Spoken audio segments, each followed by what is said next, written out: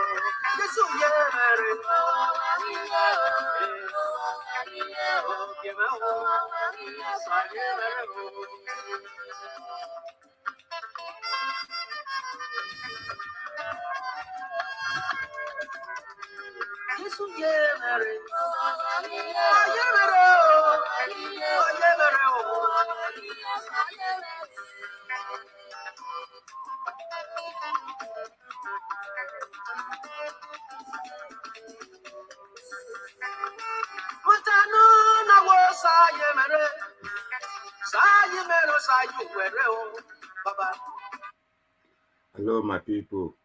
Here we are again on another edition of a video from Niger Watch and other brokers, other sister brokers.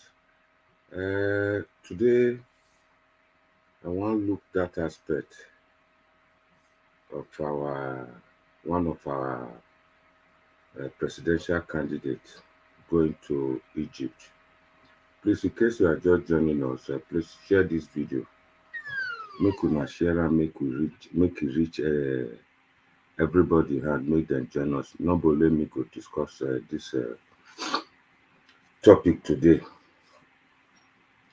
As I dey always dey talk, and I go repeat am again. I know say Naija Watch family we stand for one thing. One, then they speak big English. The other one, that they speak pidgin English, so that a lot of our people will live for other countries. And in Nigeria, people will not know the language too much, so that they will fit participate for our program. Today we go discuss on where we reach a level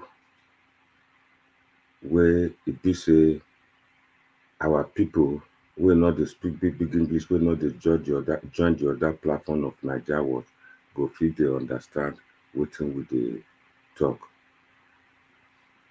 If we use Benin, the way you go to understand Benin go different the way you go to understand the English. The message where then they send come. But me go come out, me volunteer, say me go the talk am as it be for pidgin English, so that a lot of people go they understand. I know say a lot of people when they just see my face, they'll say this man dey support Peter Obi or e get as e be. Make una no look am dat way. Na election season we dey so. Dis na time for all of us, for everybody to contribute. As somebody wey get flair, wey get interest for media, wey like to carry message make everybody hear am, make dem understand am, na im me stand for. Media always dey explain say, okay, campaign never start now.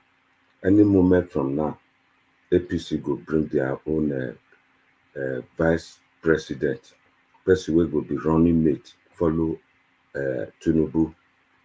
We dey still dey wait for our brother Peter Obi.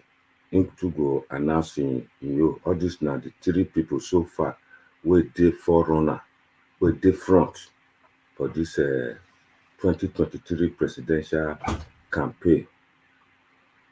The thing wey we wan talk today be say, Peter Obi, one of the presidential candidates wey for dis 2023 presidential candidate, dis week wey we dey so, e go Egypt. E go Egypt to go see how e go take bring electricity, light wey be thing wey dey pain us for body, say light no dey Nigeria, dem no dey see 24-hour light, 24/7 light for Nigeria. So e be like say dat thing na real big problem. No be say e be like, the thing na real big problem. Dis man na Peter Obi, e know. I happy say e know. Na im make am say im dey go Egypt. Im wan go see wetin im go do with light. Me no dey so much talk too much, say na lie I dey talk. When me talk, me dey always dey bring evidence. I go show una picture or video of Peter Obi dey Egypt dey talk about light. Make una wait, I go bring am come out just now. So the problem be say, you go Egypt, good, very very good. Dat mean say you know our problem. But dis week, tomorrow, na Ekiti election. Ekiti dey do governor election. All the other two political party, all of them just stay, dey calculate who dem go bring come out, who go win vote for them, who go join them work, dem go do many things. Our brother Peter Obi come go Egypt. So the problem be say, nothing wrong o, dat na good thing. Na the people im dey fight for, na im make am go Egypt, go try go discuss how light go take dey Nigeria. Na im make am go there. So my people, dis video no be the one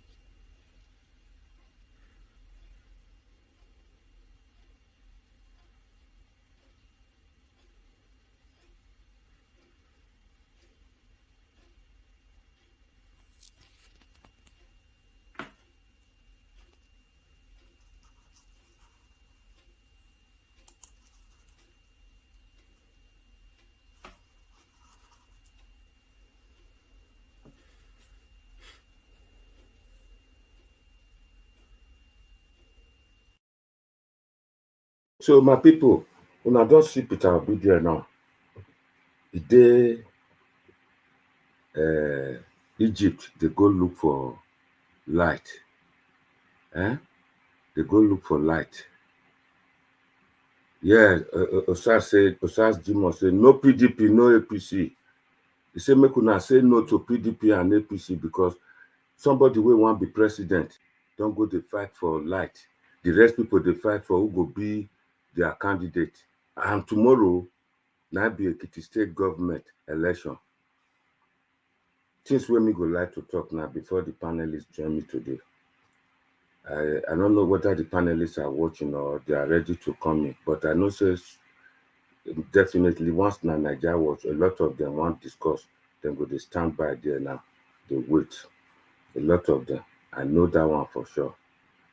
For Naija watch, a lot of people believe say me no dey ever dey talk good news of Peter Obi. Peter Obi, he never do me anything. As everybody dey talk about Peter Obi, everybody dey talk about am. Me too dey talk about am. Me get a right to talk and to ask question. The link don come now. Wey una take join us. People wey wan join. If you no quick join, the studio go come full. So I beg everybody, make all of una come join us. Make we discuss am today. The video no go long. Maybe 1.5 hours. Now we'll take discuss or 2 hours. Now we'll take discuss this topic today. I dey see somebody now, Hakim. Hakim dey come. Hakim want join us. Hakim don't join. That na correct guy.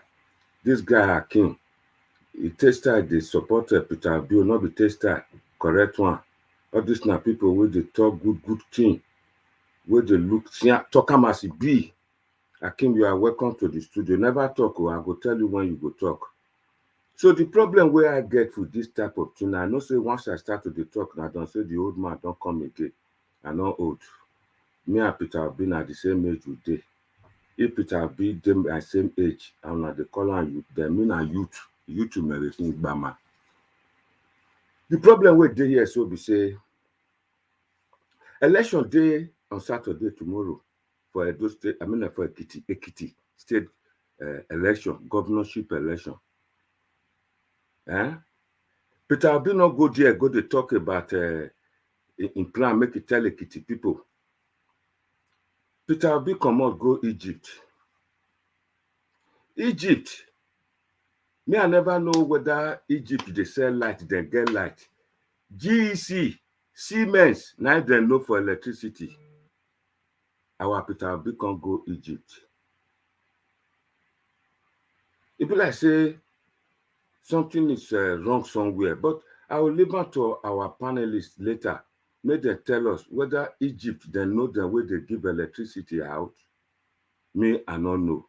But one thing where I know will be our problem for Nigeria and our distribution. I don't first talk out for most video here. Me where they UK so.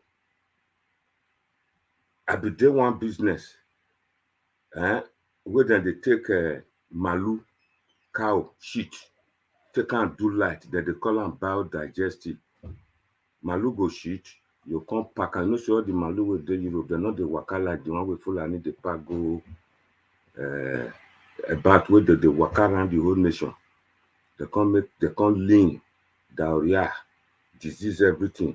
Something go they chop their ear. So their shit not go let person collect. But Oyibo now one place, then they feed them there, they go the shit for there.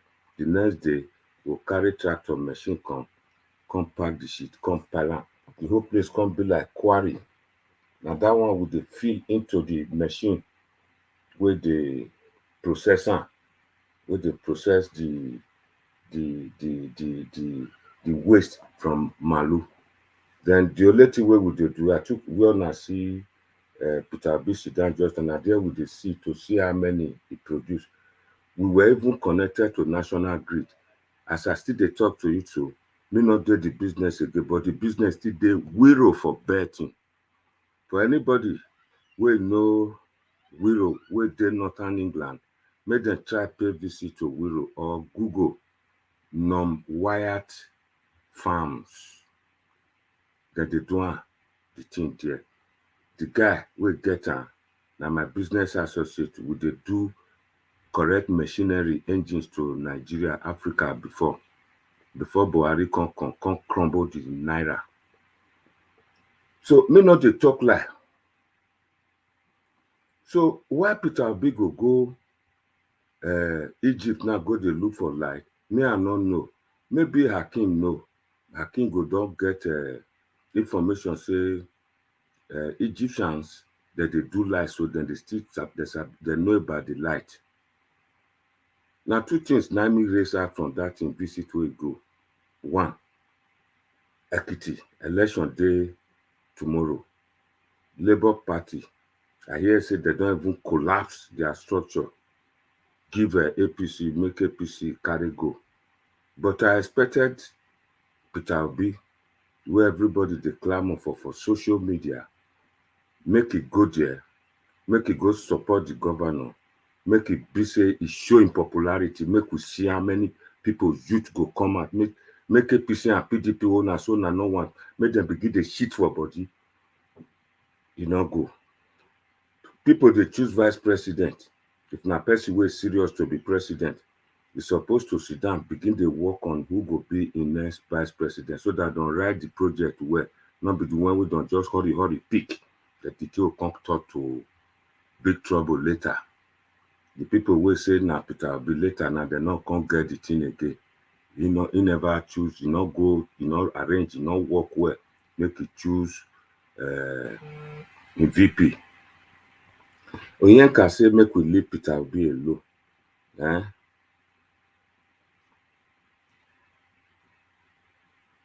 He say not perfect.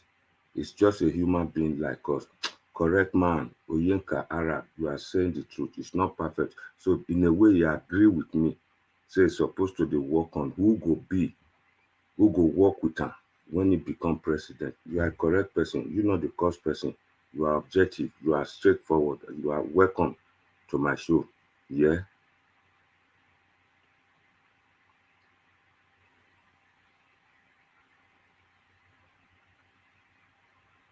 Uki Ebo don't talk in you say na lie to say them solve Nigerian problem. Nigerian problem for electricity say would they generate enough, would they produce enough electricity, but the problem now the distribution. I would like to welcome Akim today. Akim, you are welcome to the studio. You be listening to me. What do you think about the thing when I talk today? I can't wait till somebody there, evangelist togetherness. You want to talk something. If for better say evangelist, you use the link, but you not use it, choose to phone. I agree with you. Go ahead, evangelist. Evangelist, go ahead. Minister, God bless you. God bless you, sir. God bless you. Yes, sir. God bless you too. You know, say, and this life where we see good things, many people don't know. Yeah. As for me, Peter B is a godsend to Nigeria. Yes, okay, yes, we yes. say that people when they Nigeria bribe and everything, old people don't come. But this is time when the youth have stand up now, said okay, they want to support Peter B all over Nigeria. The first time when Nigeria they agree together. Correct. Whether yeah. Peter B go to Egypt about light. No, everybody get in way to do something. As you did that studio now, nobody will control you for that studio. That they control me. That they control me. Studio. Maybe as I called now, you don't want to pick, you will not pick. If you want to pick, you will pick. Correct. What you want to do, you know, say what you are doing is good when we help people. Peter B is a person that as he go that whether they are doing election in that state, they didn't go. That one doesn't mean maybe I have faced this program before. Just so you go, they do things not the way we do in Nigeria. But then tell you say they give you time. Maybe that time come for this time. Not this time. You don't be say just recently instant. Say you won't go that Egypt. You understand? That is the problem there now. I didn't see anything bad about this man. This man, you know what is going. If this man can even be say he enter president and give Nigeria a life, only that will do for Nigeria. When Nigeria get correct thing. Move forward. Everything don't move forward. That's why when God created, we say, if Peter Obi bring light come Nigeria today, me go pack comot because I get business there. And only light they drive me from Nigeria. Go on, just 1 minute, let me finish here. Yeah. When that light enter Nigeria, sir, everything will change in Nigeria.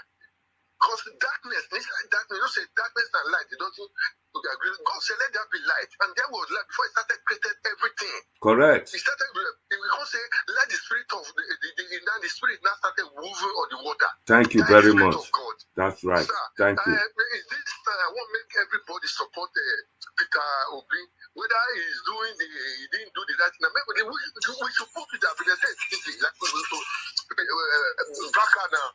He said the man is stingy. Is this kind of man we want in Nigeria president now? Not be me talk say stingy, not be me talk say stingy. I not talk so. He will use our money for the poor. Yeah. Thank you very much, sir. Thank you very much. Yeah. Thank you. God bless you too from my land. Thank you. I would like to greet our sister Felicia Osahan Bosson. I don't know how to pronounce them, if I pronounce them well or not. I beg, may you pardon me. I beg. Hakim, you are welcome. That our brother say, make we all support Peter Obi.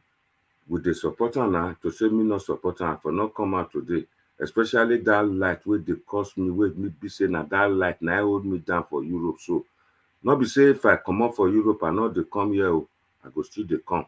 Because to live for Europe, now correcting a lot of people for Nigeria politicians, one of the reasons why they thief our money, now because they don't feel send their pikin come here, they're not well, they can't treat themselves here. So for people to talk, say, we for go home. I mean, I'm one of the proponents where they talk, say, all those one not to get mad tonight be. How you see fine life, you see heaven, you see they go ahead. That one not possible at all. They even jealous us with people will get British passport or get European passport. If you don't know, make you know. That they jealous us.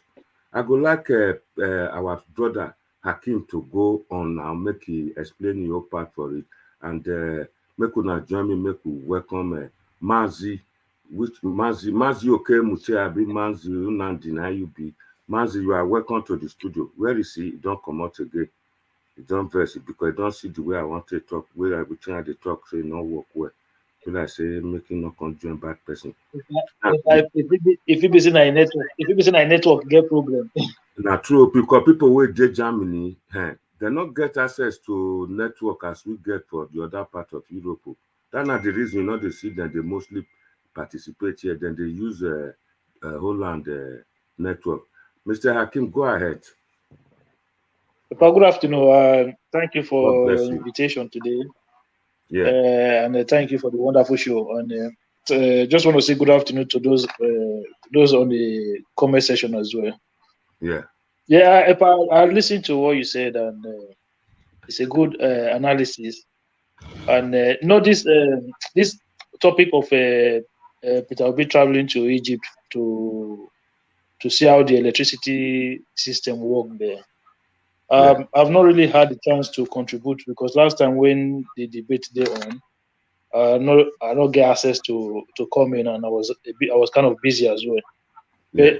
But I just put it this way: I don't like to be criticizing Peter Obi's decision. He did what he did. He did it in his own in his own knowledge and what he thought. So, but this is what I don't understand, right? A lot of us that come from Edo State, we have a governor in Edo State who didn't have to go to Egypt and was able to he knew straight away what to do when it comes to electricity, and he was able to attract investors such as the Oshomo power plant to come to Edo. But we still castigate this man, we still kind of rubbish him. And then somehow you see people now praising Obi to say, yeah, it's a good thing, we have electricity problem. Come on, electricity, we all know what our problems concerning electricity is.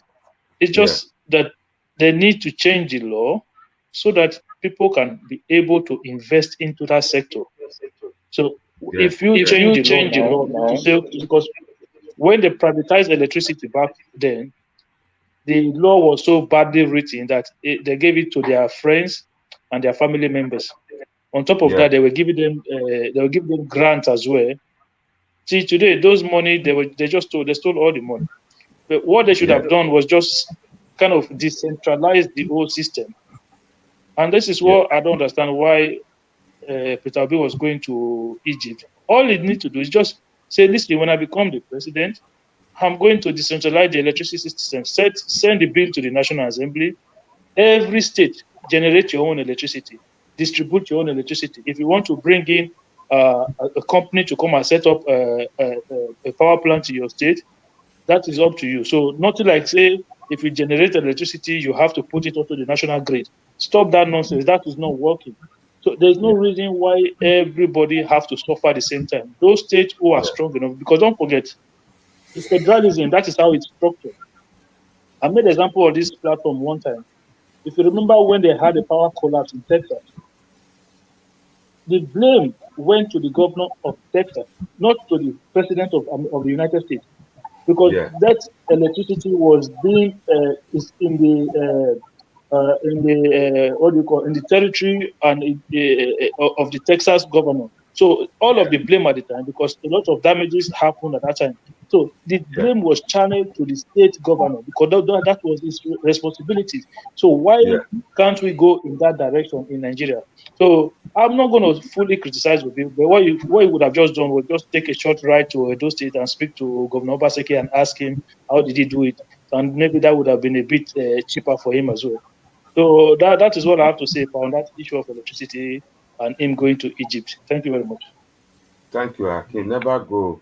The thing, one question when I would like you to ask now, you answered it, say for Nigeria that for Edo, people don't even know how to manufacture the electricity. That is a good point. The second question be say they don't make Peter Obi president where they go shop around for electricity, because ever since we don't hear Chinese they can't talk about electricity. But we never hear say GEC, because the thing don't too pass.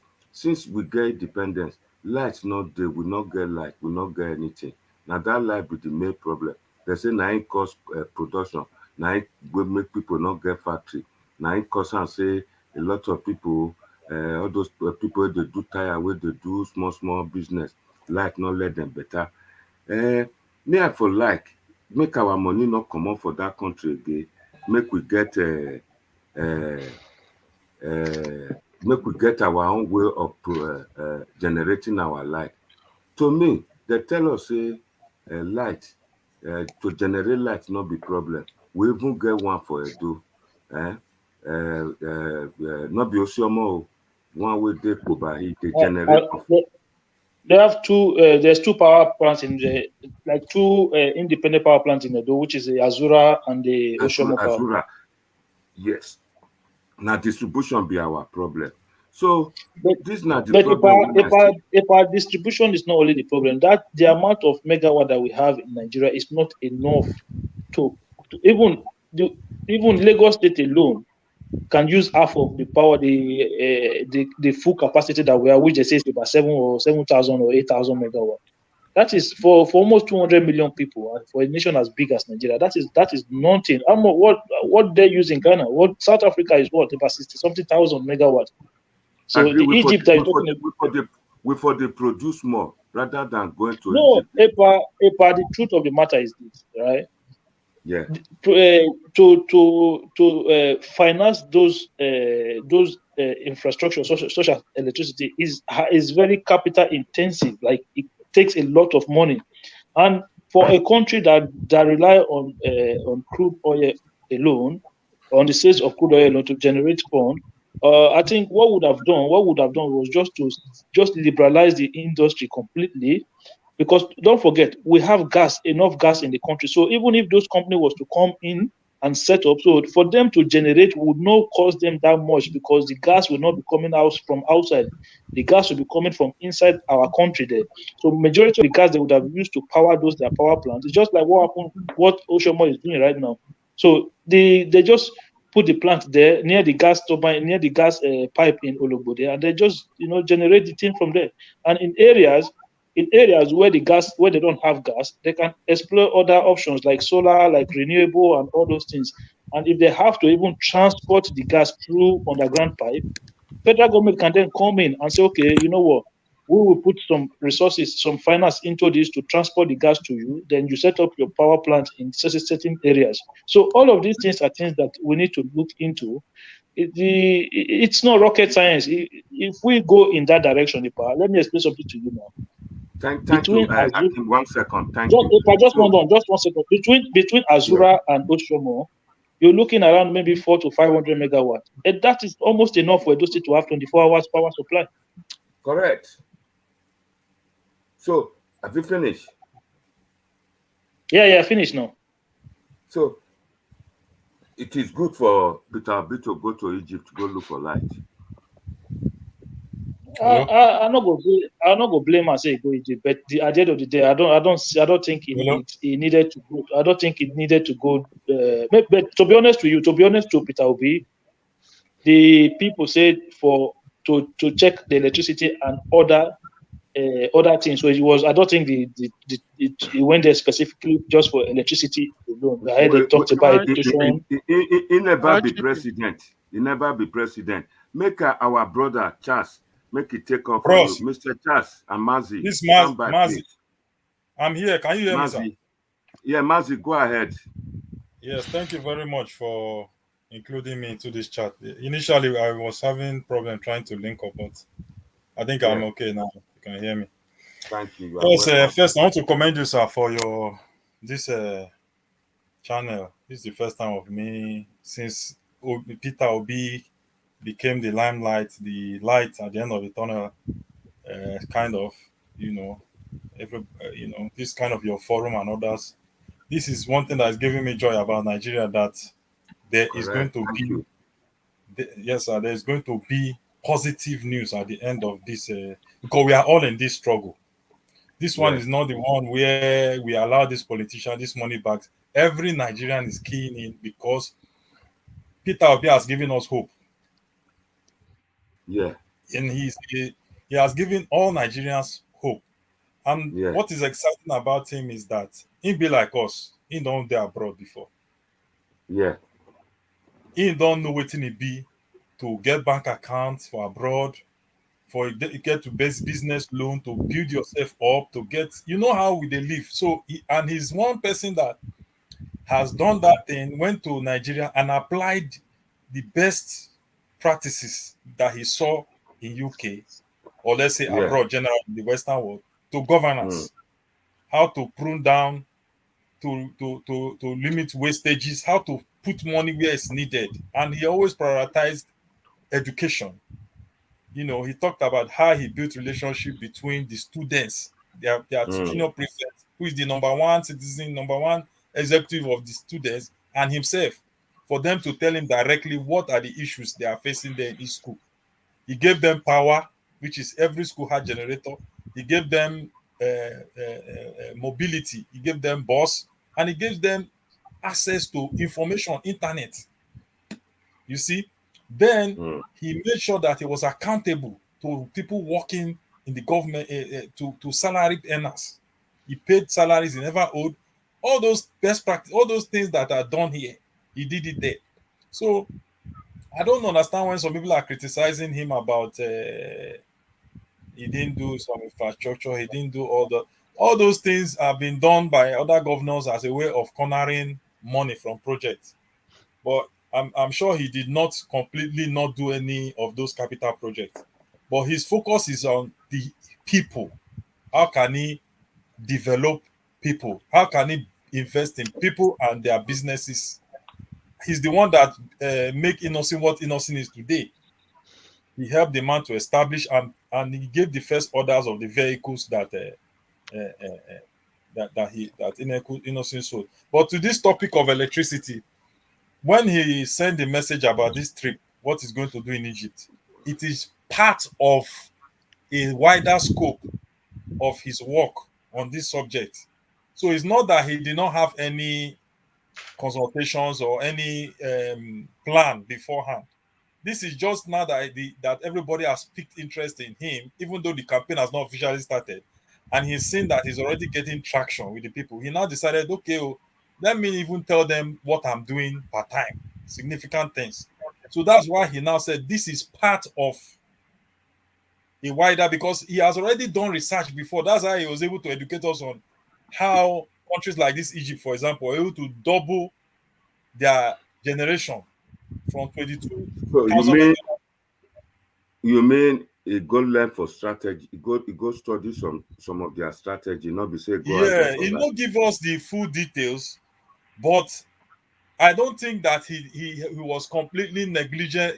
He has been a governor before, and he knows the law that we even as governor, you even if you generate power, you are not allowed to do localized power. You have to feed it back to the grid, that kind of thing. So he's until the law is changed. So he's trying to do it based on So wait a minute. We've heard you. The point you are going to repeat again. The problem here I'm asking that when he was the governor of Anambra, they get 24/7 light for Anambra. no, now the same Nigerian problem where everybody get where light no day now. E not see am say make you take example, make do the kind one, the yeye one wey Abaseki dey do for Edo. E not do that one. No, you see, when he was governor, this was the early days of this our fourth republic, and you know, I'm not holding brief for him. I don't know what he did in terms of electricity or what he did not do for the state, but I know that that thing is on the exclusive list, legislative exclusive. I think power generation is responsibility of the federal government. It was later on during Jonathan's time that they privatized, which Obaseki is enjoying some things now, because there was no privatization before then. I think at that time, Mm, you understand. I don't know the whole details of the law and how it Abaseki works. is able to apply it effectively. But I know for a Okay. fact that Sorry, brother. I understand you have explained. I want to ask you one question. Going at that time to Egypt and try to support the governorship candidate for Ekiti, which one do you think will be first for an aspiring presidential candidate to go and test his popularity or boost his popularity or woo the Ekiti voters? Can you explain on that, please? okay, the trip to Egypt, I don't know whether it's just 3 days, right? I don't know how many days it is, and I don't know whether he has already planned it with them, because this government trips is based on an agreed timetable, because the the business of government is according to, there's already pre-planned things. Hello.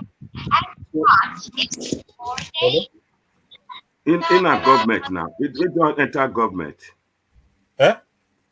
Peter BJ government now, be No, he know the government. I'm saying the Egyptian place where he went to. Maybe he has already arranged it ahead of time before all this. You know, these things, these people like him, they already have things they've planned ahead of time. So maybe it is something that's already been pre-planned. Peter BJ bring money come.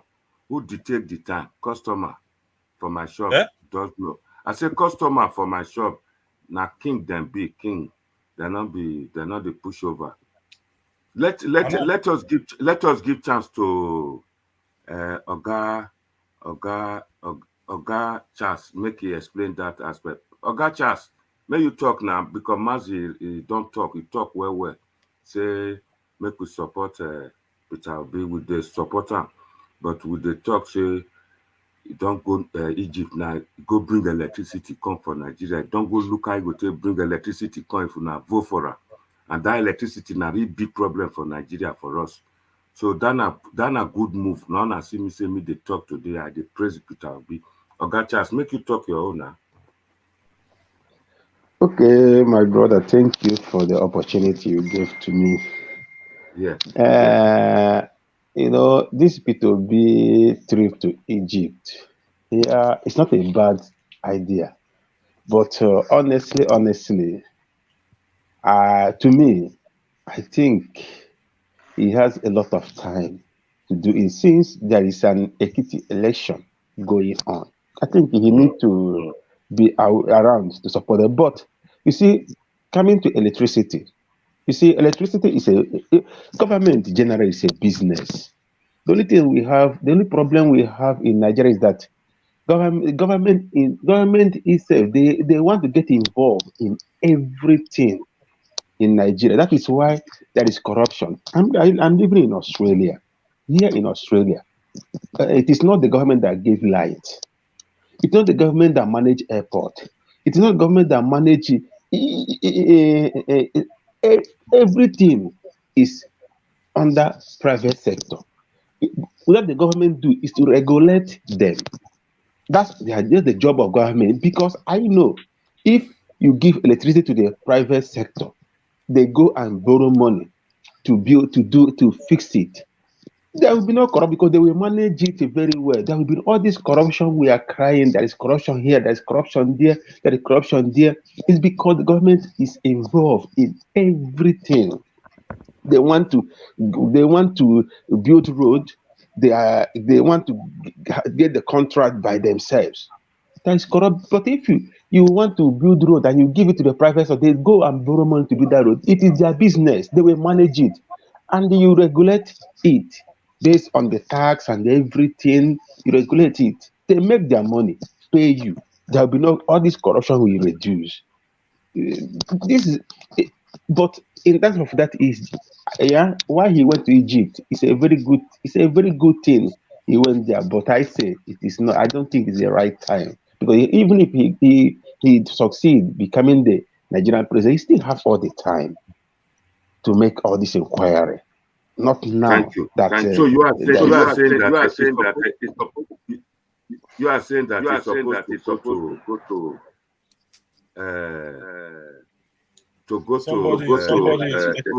to campaign.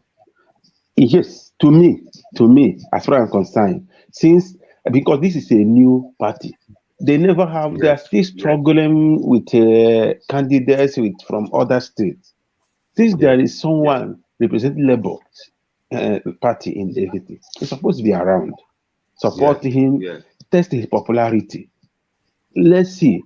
I know that, you see, there's something I was discussing with someone. I said, now a lot of people take advantage of Peter Obi's popularity and come into join Labour Party to use his popularity to win election, which everyone know.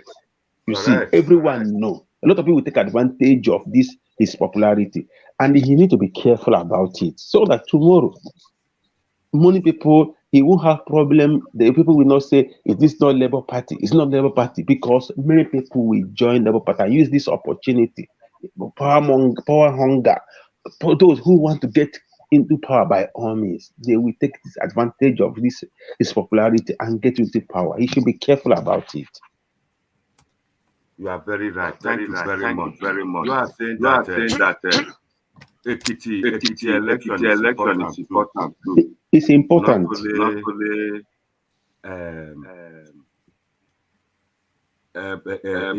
Egypt can be done after when there is a break. Yes, so I don't know why this thing is echoing. Somebody this thing. I want to call on Louis now to give us take on this. Hello, Louis, are you there? Do you hear me? I can hear you. Hello. Yeah. Is somebody talking? Because it's echoing. I don't know. It's echoing from my side. I don't know what to do at this point. Can they mute because it? somebody is watching and discussing. But maybe it's better now. It's better now. Huh? He can go ahead. It's good. Go ahead. Okay. Yeah. Good afternoon. Go ahead. Yeah. Good afternoon, gentlemen on the panel, and good afternoon to our fellow Nigerians on the comment session. So, when you asked me to come this afternoon to discuss Peter Obi, I said to you, I am actually tired of discussing on Nigeria Watch or on most of Nigeria platform. I say part of the problem we have in Nigeria, it is still resonating with even this Peter Obi movement, is that we don't like the truth. We don't like the truth. When Ma started China, the revolution in China, He said we must be ready to separate fiction from truth and to stick with facts and truth. That is how the revolution starts in China. But in Nigeria, we don't like truth. What we like is sentiment or emotions or ethnic sentiment or regional sentiment. I am from the East. I will support an Igbo candidate. I am from Ododuwa Republic. I will support a Tinubu. I am from Kano. I will support this. We don't like truth. We like this kind of emotional things. So why am I saying this? Now, when we had this started speaking on this channel, we spoke extensively with a lot of panelists, Israel, and I think Pahitro and many other people back then. I think we used to discuss those states here. So one of the things we discussed here, and even today, I think Niger Watch labeled me as the biggest critic of the Obaseki government. Now, I don't like those kind of label, because at the end of the day, what you look at is what I have said. Obaseki has been in government for 2 years now, or whatever. Have you gone back and listened to what I said? I said to you back then that there is nothing like what do you call it in those states, the Gelegele port, that nothing like that is existing. So has that today come to be a critic? It is a fact. Now, today, I told you that Osiomo will not light up at those states when this whole project was going on. They were all shouting. What is the fact today? Has Osiomo lit up at those states? No. No. Then I also told you that there will be no probe of the stormwater project. Even then, I can remember I said I give the government in Edo State 3 months to come up with a probe. And the people say I'm criticizing the government. It's gone more than up to 2 years now. Where is the probe? So our people must be ready to separate fact from fiction and stop being emotional when it comes to every situation. Otherwise, Nigeria will keep going around in circles. So now with this Peter Obi issue, Peter Obi is a nice person at heart. He's a gentleman. He's level-headed. I like him. But like I always say, I'm not going to discuss Peter Obi based on emotion or based on emotion means that you are talking about, oh, we want a revolution, one change, whatever happens. No, I'm going to look at the facts and what you put in front of me. So it doesn't matter whether it's Peter Obi or Tinubu or Kwansoko or Sanwo-Olu. It is what you put in front of me. So I'm not telling anybody to go and vote for anybody. It's for you to make up your choice.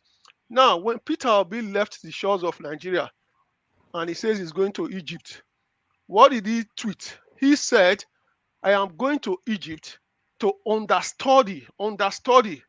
Maybe that word should be breaking down. I want to go and study, among other things, the Egyptian power sector. I want to go and study power in Egypt. That's what he said. He also said education. I want to go and study education in Egypt. Amongst that, he also said planning and the financial sector. Those were the 4 areas he mentioned in his tweet. Now, I'm just going to speak on the power sector that you have just mentioned this afternoon, and also the education. So I always say that before people speak on things in Nigeria, you have to speak from a position of knowledge or from a position of research or looking at things. Don't just hear, I want to go and do this, you start shouting here, you start clapping. Now, let's take, for example, the education. Now, what is the global ranking of Egypt when it comes to education? If you go and check in the last couple of years, Egypt, when it comes to education, out of 137 countries that has been ranked in the global competitiveness indicator by the World Economic Forum, in 2007, in 2019, Egypt was ranked 93 in the world. In 2018, they were ranked 100. Thereafter, 115. So what are you going to understudy in a country that is already failing in education? So I don't understand. Now, even Egypt recently, in trying to address some of these issues, actually created a small micro model, which is the Japanese system, to look at and see if they can pick up some things there. So the Egyptian educational system is nothing to write home about that you want to go and understudy in the first place. So when I say our people need to listen to things from a position of knowledge or understand things, I'm not stupid. It is the fact that is there. These old things are all there. Go to the World Economic Forum, it's all there. These things are not hidden. The problem is our people don't read, they boil on rumors and they go with it. So I will just move to the main issue, which is power. Now, my friend here mentioned a lot of things about the power sector reform and everything. Now, power sector is an area I'm very vast on. if you look at the power sector in Nigeria today, the reform of the power sector actually started under Goodluck Ebele Jonathan as president. So that was one of the good things he did.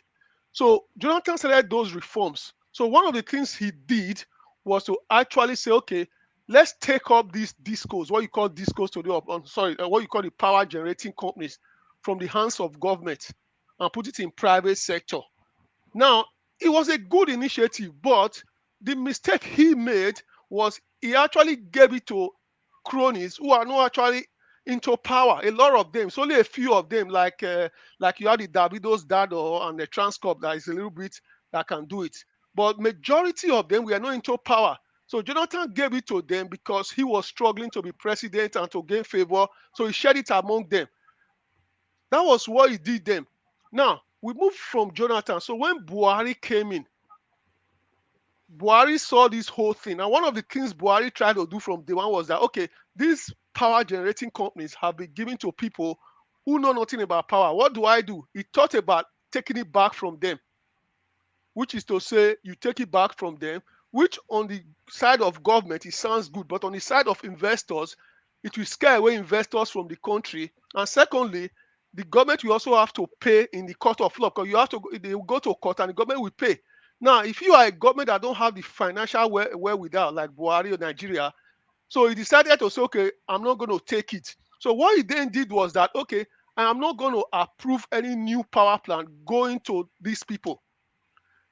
That was what happened in that government. Then within that process, we all know that like my friend mentioned earlier, the power plant in Edo State, which is not Osiomon, what's the other one? I forgot the name just now. The Azura power plant.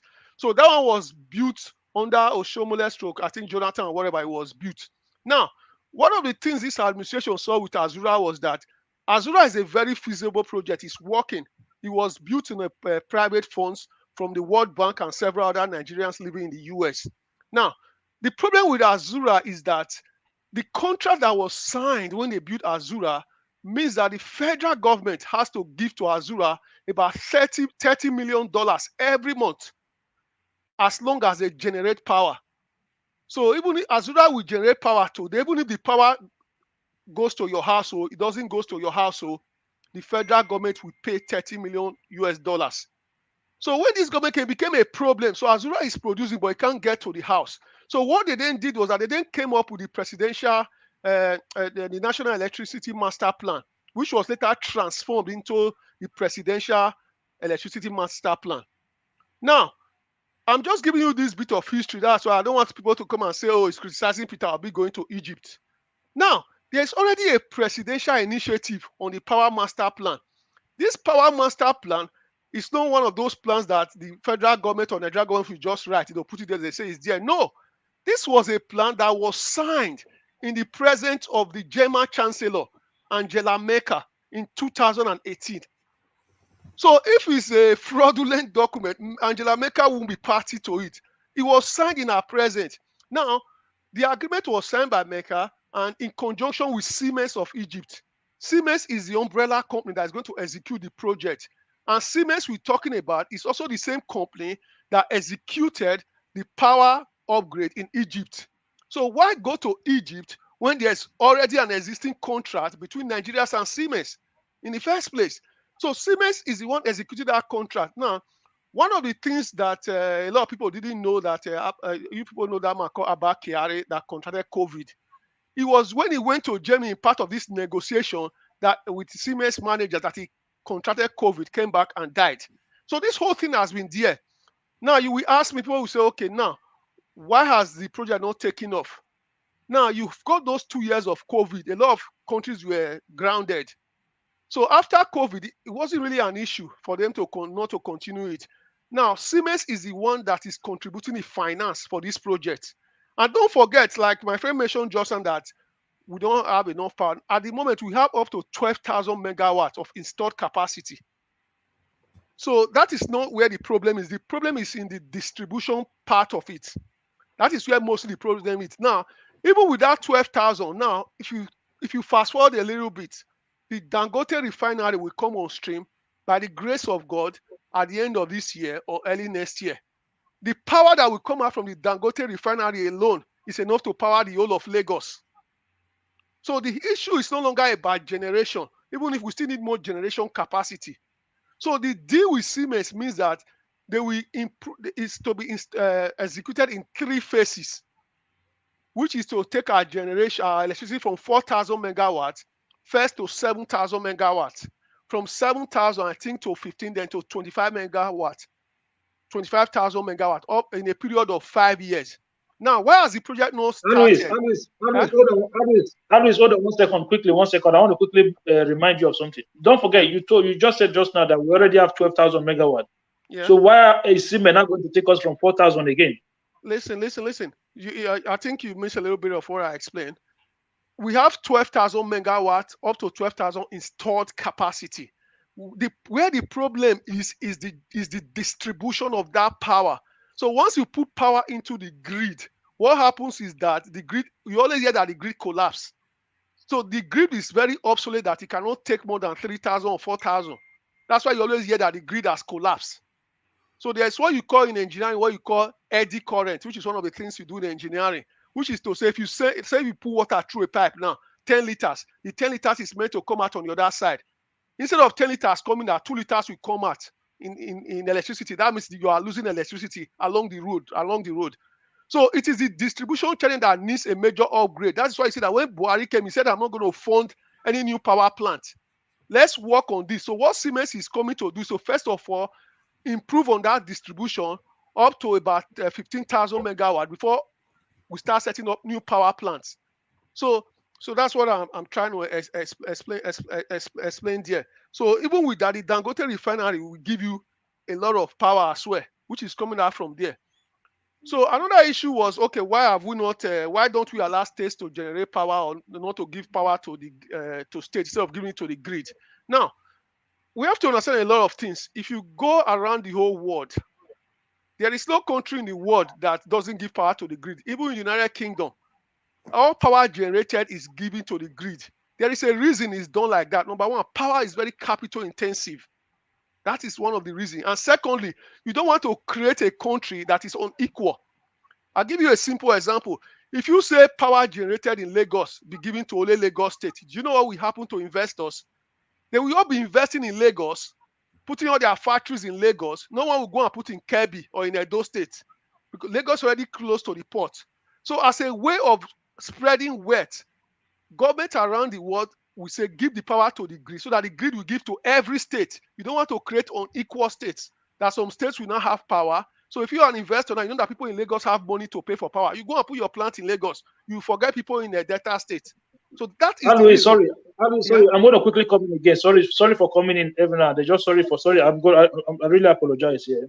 Okay, with the current system that we have now, don't you think we still have an equal state? Are there any states that are on par with Lagos State in Nigeria as we speak now? Are you talking about generally or just in power? No, generally, because your submission was that if Lagos was to be generating 24 hours electricity, it means that every company will go to Lagos, everybody will want to move to Lagos.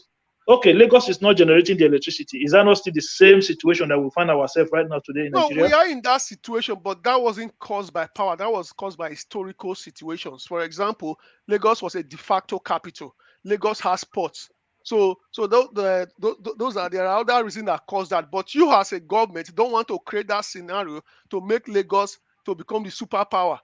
So you put it this way, for example. Now, if I ask you now to go and build a power plant in your village now, you will not go.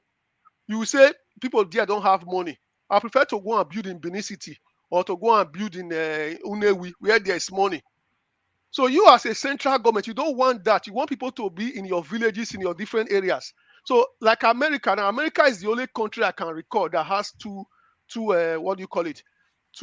national grid.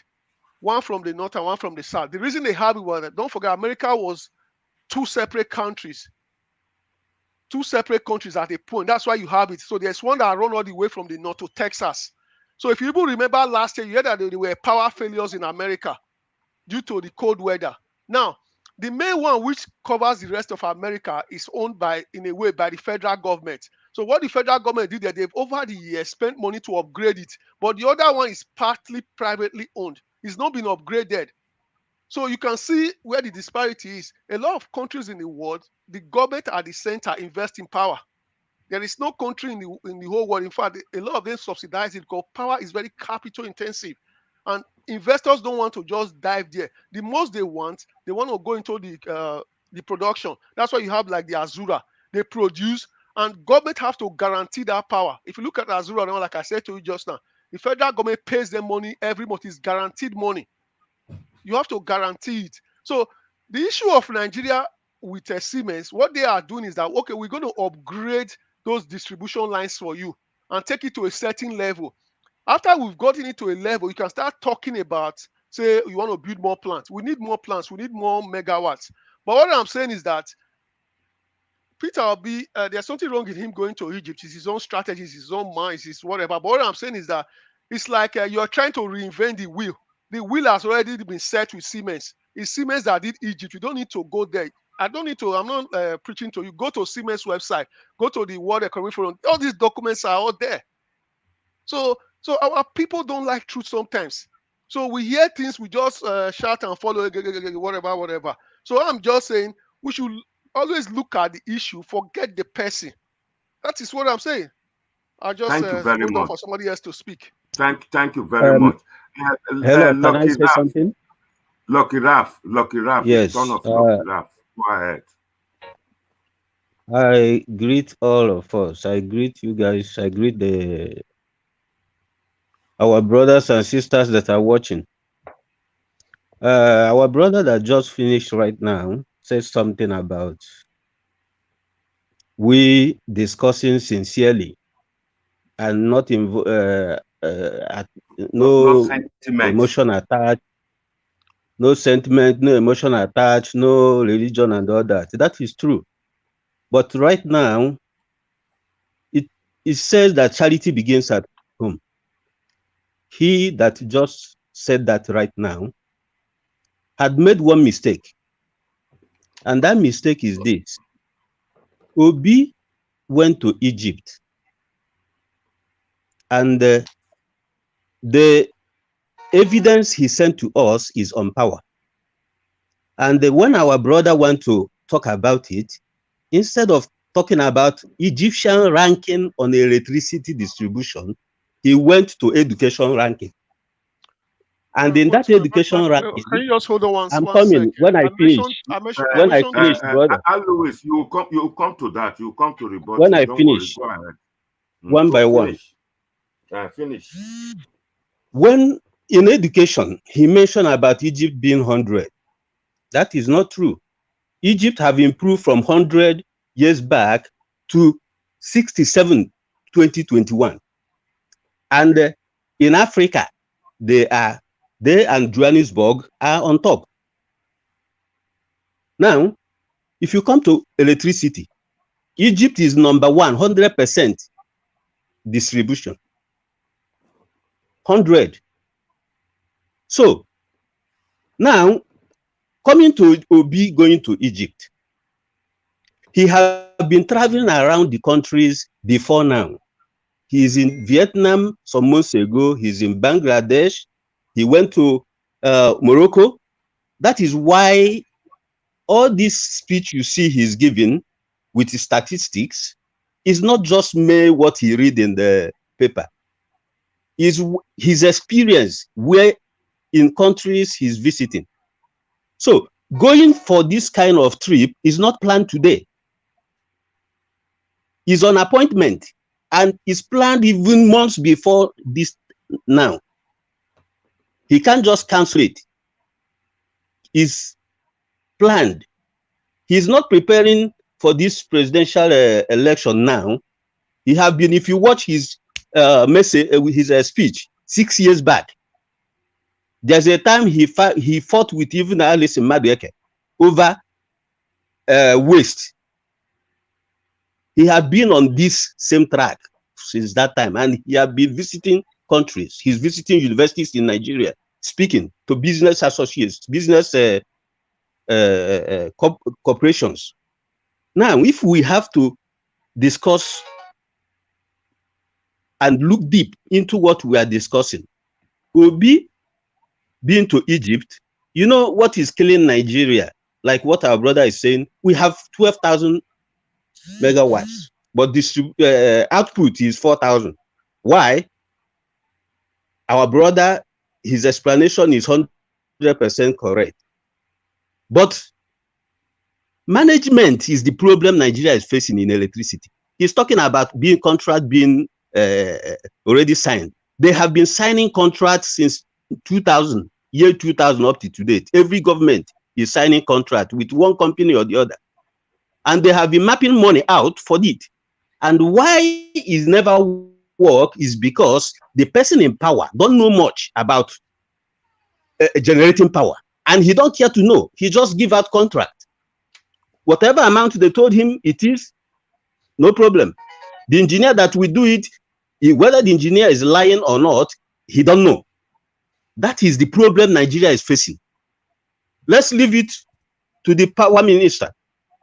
They don't want to, the person who is actually have the power to question the power minister don't know anything about it. And that is why this P2B, hardly before he give out contract, and he will be duped or messed up, because he always make sure he understand about it before giving it out. When he give it out, he will be monitoring it as well. He will be questioning the contractors, and that way the job will be executed without any over budget, without any giving a contract to wrong person. This is exactly the reason why he went there. If you have been following him since he left the government in Anambra, he have given speech more than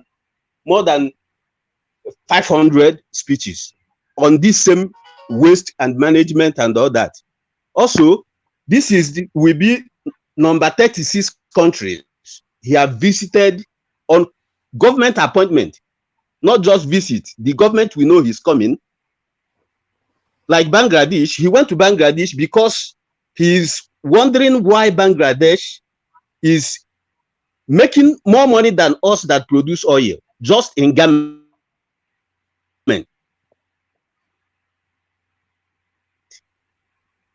That is why he visited Bangladesh. Egypt have been used, is just 4,000 megawatts before. Suddenly they jumped to 50.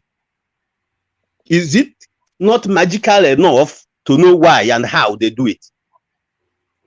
I don't know why things that don't supposed to cause chaos among us, we cannot look at it genuinely with sincere mind. Electricity, I've been to, I am not the one that travel most, but I have been to 9 third world countries around Asia, around Africa, we are the only country without light. Cambodia, that just finished war, late 90s. When I visited Cambodia 2006, for 3 years I spent in Phnom Penh, Cambodia. They never took light. Cable, all this in Nigeria, people sees cable as a big man. For big men, cable is just $10 in Cambodia, and you can watch almost in the entire sports in Europe, America, Africa, everywhere in the world. These are countries that just get out of war that kill over 5 million people, all the prominent men, yet they are ahead of us. Water, you can never run out of water. You don't see anyone carrying water in their head. It never happened. You can't stay a place and it will remain the same. Only in Nigeria, you go out, you come back, it will be worse. When are we going to be tired? And all these things are happening under the same group of people, the same clique. No change. Tell me, if you are sick and you don't have hospital to treat yourself, does it matter whether you come from Yoruba or Hausa or Igbo? That you lack amenity, wherever you come from. It doesn't matter. Are we telling ourselves that if in sincerity that we are from one family and these three people are out, we are asking who is going to lead us? From what we have heard, from record, from everything, from whatever, and we said who is capable enough to lead us? Who can represent us? Is it the same way we are going to be discussing it, picking issues over everything? Of course, no. This is not how we are going to discuss it. So our brother, when you said speak sincerely, it have to be real. It have to be real. No country in Africa have ever, it have never happened. Egypt jumped from 4,000 megawatts to 50. It seems impossible, but they did it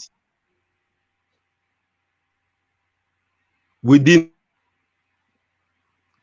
2-3 years. Come on, learn how the threat you said they have is going on. He will be able to know when people are manipulating the country, when people are rooting. This is how all this routine. How okay now the budget on light almost every 4 years is close to 15 billion to 20 over power, just for power. Every 8 years. But South Africa created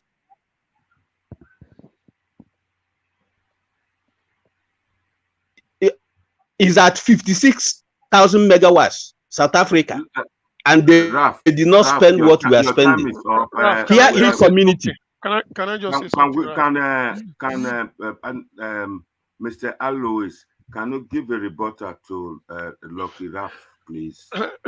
Raf, I don't know. Yes, my brother, you are free to. I don't know what you are saying. That what I'm saying is wrong. I don't get you. What you keep saying is that Egypt jumped from whatever to 25,000. South Africa jumped from this to that. That is not the issue. The issue is in Egypt you're talking about. Egypt had a presidential power initiative. They also signed it with the German chancellor and it was executed by Siemens. So that is where the issue is. You don't go and understudy Egypt. It's Siemens that did the project. So the whole thing is there. Go to Siemens and see it. So you are going to travel to Egypt. You go to a power plant like you have Azura. You walk inside and walk around, then come back to Nigeria. That's exactly what you are saying. That's not the issue. The issue is Siemens is the one that executed that project from whatever Egypt are to 25,000 megawatts. So the person that knows how to do the job is Siemens. It's not the Egyptian government. So you have to get that point clear here. So Nigeria already have that agreement with Siemens, and Siemens, part of the reason the project has been delayed in Nigeria, you have to understand one thing about Nigeria. For you to do something in Nigeria compared to Ghana, we have these 250 ethnic groups that you are talking about and so many interests. And one of the laws which you have in Nigeria, they call it the local content law. So what I'm telling you is not that I'm making things up. You have to look at practicalities of issues. That's what you call the local content law. So when Siemens were about to start this project last year, they couldn't start the project because of that local content law. And that local content law, I think it said you must have a minimum of 50% of the equipment being manufactured in Nigeria or whatever. And Siemens said they can't. So it becomes what you call like a blockage between the government and Siemens. So they have gone for many, many months until that was taken away. So don't say Egypt increased power from that. What you do is that what did Egypt do? That's what you look at. Siemens is the one that do it. It's not that Egypt increased power. And for example, you talk about the education. You are contradicting yourself, my brother. I'm not contradicting You are contradicting yourself. Let me tell you how you are contradicting yourself. All this contract Nigeria is having over the years is never Nigerian company. It's not by Nigerian company. It's from different countries, and none have been successful. Now you are talking about, yes, it's Siemens. Of course, all these ones are from different companies, just like Siemens, but he never successful. The question So I asked you, the locals, who did the Egyptian one? Who Lucky did Raf, the one in let Egypt? him land. Let him wait, land. Who did the one Raf. in Egypt? Answer the question. Who did the one in Egypt? Answer. Who did Answer. who upgraded it's the power in Egypt? Siemens. So It's what is now Siemens. the point? So you are not going to deal with Egypt or Siemens. It's Siemens. So what is now the But issue? that doesn't mean. So there is a standing there is a standing contract. Wait, hang on. There is a standing contract signed in the presence of the German Chancellor, Siemens standing the Nigerian government. You are now telling me that that contract is fraudulent than somebody taking a plane and visiting Egypt. That's exactly what you are saying. So I don't know what you are saying here. The German Chancellor stood in the room, shown on TV everywhere. It's on Siemens website. The Nigerian government. Do you believe? Okay. Do you believe? I want to ask you a question. Yeah. Do you believe? Do you know that Siemens can do that job in Egypt at $1 billion, and our own government will put that same job, that same capacity of electricity at 20 billion? That is not the Do you know my brother? You are saying something. No. I'm telling you. My brother, no. You are saying just. something else. I'm telling you why you need to know what you are going into. My brother, you are saying something else now. If Peter Obi I'm telling you Tinubu, why you need to know what you are going into. If Peter Obi or Tinubu or Kwansoko become the president of Nigeria, and they swear in on day one, and they go and approach Siemens and say, listen, I want to review this contract. That's a different thing. You can't say by visiting Egypt. Egypt has no business in revamping power in Nigeria. See, it's like you trying to do a Formula One car now. You go and visit South Africa. When we know that McLaren is the one that does it, or Ferrari. That's what you are saying now. Do you I don't understand you. Okay. Do you remember what happened in a renovation of Anambra State Government House before Obi came in? Let me give you Anambra State Government House. Time up, Lucky Raf. Can we give chance to Mr. Charles to air his own view? He's already on it. Mr. Charles, are you there? Yeah, I'm here. Can you switch off your device you are using to work us?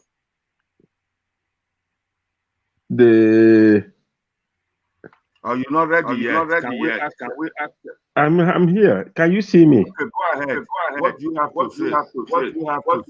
say? What's maximization or efficiency or the provision of essential electricity?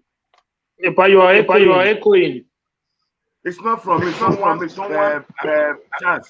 is only putting on his device.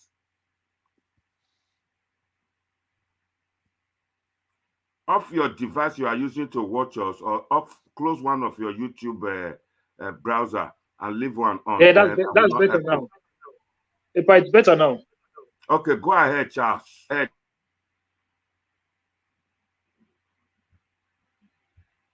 We seem to be having problem with Charles there. Can we ask? Can you hear me now?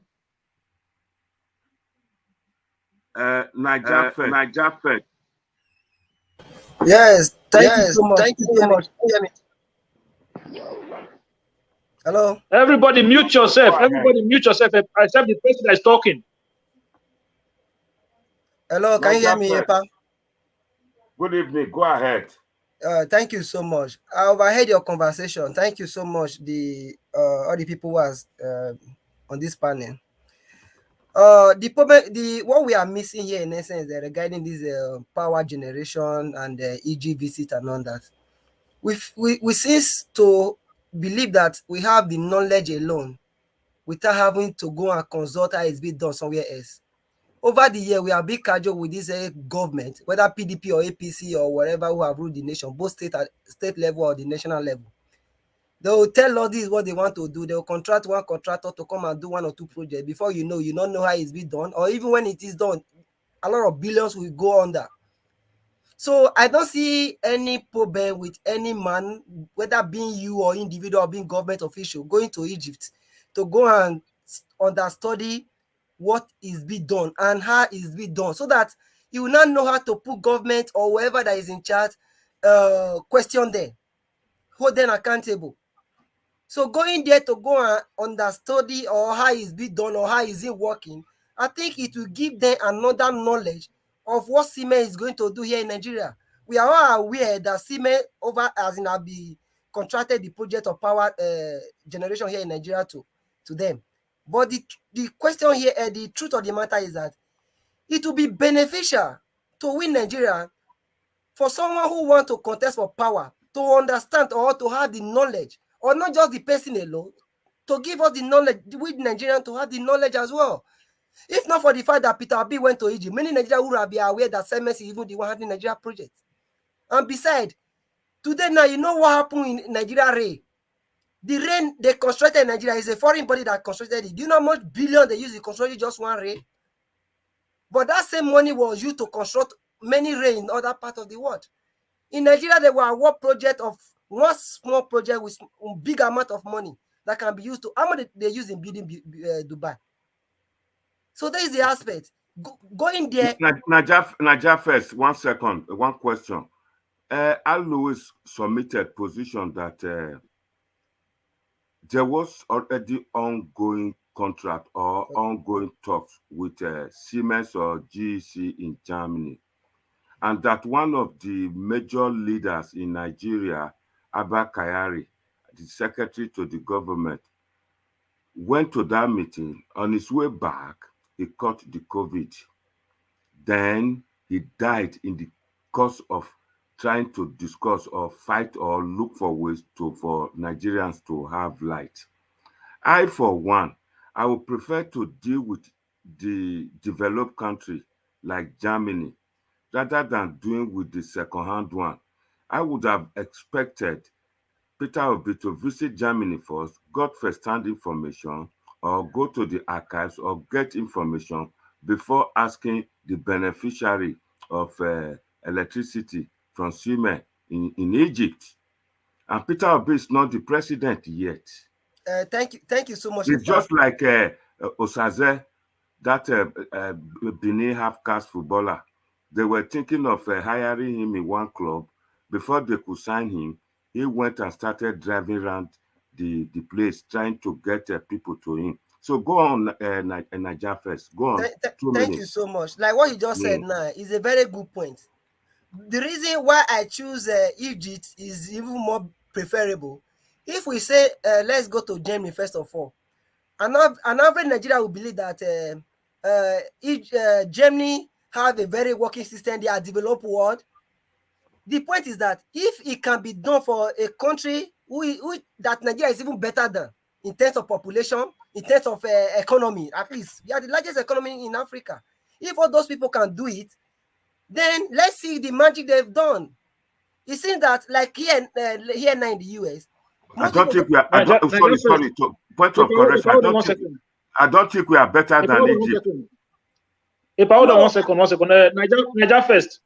Yeah. Sorry, I don't know. Is that Tiobada or I don't, because you sound like Tiobada. It's Niger first. Okay, sorry. You know what I wanted to say. Sorry for coming in. I just want to quickly put something before you. What I wanted to say, I'm just going to make an analogy according to what my brother Alois said. It's just like Julius Berger construct road now for, say, Ogun State government. Then Edo State government want to construct road now. Should Edo State government go to Ogun State and say, how did you construct this road? Or should they go to Julius Berger to go and meet Julius Berger to say, listen, we want to construct road? Yes, very good question. It will be better we go to meet Julius Berger. But the problem is that... Okay, sorry. You see, that is what my brother Alois was trying to say. That yes, Peter Obi had no business going to Egypt. He should have just gone to I don't know if I can buttress this a bit. In a sane environment, it will be better for us to go and meet Julius Berger first of all. But this project have been handed over to Julius Berger over the years. Julius Berger have not been able to do anything. That is the more reason I will now have to leave Julius Berger and go to Ekiti. This road that Julius Berger did in your area, and they are doing it in my area. What is the problem? How did you people do your own?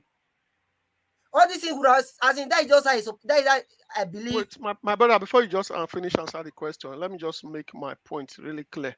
So I'm not saying Peter Obi should not go to Egypt. He has his right as a Nigerian to choose to go to Egypt. It's part of his strategy to go to Egypt. There's nothing wrong with it. So now, Martin Luther King or a lot of them talks about the exigencies of time or the fierce urgencies of now. There is an election in Ekiti State. And secondly, now, going back to this power project, I understand people are saying there has been project which has been abandoned or not abandoned. Now, when Nigeria wanted to buy the Super Tuscano fighter jet, it was an agreement between the US government, the Nigerian government, and the Brazilian company that manufactures it. So the US government standing there already tell you that project is not going to fail. The Tucano were delivered. When the Siemens Power Project was signed, it was the German Chancellor standing there with the CEO. It's not a secretary or a deputy. The CEO of Siemens standing there. And President Buhari and his advisors. You are not telling me that these people have not concocted a contract. That me taking a plane to Ghana to look at Ghana is not better than these world leaders concocting a contract together. That is what I don't understand that they are attacking me for. And secondly, Siemens, when Egypt also did their contract, this same thing I've explained, that's what they did. So Siemens already has all these things, platform or template to work with Nigeria. So if you are saying to me now, say if Peter Obi become president tomorrow now, he goes to Siemens and say, oh, Siemens, I beg now 2 billion you charge for this thing, I beg. And you know, say we are a poor country, please take 1.5. They will start understanding what you guys are saying here. Now, for Peter Obi, the most important thing for him to do at this period, whether you like it or not, that's why I say we must always speak to the truth. There's an election in Ekiti. I'm not saying Labour will win it. This is the chance. He's in the media. He's supposed to go there, campaign for the Ekiti candidate, but it looks like this is a deliberate attempt not to go there, but to look at somewhere else. Going to Egypt, whether you have a visit to visit Egyptian president tomorrow or next tomorrow, it can always be postponed. This is not even this is not a visit that, if you look at the videos you saw, it's a video somebody in a power plant looking at meters or how many megawatts. If you go to Osiomo there, you will also see go to Osiomo, they will give you that control room. I'm into engineering. So the people that make the policies in Egypt are not people in those engineering room. It's the politicians, the finance and whatever. So this template is already there. So it's like you're not telling me now, say, let's look at the railway in Nigeria. Now, I'll give you a simple example of the railway. Good Lord, the railway was envisaged under Obasanjo. They thought about it. Then good Lord Jonathan, by the grace of God, he was able to carry that project on with the Kaduna Abuja railway. Now, when this railway started, China, when they do the feasibility study of the railway in Nigeria, they say we need a minimum of close to $50 billion to put railway in every areas in Nigeria. So at that point, those projects were stalled for some time. So the government they came under Jonathan, they came up with a different strategy. So okay, we don't get 50 billion. Nigeria doesn't have that money. Now let's break it into chunks of sector. That's when you see that the Abuja Kaduna Railway started. So when Buhari came in, he continued, he finished that project. He then went to the Lagos Ibadan. Now, if I'm the president in 2023 now, I'm contesting, I will not take a plane, say I'm going to go and visit China to understudy their railway. That's exactly what you are saying now.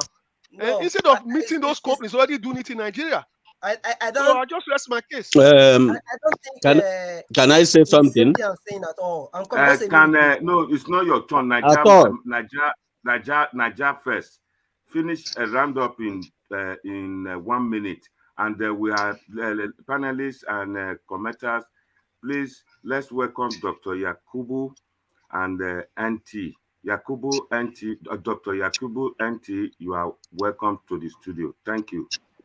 Thank you so much for having me. NT.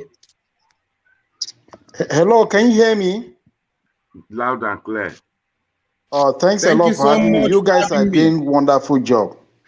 Thank you very much. Naja first, go ahead, round up in 1 minute, please. Okay, thank you so much. Like the point the last speaker just talked about is a very valid point. He's not coming back to come stop the initial contract. The most important thing is that having the knowledge, I think, is what he's going for. And besides, this person is not Nigeria president yet. He's just trying to go to have a knowledge of what is happening. That just, I believe, what he's doing, just to have a knowledge, so that at least you have a first-hand knowledge, despite the fact that another company is handling it, to have what at least some good relevant information about it. Thank you. You said you need to have a knowledge before going to Ekiti. Dr. Yakubu, please tell us your own take in this. I'm coming back to you, Naja, first. All right, thank you so much. I just stumbled upon your channel, YouTube channel. It's wonderful hearing a lot of discussions from Nigerians. I want us all to understand one thing. Forget about the discussion from whether somebody travels to Japan, wherever. That is not where the problem lies. You see, at the federal level, there are layers upon layers of, if you like it, oligarchs. It's the same thing all over the world. So one of the things I found very disturbing with we youths is that we want to start influence of presidency from the top. And you will notice a trend. People just come up and express interest 1 year or 6 months or 8 months to presidency. If you check out people who have had very powerful influence or did something great when they became president, you have to have a chain of what to call influence before you even declare. Because at the top, it is a different ball game entirely. Now, somebody mentioned Peter Obi ought to have gone to Ekiti, and that is absolutely correct. You need those that will support you at the level of National Assembly.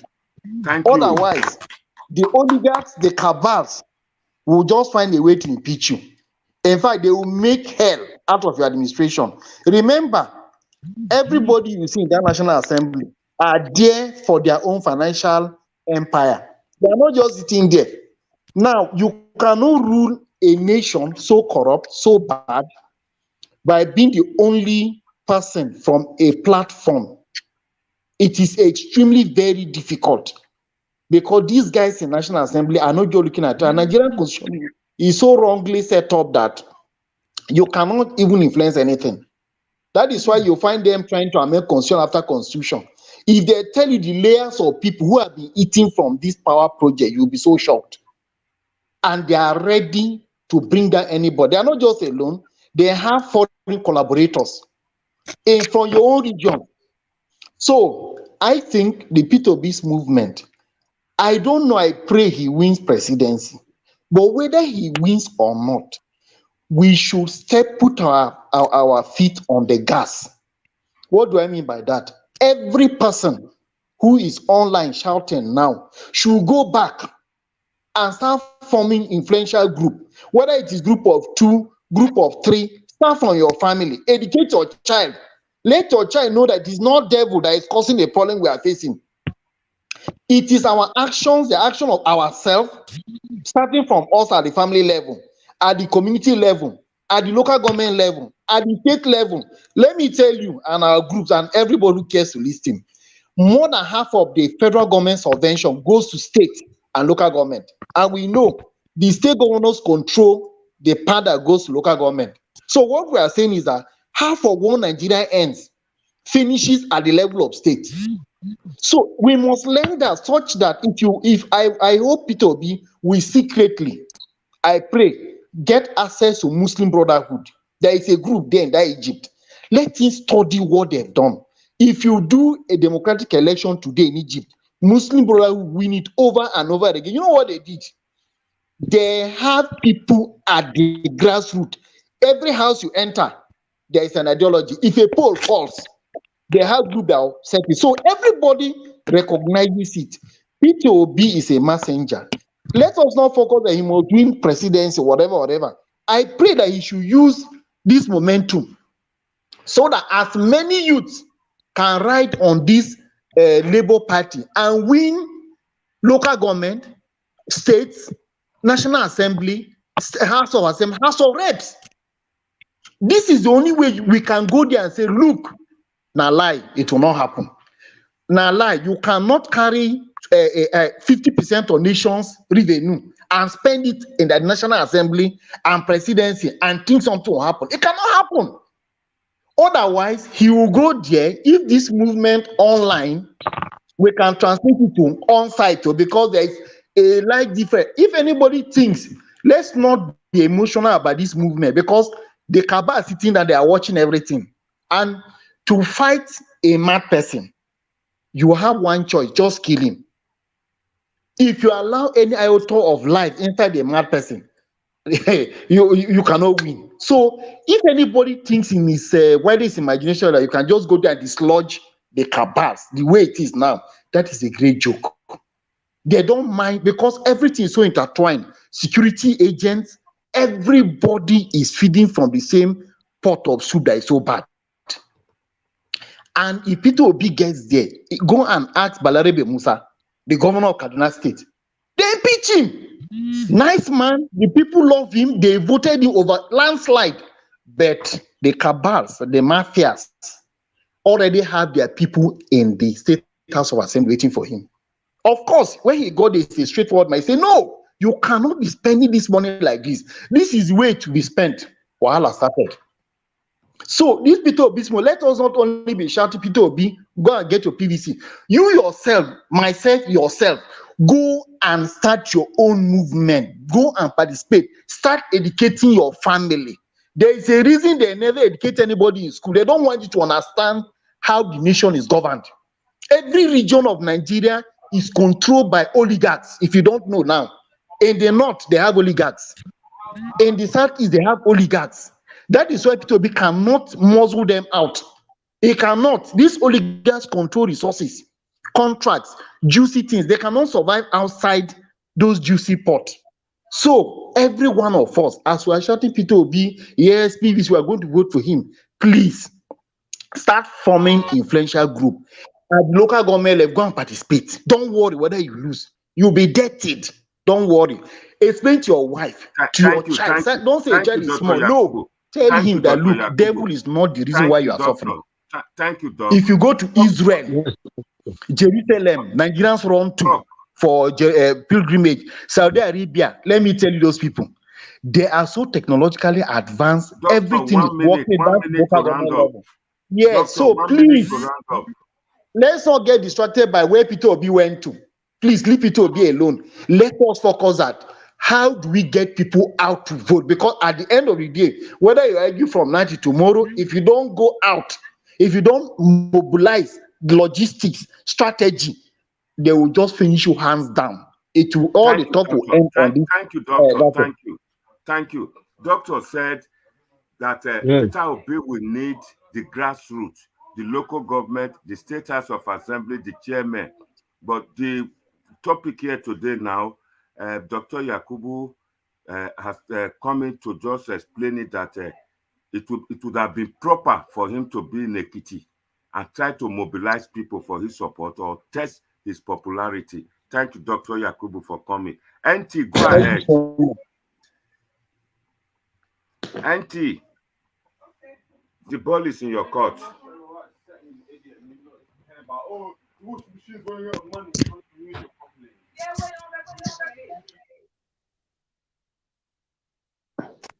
Who are you calling?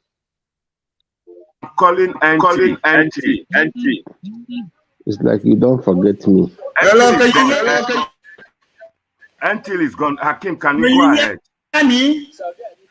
NT, are you there?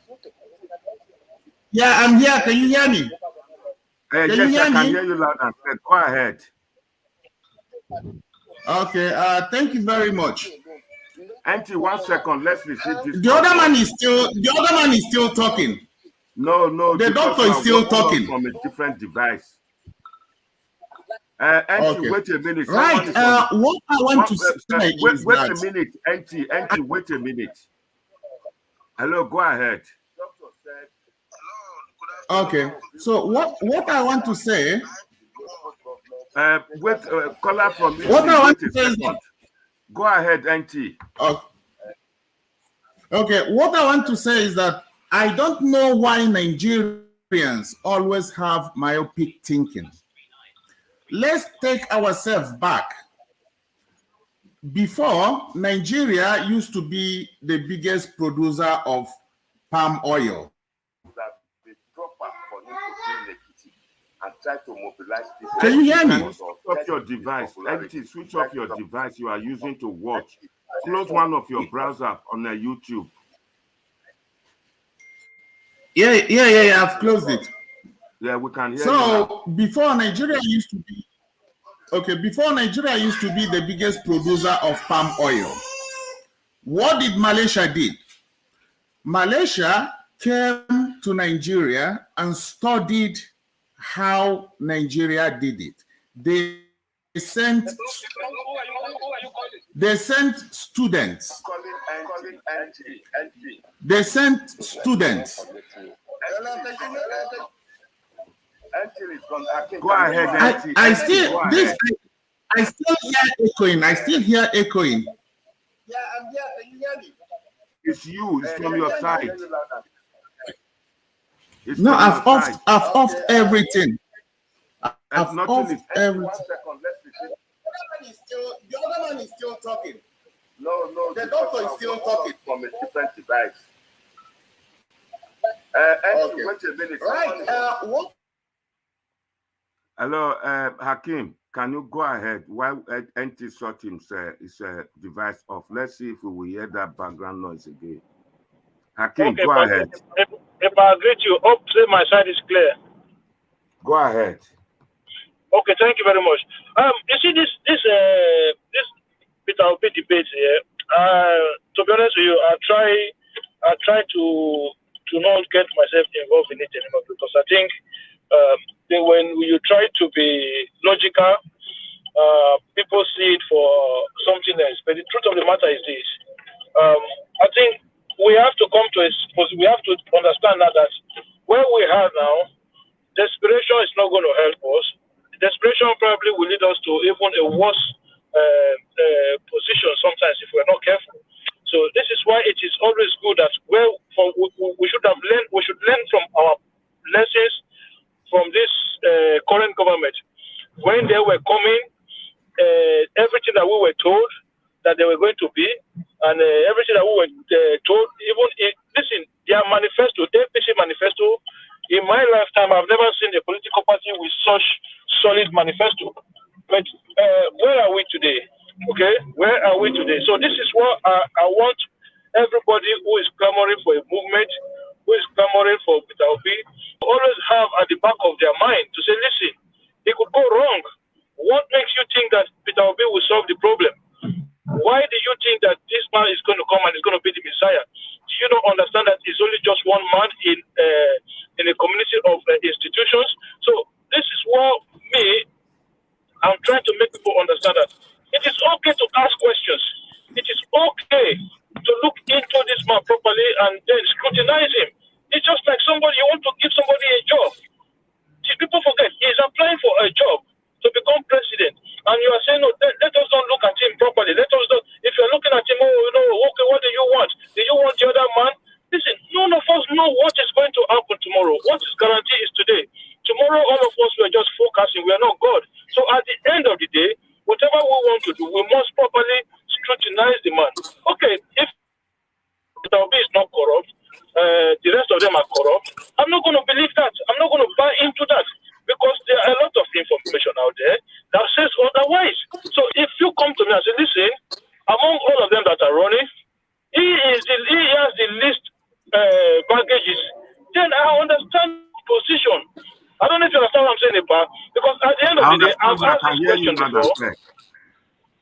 I've asked this question before. I said, listen, if you are a man of principle, and everybody come and say Atiku is a thief, Atiku has done this, Atiku has done that. okay, why did Peter Obi accepted to run as his vice presidential candidate, vice presidential candidate in the last election? The same man that everybody is calling a thief. So if you is that not a guilt by association? So at the end of the day, we must hold everybody to the same standard. We must hold everybody at the same standard. Let us don't give one person the pass just because we are desperate. No, desperation will only lead us to where we didn't want to find ourselves. Thank you very much, Ipa. Thank you very much, Hakim. You see, it was short and concise. I assume all panelists should just make their comment like that because today's normally the traditional Friday debate. We're not going to stay long here today, in spite of the view. NT, can you go ahead and make your contribution? Right. Thank you. Thank you very much. Can't you allow me to make contribution anymore? Right. No, Lucky will come to you. Don't run. So basically, what I was saying is that we all know that previously Nigeria used to be the biggest producer of palm oil. Malaysia came to Nigeria. What did they do? They studied how Nigeria was doing it. They sent students to study. Not for one day, not for 1 week. They spent months in Nigeria and studied how Nigeria was doing it. Today, what is happening? Malaysia is now the biggest producer of palm oil. Nigeria is nowhere to be found. So when someone criticizes Peter Obi for going to Egypt to study how Egypt achieved, a generating of electricity, that is rubbish. You have to learn from other countries. You don't just go to Siemens and say, "Oh, come and produce 100,000 megawatts for my country." No, you have to go to countries where they've done it. You ask the countries, you study. Climates are not the same. Areas are not the same. You have to study. Do you have common climate with these people? Do you have a common things with these countries? How do they manage to generate energy? What type of energy do you think your country can focus on? Is it solar? Is it hydro? Is it wind? So you have to study all these things. I heard someone said he's an engineer. If you are an engineer, you should understand all these things. Even here, I live in UK. Britain wanted to do speed train. They went to Japan and studied it. Britain has been operating trains since God knows when, but they went to Japan and studied it. There are Hitachi today, Hitachi company, building fast trains. They never just invited Hitachi to come. No, they went to Japan, studied it, and then invite those countries. You have to do feasibility study. How do we achieve this? So you don't just sit down and call Siemens and say, come and do electricity. Or else you spend hundreds and hundreds of billions and achieving nothing, which is what is happening in Nigeria. So the simple thing is that you have to go to countries, study how they do it. If possible, even send students to study it and engineers to study it. That is how you achieve things. The problem with Nigeria is they always sit down in Nigeria and invite those countries. Sometimes someone that doesn't even have a company will just register one quack company, which was what happened in one oil deal, and then scam them of billions of dollars and naira. So the Peter Obi traveling to Egypt, I don't see anything wrong with that. He has to travel to many countries, not only Egypt. He has to travel to several countries and learn. If possible, send people, send engineers, students to learn before we can even achieve what we want. Thank you very much. Thank you very much. Is saying that going there, Britain went to Japan. But we did know that we all live in Great Britain. I mean, some of us live in Great Britain, and Japan has this history of supersonic train. That is about 500 miles per hour. They may have gone there to check the electronic device of it, but not the technical rail or the rail carriages, because Britain is known for train. I do remember Germany sent people to come and study how the British do their underground trade. And the people went back that the way they did it is so difficult, so complex, we cannot do it. Hitler brought all of them out and executed them. I told them before he executed them that are they not human beings who did it in Britain? That is all types of government. I've seen along here today, a lot of people have been comparing Nigeria with countries that are bordered with industrializing countries like China, Japan. They mentioned Malaysia and all. They're not far from each other there. Here is a country, Nigeria. We've had a complex electricity problem for years, about 60 years now. I do not think Egypt model will be the best. But someone came out here to talk about how we have even been to the people, the number one people in that industry, that is GEC and Siemens in Germany, and that a contract was signed. Listen, a lot of people up here, the commentators or the commenters, they ought to know that everybody is talking about Peter Obi, but like the role of media, we are discussing this. If Peter Obi is watching, he too can take some lessons from this media discussion. A lot of people are saying, oh, Peter Obi is the right one, which our brother Al Lewis said that we don't follow leaders with sentiment or emotion. So we have right to tell him, this is how it is, this is the feelings, this is the views of the people. From there he can grow. Is it not the same lesson he's learning from the comfort zone of Okay, guys. and traveling? So what time is it? I will want who's the next person? I have not been speaking here since. I think it's my turn now. Raf Lucky, it's your turn It's now. Lucky. Don't run. Yes. Go ahead, Raf Lucky. Okay. Please, someone, there is noise coming from some. Don't worry, okay. That will be sorted. Now, we will know the person just now. Okay. Now, I want to take it one by one. Doc said something, and all that he said is true. Please, can you tell others to mute their speaker? Well, I will look for that person now. I will tell him I'm looking for it. I'm looking for that person. Go on, keep talking. I will know. I think it's better now. Yeah. Doc mentioned about electing chairman and governor and all that. That is correct. He is right. But one thing about Ekiti that I want us to understand is this. You know what is killing Nigerian politics? Man is from PDP. They don't care whether he's competent, whether he's allied with the party policy or whatever. They will just go on and elect the person, whether they don't care. That is what is the big problem with Nigerian politics. And when you do that, it will end up affecting even you and your own belief. I want us to look at it this way. Even in Anambra, when people say Obi is in Apaga, Obi is in this, Obi is in that, I want you to understand, even when he is in PDP in Anambra, when he is in Apaga, he never, that his belief and believe that you must not spend country or state money just anyhow. That is his belief. And if you don't believe on that with him, he can never ally with you. That is why in Anambra, for him to win second term, is the people who sees what he's doing.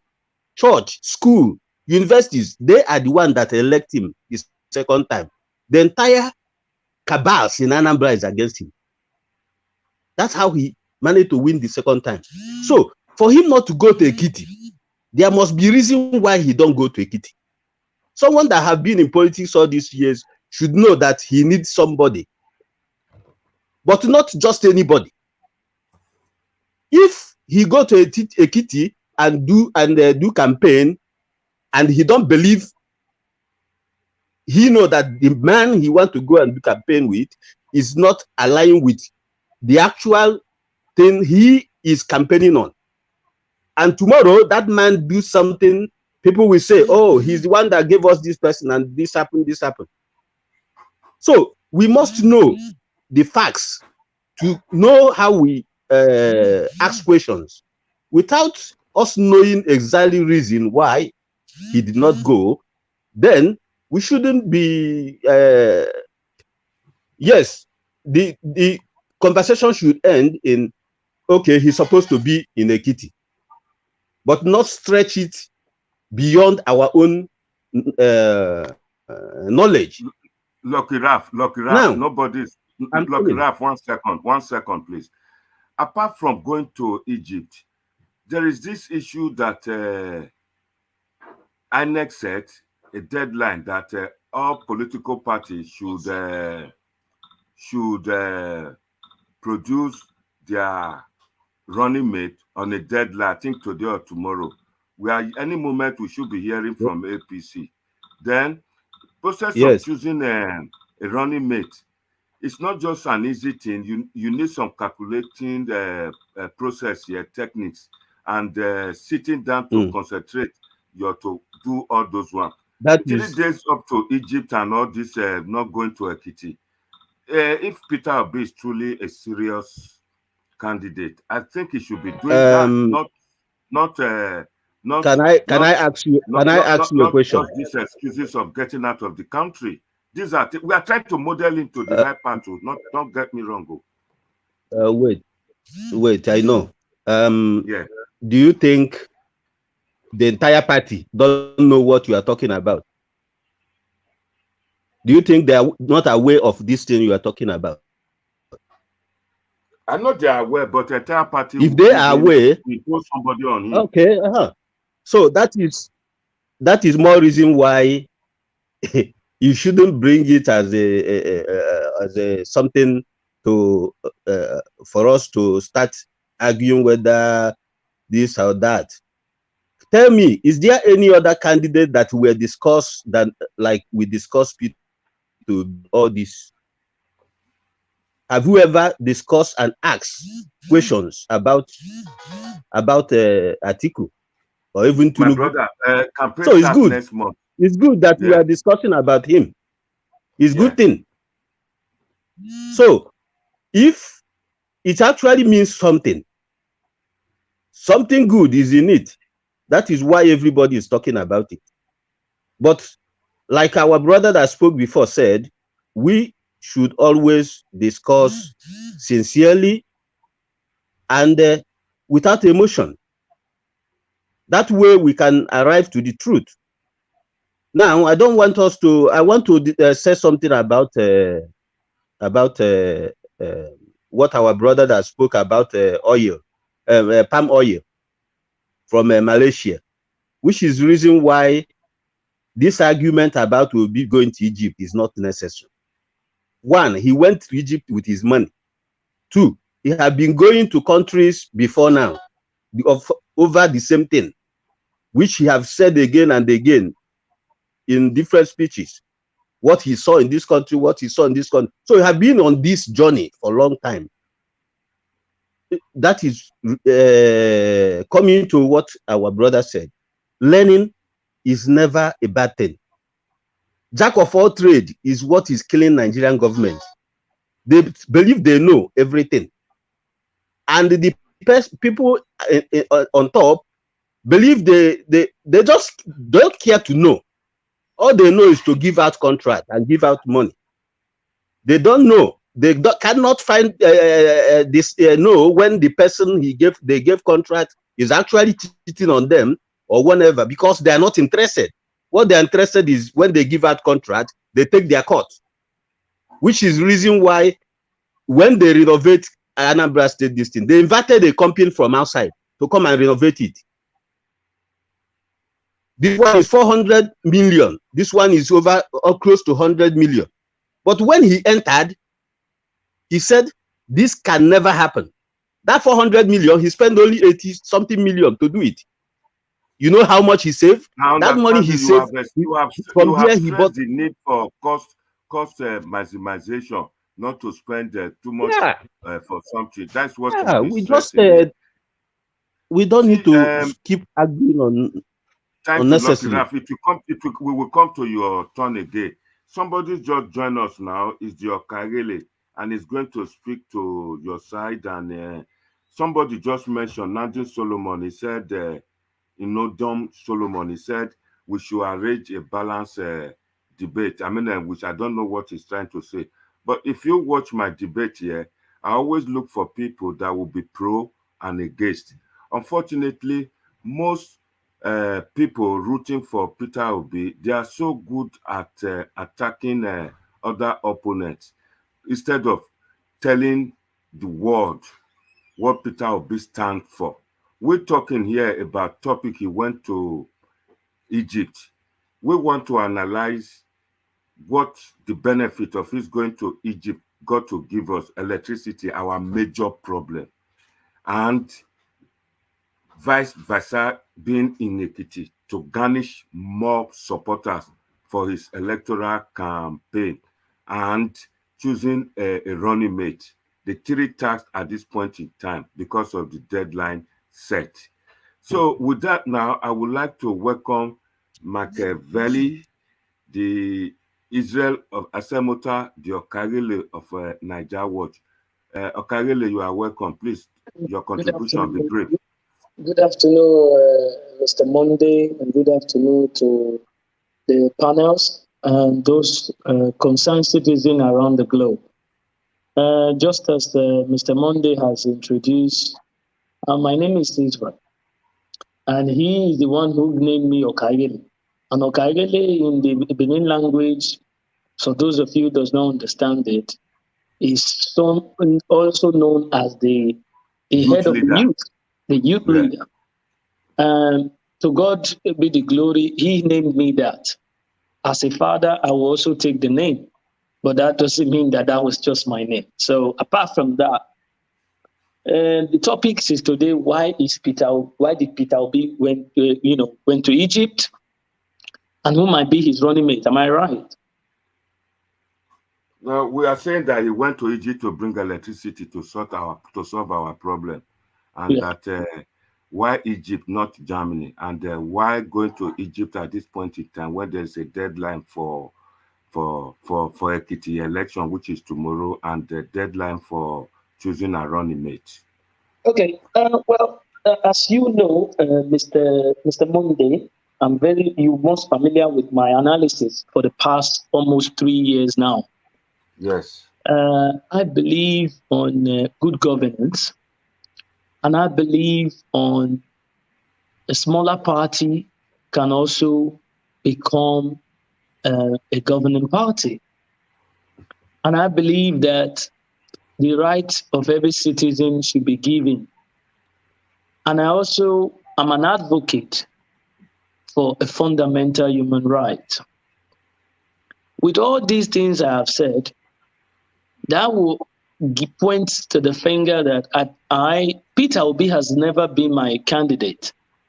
But in terms of my candidate, I have preferred Omoyele Sowore because I believe that he has never governed and he should be given the right. Looking at what he stands for, I also keen on it.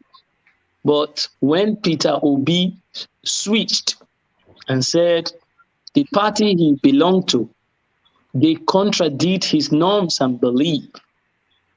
So from that angle, I started looking at him as someone who believed that the people should be the first and the topmost priority. Him going to Egypt to see you saw it when he was in Egypt, what he was seeing, what he was visiting, and why he was there. To me, it shouldn't be the topic now, because the opposition are trying to use it as a winch hunt. And I'll continue to say it.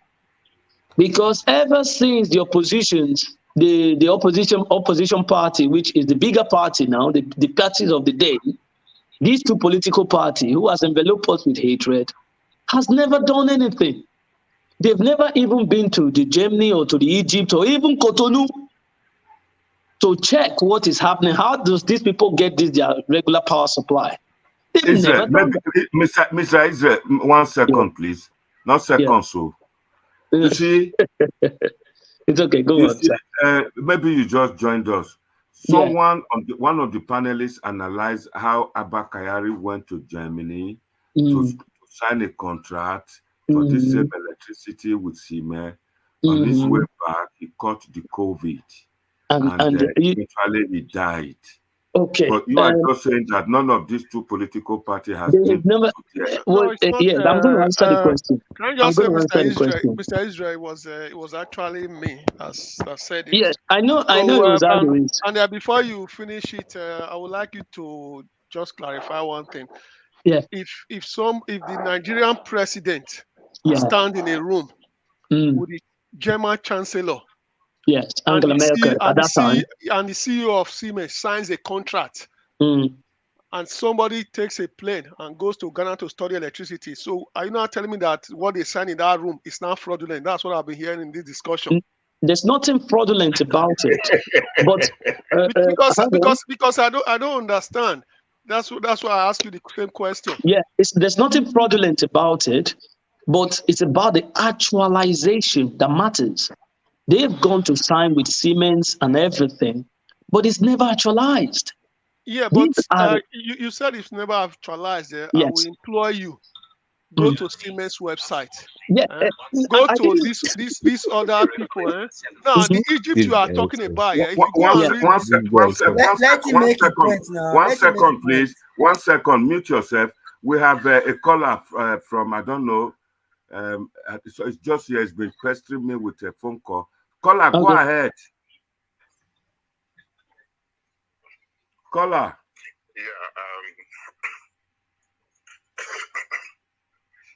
My name is Tony. I'm calling from Germany.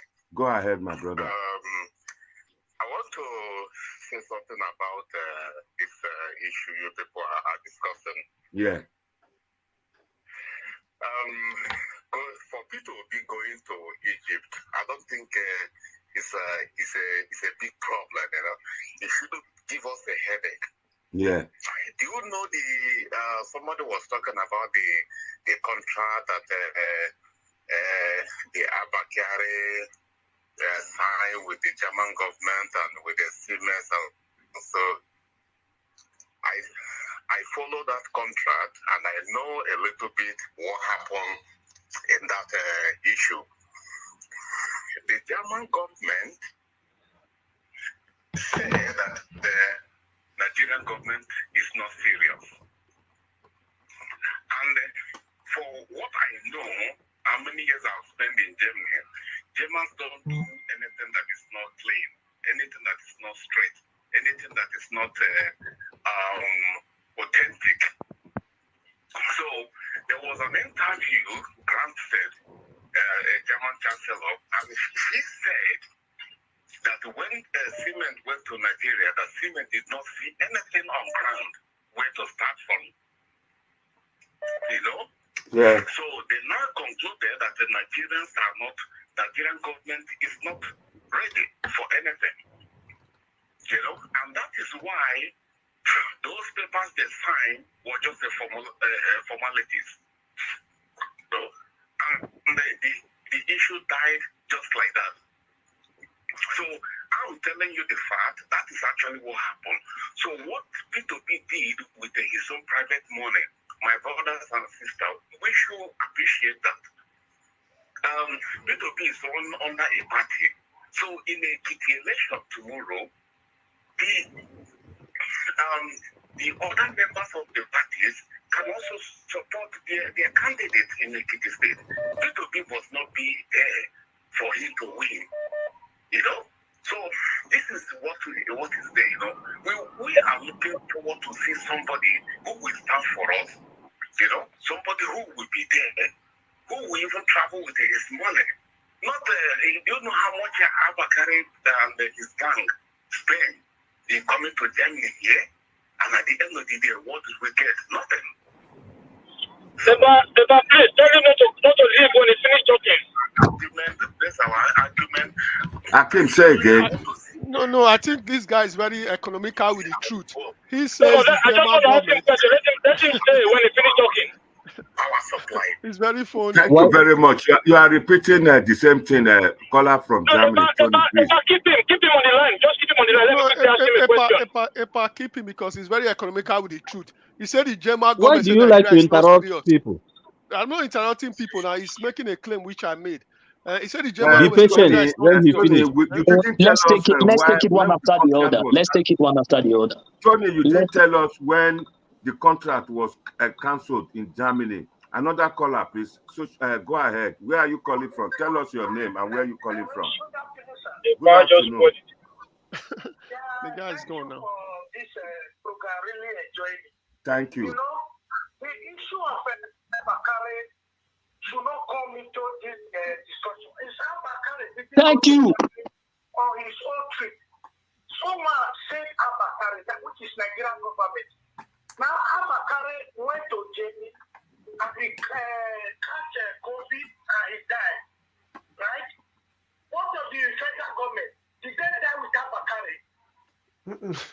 That is my question. I don't know if someone can answer that question. Thank you.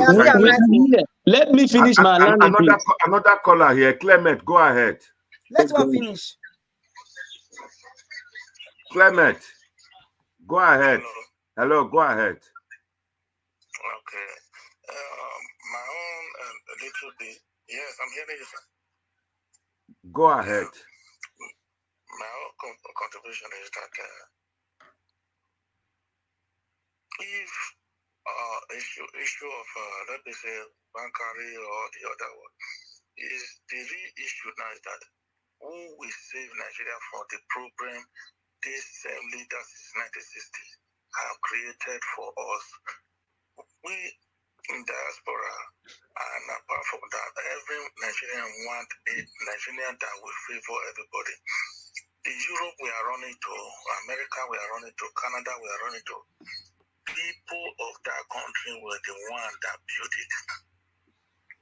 People in that country were the one that make electricity in that country to work. It is not God that come down with the angel to do it. The beautiful tree, the beautiful houses we are seeing in all over Dubai, it is the Italy that did it. So now, about this Peter Obi, we see him using his personal money. He's not in government now, and he went to go and sing by himself.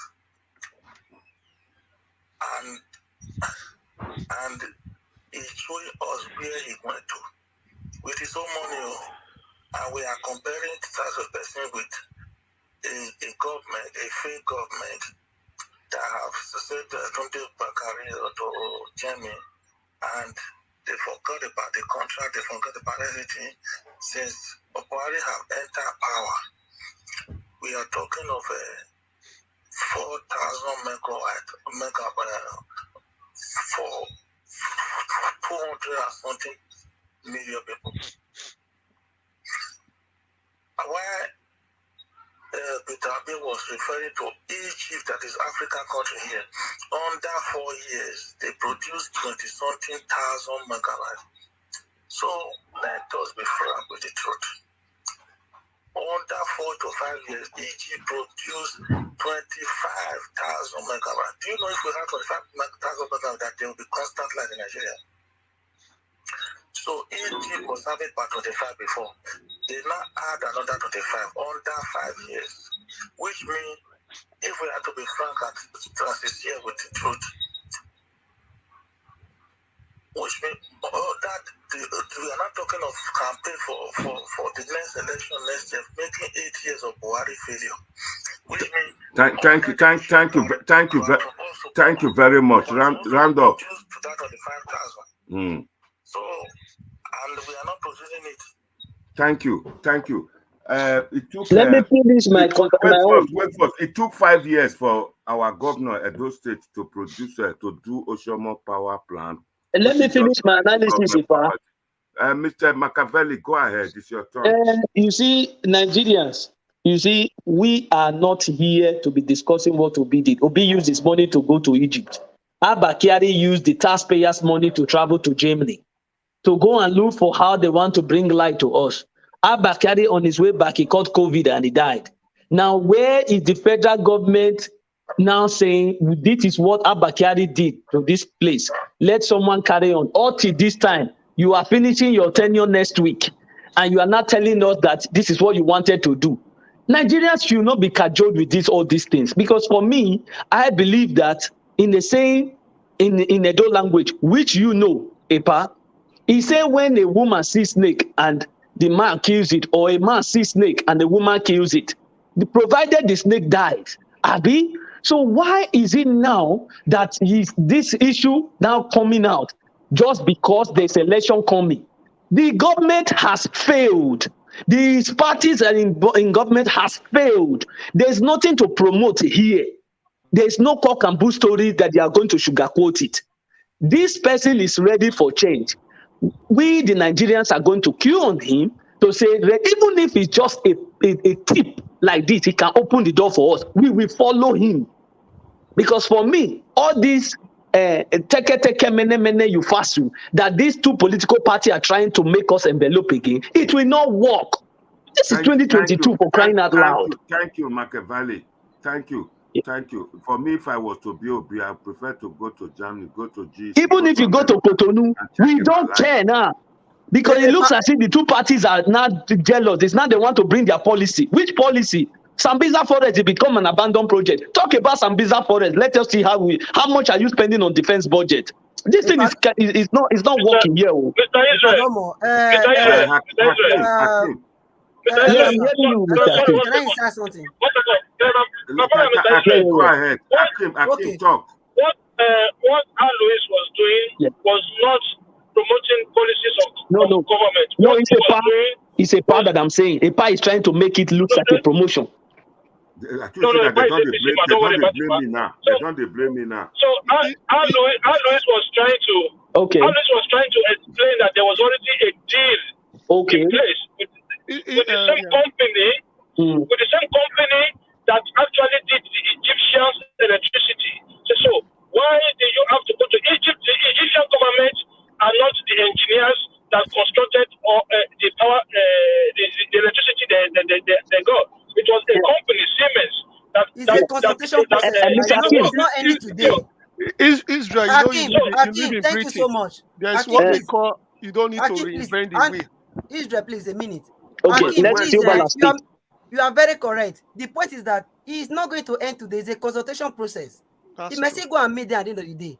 The most important is that let's see what we can do to make Nigeria work again. That is correct.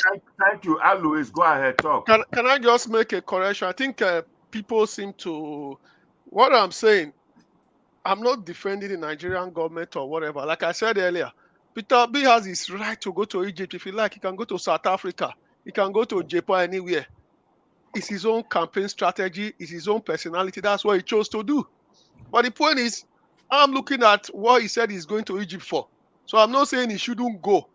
So my friend from Germany made a call just now, say, I live in Germany. German government said Nigeria very serious. They canceled the contract.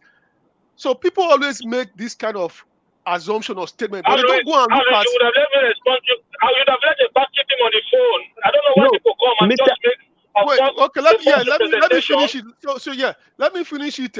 Somebody, you will say something, say German government cancelled. What you need to do as an individual, go and look at the reason the German government said that statement. The German government, let me finish it. The German government never cancelled the contract. Go to Siemens website as I'm speaking now. The contract is under execution. Now, don't stop there. Look at what the problem. Look at what the problem was with the contract. Okay. Hold on. Let me finish. Okay, please. No. I'm not trying to argue with you. I just want you to finish. Every contract you execute in Nigeria today, even Dangote, that is a member of the government, also face the same problem. It doesn't matter if you put Peter Obi there. there is what you call the local content law in Nigeria, which means at least 50% of the engineering front end, back end, the equipment must be manufactured in Nigeria. So when Siemens came to Nigeria, like he said, they didn't see anything. They have to have companies in Nigeria can manufacture these things. So when Siemens did their feasibility study, they said there is no company in Nigeria that we cannot do it. So Buhari cannot just take Barrow and say sign like that because there's an existing law. So there was a standoff almost within 1 year or 2 years between the government and Siemens trying to push them down, bring them down to say, okay, let's do some of the engineering in Nigeria. So it took a couple of 1 year or 2 years. Now they've reached an agreement. The project will start executing by September. The first shipment will arrive in Nigeria. So when people start saying German government council, you should go and check. Don't just make Mr. Alois, let me give you that one. Let me give you that one.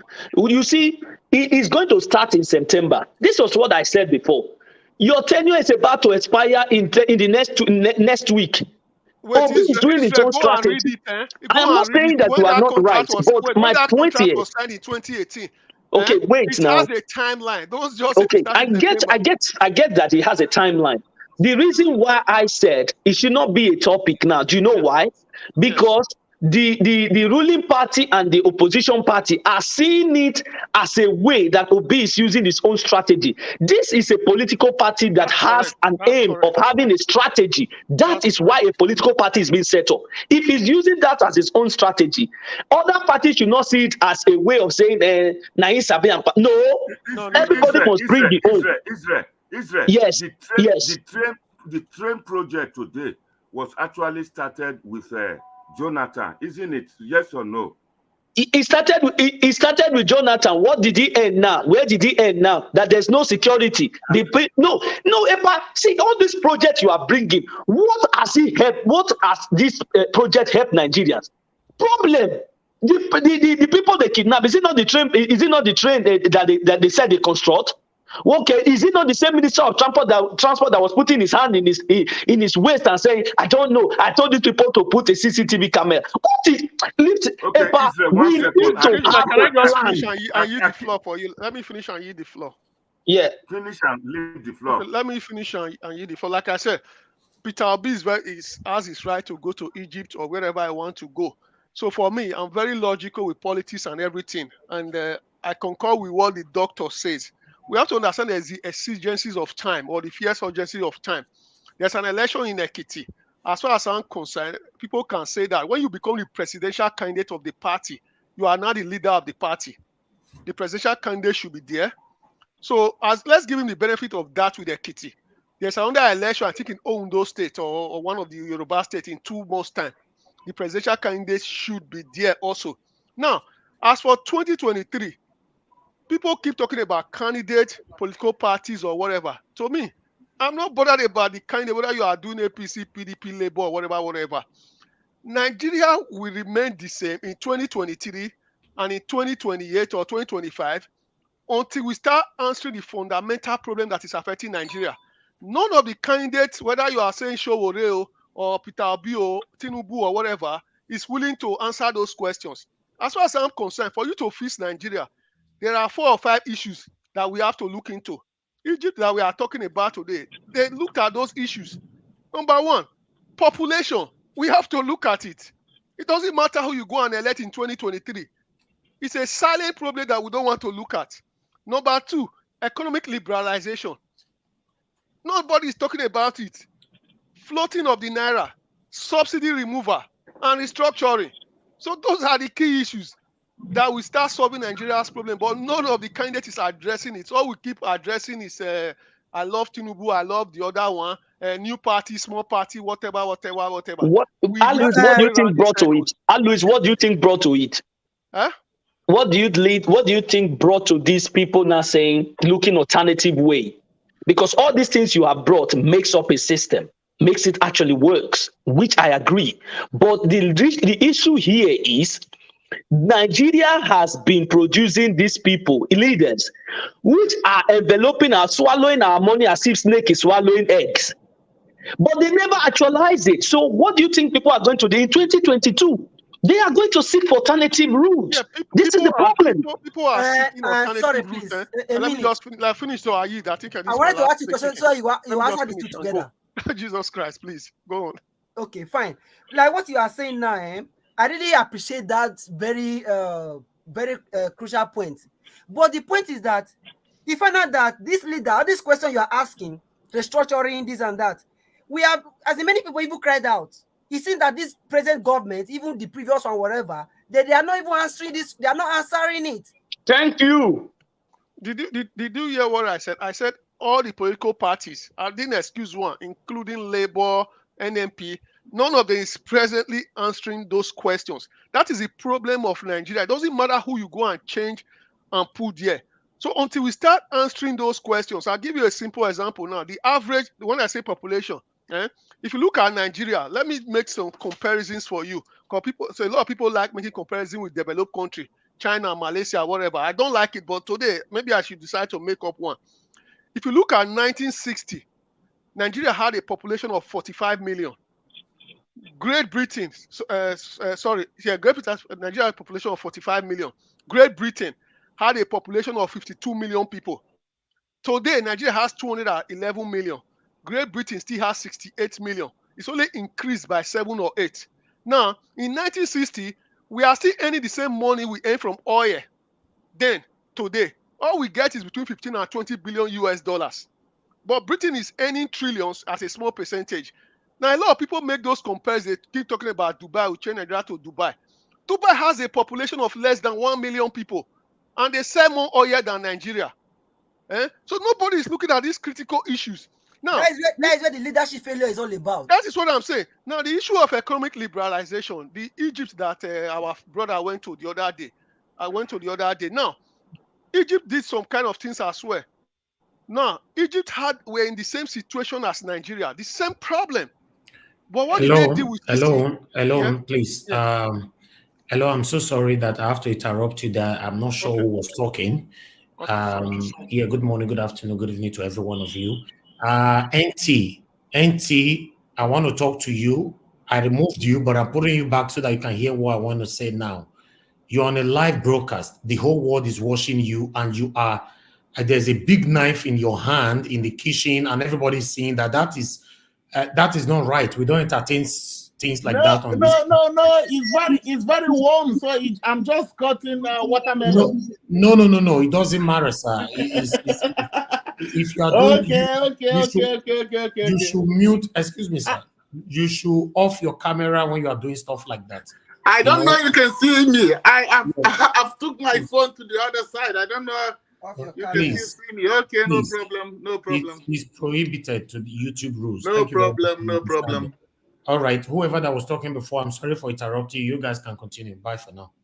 No need to apologize, because what you actually said is totally right. The guy can't be on a worldwide platform and be holding a knife. So apart from the authorities, there are children watching as well, if they are watching. So I'll just round up quickly. I just want to say, I did support what the doctor said. So we are supporting Peter Obi, but we have to take what the doctor said really seriously. Nigeria today, we have 36 states. And of those 36 states, a lot of them is controlled by oligarch, like he used the word, but I'll call it special interest. So you have to understand Nigeria today, until we start micro campaigning in those 36 states, those change will not come. I'll give you a simple example. You have states like, say, for example, Borno State, or states like Yobe. If you check the history of election in Nigeria since 1999, there are some states there that even if you bring a he-goat, PDP doesn't win there. So if you look at those eastern regions, it's always be ANPP, then went to APC. So these are going to be areas that's going to be very difficult for the Labour Party to flip. So the reason I said this man should have been in Ekiti is to consult at home. The most important thing is to make friends, and make friends across the Niger, across the north, and work together. Because we can say all we want to say wherever in any platform, but until we make friends in Zamfara, we make friends in Kano, we make friends in Kogi, we will not reach those places, because a lot of those states in the north, they don't just vote based on their individual. They vote based on their elders, based on their MIs, and based on their community leaders. So these people actually give the instructions. So if you don't believe it, like if you look at the APC primary that day, those 14 governors came out and said, we are voting for the Asiwaju. Look at what happened. They gave them the vote. That's how they operate. So we must work to penetrate those areas and don't feel that we are only going to win in the South. The South is not going to win you the victory. So I just leave the floor for the next man, please.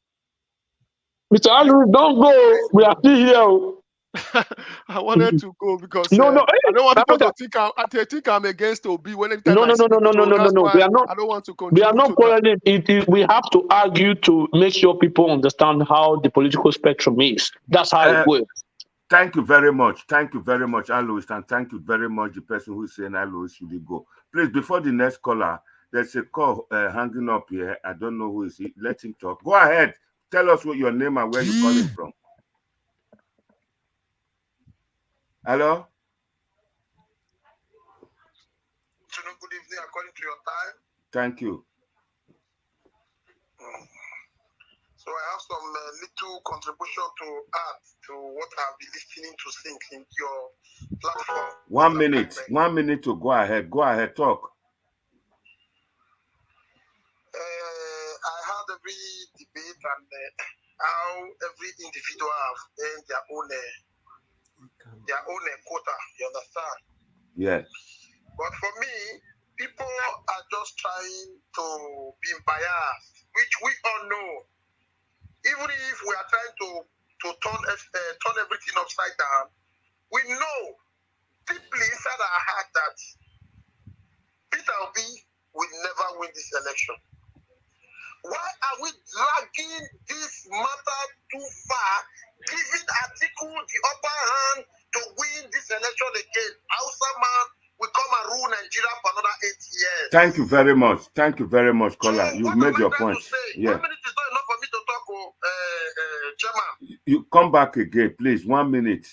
1 minute. And you come back again. I'll give you the chance. Just 1 minute now. Go ahead. I add 1 more. Okay. I add 1 minute. Okay. Because Peter Obi, how many months to election now? This is today is 17. The next year, January or February is election, and no taproots on the ground that signify that Labour Party can make the day.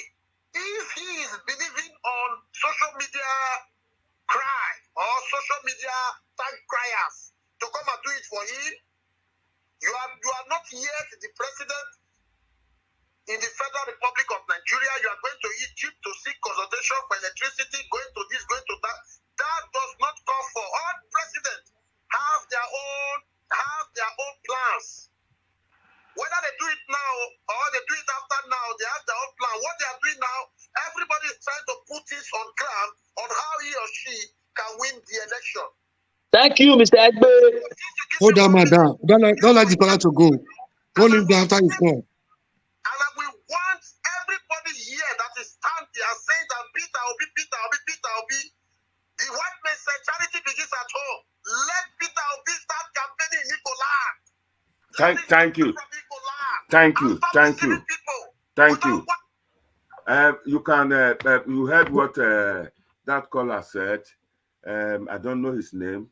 He said Peter. That's Mr. Agbe. Who is Mr. Agbe? That's the caller you just spoke to. I don't know him. Mr. Moruni, can you respond to him? Yeah, is the caller still around? Is he still available? No, he's watching us. I was expecting you to hold him so that we can. You can talk because information I give it to the public, not to you. You can also talk to counter the information to the public. Maybe he's watching you. He's watching you. I want to know who is that one. Who is that? I'm not. Please, I was trying to address the caller to get some questions. You're telling me I should throw my question to the public. Address him. I was saying you should have hold him down so that he can't just come here and make some blanket statement that somebody will address him. You talk as if you are fighting. It's not fight. I'm not fighting. The guy, I want to address. He raised some. Talk to him now. You are taking time. We have. No, you are not the one I'm talking to. You are not the one I'm talking to. He's the person that spoke last. Man, are you not surprised, my brother? As if he has something against me. If you can continue, I don't have anything against I wanted to ask him how he determines who win election, who is going to win if Obi cannot win. But he's gone. Another person is there telling me. That is a very good point. As you said that one, people will take it. Thank you. Yeah, you are the one. The one. I want to get something for the guy. Who is that Mr. guy there? Murray, I think he's watching us. Then he can come back and answer your question. Go ahead. Don't waste time. We have a traditional. Yeah, I'm sorry about that. I'm sorry about that. Everybody's becoming a moderator on the platform. I think that is uncalled for. It's back. It's back now. Do I take him? I listened to my brother Louis. He made some very logical points and very vital points too. Yeah. You see, people talk about fundamental issues of Nigeria. I think almost every Tom, Dick, and Harry is aware of these fundamental issues. Even those that are in authority today, it's not as if they're not aware. They are aware, but they profiteer from it. They profiteer. Even this security in Nigeria has become an industry to certain persons. We know what is going on. The issue of restructure, it's not as if they are not aware. They are aware. The subsidy, where you have your crude, you have to take it to America somewhere to refine it before bringing it to the country. When APC was about coming to power, that was the major issue they wanted to address. They said there was no need for it. As soon as they came, it went for billions to trillions subsidy. So it's not as if they are not aware. There is a racketeering, there is a mafia, there is a cabal that is holding Nigerian system. You know, it's not as if they are not aware. Article you're talking about has been contested in 1992. This is about the 9th or the 10th time.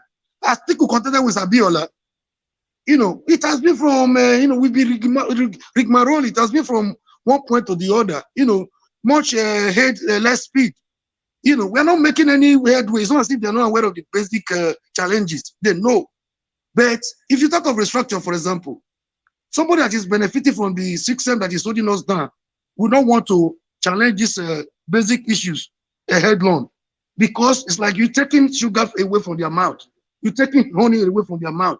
They even know it better than you do. We are looking at it from the outside. They have been there. I think, for example, I've been the vice president to Obasanjo. Obasanjo too ruled us as a military man. He's the only man that was opportune, apart from Buhari, to come back again as a civilian. Let's assume he made some drastic mistakes while he was the head of state, as as the military head of state. He came back, he had an opportunity to come and rectify them. At the end of the day, he still messed up. See, these basic issues we talk about, we take a drastic, a courageous leadership with genuine intention, with the political will to address the main issues. It doesn't matter if the man lasts for one day. He will be there ready to do it. Even if they kill him, they kill him. He doesn't give a damn. That is who we need. If for instance come here and say they are not aware, they are talking about it, but when they get there, they're not going to do it. So whatever, for example, is talking about it. That is even why Sowore and the Obi are the people now we are trying to. A lot of them have told us about his subsidy. They have told us about restructuring. They don't have the political will to do it. So whatever we look at it, the issues, it takes a leader. People are talking about this. Some people are even giving up on Nigeria. Some people don't want to hear about the election. So I want to let them know that it takes a good leadership, a courageous leadership, a genuine leadership with the political will to address the salient issues holding us down. These issues are with us. These issues are man-made. They are not God-made. They are man-made. We created them. He talked about the military document called the 1999 Constitution. People are aware of the defective, the systemic problem we are facing in Nigeria. They are not, they are not foreign. They are local problems. It takes it takes Nigeria to solve Nigerian problem. We can't wait for America to come and address our problem. We can't wait for Britain to come and waste. It is going to be an effort in futility. Tomorrow, 1 minute. All right, thank you very much. Sir. So just to summarize this thing, brilliant ideas. I want to summarize by saying it's not as if they are not aware. They are aware. They are even more aware as much as you do. They know it better than you do. But there is no political way to address it, because it's like you giving them an AK-47, putting their hands on trigger to fire, like you're trying to fire them. You're cocking a gun against themselves, so they're not willing to address it. This is my humble submission. Thank you very much. Thank you very much. May I use this opportunity to call Samuel Olaka? He's never spoken since. Samuel Olaka, it's your turn now. All right. Hello. Good evening, everybody. Good evening. Good evening, the panel. Yeah. Okay. I'm calling from United Kingdom. I've been listening to this discussion. Actually, didn't want to. Regards to the issue of P2B going to Egypt, and some people are against that. To me, I feel that if you are against it, then it means you don't understand the value of economic and resource management. Because you want to invest in your economy and you don't take feasibility study as a very important issue, then it shows that you very much enjoy the destructive tendencies of our government over the years, and you appreciate the way they have been managing Nigerian economy. That aside, when we now talk about a situation whereby you have seen somebody who knows how to manage resources, and having done that, he went to Egypt, and I believe it must have been an arrangement with his political group, his political party. That understanding of him going there, the party has a very good understanding of it. And how long has it been since P2B came into Labour Party? It isn't very long coming into this. So he also needs to take some time to really settle down and understand both the party structure, both the party mechanism, and the individuals that have been put into the different positions that people are vying for. And you're saying that he needs to, charity begins at home. Please, for goodness sake, this man, in his pursuit of his political presidential ambition, he went over virtually all the states. And you're talking about building charity begins at home. Then you don't understand what is charity. It just shows the level of bias because it is P2B. Whatever he does, you just want to see the negative side of him because you want to bring him down. I'm asking Atiku, Tinubu, and the rest, what have you looked at them critically? There are issues that they have faults, millions of faults. Yes, they've destroyed this country. How often have you sat down and critically looked at the faults that they have brought upon us? One question, my brother. Excuse me. There are issues. So before you finish, you're going to have the floor back. Just one question. Okay. Nobody is saying that going to Egypt or anything, but my take on this is that here is a situation. You've been a governor, you've been a vice president, a running mate to Atiku, and do you want to tell me that it is not proper, or would it have been proper for him to have all this information in hand at time before going to Egypt in the face of a pending campaign? When people are campaigning, that is when he has to go. If you don't go, if you don't have all this information, what makes you a president that your first priority of electricity, then in the middle of campaign, in all state or local government, then you have to travel at that time? That is, go ahead. Okay, fine. Now, after he went to Egypt, even the party gave a statement saying that the Labour Party over there had some issues. That notwithstanding, he had also made this arrangement long before coming to. And you recall that this deadline for submission for presentation for becoming a presidential candidacy, they had a particular time for it, but they shifted it, and he had made this arrangement with some gap before the time. But now, if you observe, now that this is came in line with the time that they now shifted it. So that shifting caused this clash into something that he had already arranged, and he has to go for this that he had already arranged. If they had not shifted it, and APC, what's the reason why they did this shifting? He would have not, but he had already made this arrangement. So he has to go. Probably if they didn't shift it, then he would have said, okay, before this time, I can go and do this campaigning. But by that aside, there are other opportunities. The campaign is going to open, and he's going to make moves for that structural grassroots campaigning. Why just P2B then? What about Atiku? Deborah was killed. He deleted his tweet and said, no, it wasn't him. What is that an issue? Is that the person that, why are you not asking the questions that this man that did this kind of a thing, why would he not defend, and why would he delete, say it's not him? That means he doesn't value Deborah's life. And that is how he wouldn't value your life when he manages your economy.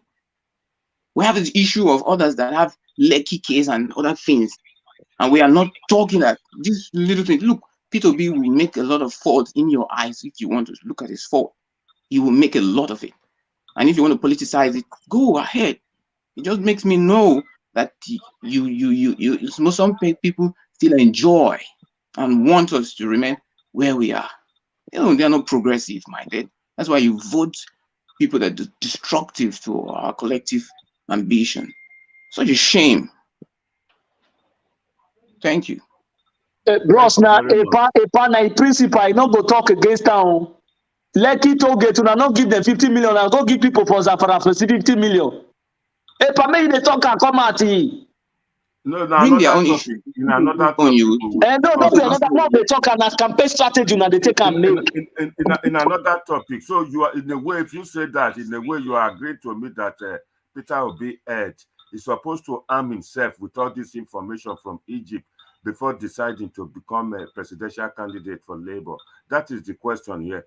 In the middle you didn't add this one. You are using that strategy for Obi. Why haven't you deliberate? This matter has been on since before the primary. Why did your candidate went to give people in Zamfara 50 million? The people who died in Lagos, they never gave them one kobo. Why did your candidate never do that thing? That topic doesn't reflect this. That means I'll be diverting the topic. It's still part of it. It's still part of it because you guys, your party is using a strategy to weaken Obi's own. Make una they talk una all. Listen, okay, make I talk about Obi supposed to be winning minds. Obi supposed to be winning hearts and minds, not relying on winning our hearts. He's winning our revolutionary mindset. What are you talking about? 1 year. Actually, okay, let's do it one after the other. Actually, what you are doing, thinking you are talking about Obi or whatever, is actually making him popular. But the thing is, assume if Obi is the one that buy votes to win primary, what will happen by now? People will be talking about it up to now. And this should be, today you talk about this person, tomorrow you talk about this person, the other day you talk about this person. And it will balance. Please, because I crave your this is what. Let me receive this call from Ireland, please. From Ireland, he's going to talk about Peter Obi. Go ahead, Ireland. Hello, go ahead. Hello, can you hear me? Loud and clear. Go ahead. Just go 1 minute. Good evening, everybody. I just want to lend my voice to this Obi Egypt journey. Thank you. Go ahead. I don't know if it is, I cannot speak if it is the right time. But all I need to know is that, all I want to say is that now the journey to Egypt is a strategic journey. It started in 2019 when a certain Abba Kyari, the chief of staff to President Buhari, the late chief of staff to President Buhari, went to Germany to sign a contract with Samsung. And at about the same time, the Egyptian people, they signed the same contract with Samsung. Now, 4 years later, Egypt has added 45,000 megawatts to their own electricity. And nothing has come out from the same contracts that Nigeria went into. So that was why he chose Egypt. It's not as if he just went there because he wanted to go. He just went there to go and see how it is, how they did their own. Because it was the same contract. In the middle of a campaign and people choosing a running mate. Go ahead. If I let me finish. So that's why I said from the beginning, I just want to present a background. Yeah. So it was at about the same time we signed our own that the Egyptians also signed their own. But look at what we have gotten and look at what the Egyptians have gotten. Now, if you say at the middle of a contract, at least you understand the way things work in a society where people behave like people. He has taken these appointments. Probably he has planned it in such a way that he will be able to come and still have 1 week before the Ekiti polls or whatever. And the time you agree that the time he took this appointment, you don't just wake up and take up all these appointments. The time he took this appointment from Egypt, probably he was not even in Labour Party then. And these are not things you just shift your appointment anyhow. So those people that live in Senna Climb, it's a sign that you are not serious about what you are doing. But let's even leave all those. And the bigger question now is that we are forgetting that when this man went to Egypt, he flew economy class and he went there with his money. Hello, one second. I think you are the one that has been able to give a good response to this question. Go ahead. That's your opinion. Because we need to look beyond trip. And he has been able to demonstrate again that these things can be done without the waste of public funds. You can see this one, he has not talked about private jet or anything. But before APC came to power, Buhari was trying. You don't go another way now. Let's hear a view now. Today, those 10 private jets are still in the Nigeria military service, and Buhari is still using all 10 of them. All 10 of them, apart from only 2 that developed some technical problems. Now, I think as people, we need to take away emotions from all these things we are saying. I have not really seen people saying Obi cannot do the job. The only thing people are talking about is he does, or he's traveling at the wrong time, or he's doing this at the wrong time. I don't know how all those are going to solve our problem. So we really have to look at what happened. It should be a shame, because now somebody has just gone to Egypt to unravel. It's like you send your child to school, and another person sends his own child to the same school. After 4 years, your child came home with a certificate, and another person's child cannot even have anything to show for it. So this is just the issue. We have to look at the issues. Let's remove APC or PDP from this. The best chance to restore the dignity of Nigeria is through Obi, and the cabals, they know it. One second, caller from Ireland. Are you judging Obi to be the best based on what he did in Anambra, 1, and 2? Is he the only one that performed very well in all the state governors? Now, you see, the problem is this. Let's look at all these things carefully. Even if you go to the problem of Anambra, you know, we have to be very, very, very honest with ourselves. What is making our leaders not to perform very well is greed and gluttony. Thank you, Mr. Chris. Religion, they are always second place. But the main thing that unites all of them, even at the national level, is greed and gluttony. And these are 2 attributes that you cannot find in Obi. You can never find these 2 attributes in him. Because if not so, somebody called and talked, somebody was speaking on the panel, and they talked about the current war on insurgency going on. The war will not even end. And look at the fuel subsidy. Now, the subsidy in Jonathan time used to hover around 500 million, but the last one was 1.2 trillion naira. And to get a new refinery, a brand new refinery, is in the realm of 17 trillion naira. And yet, we are ready to pay 1.3 trillion naira every year to be doing that instead of building a brand new refinery. So the issue is not just about what he did in Anambra, but his lifestyle. And his details.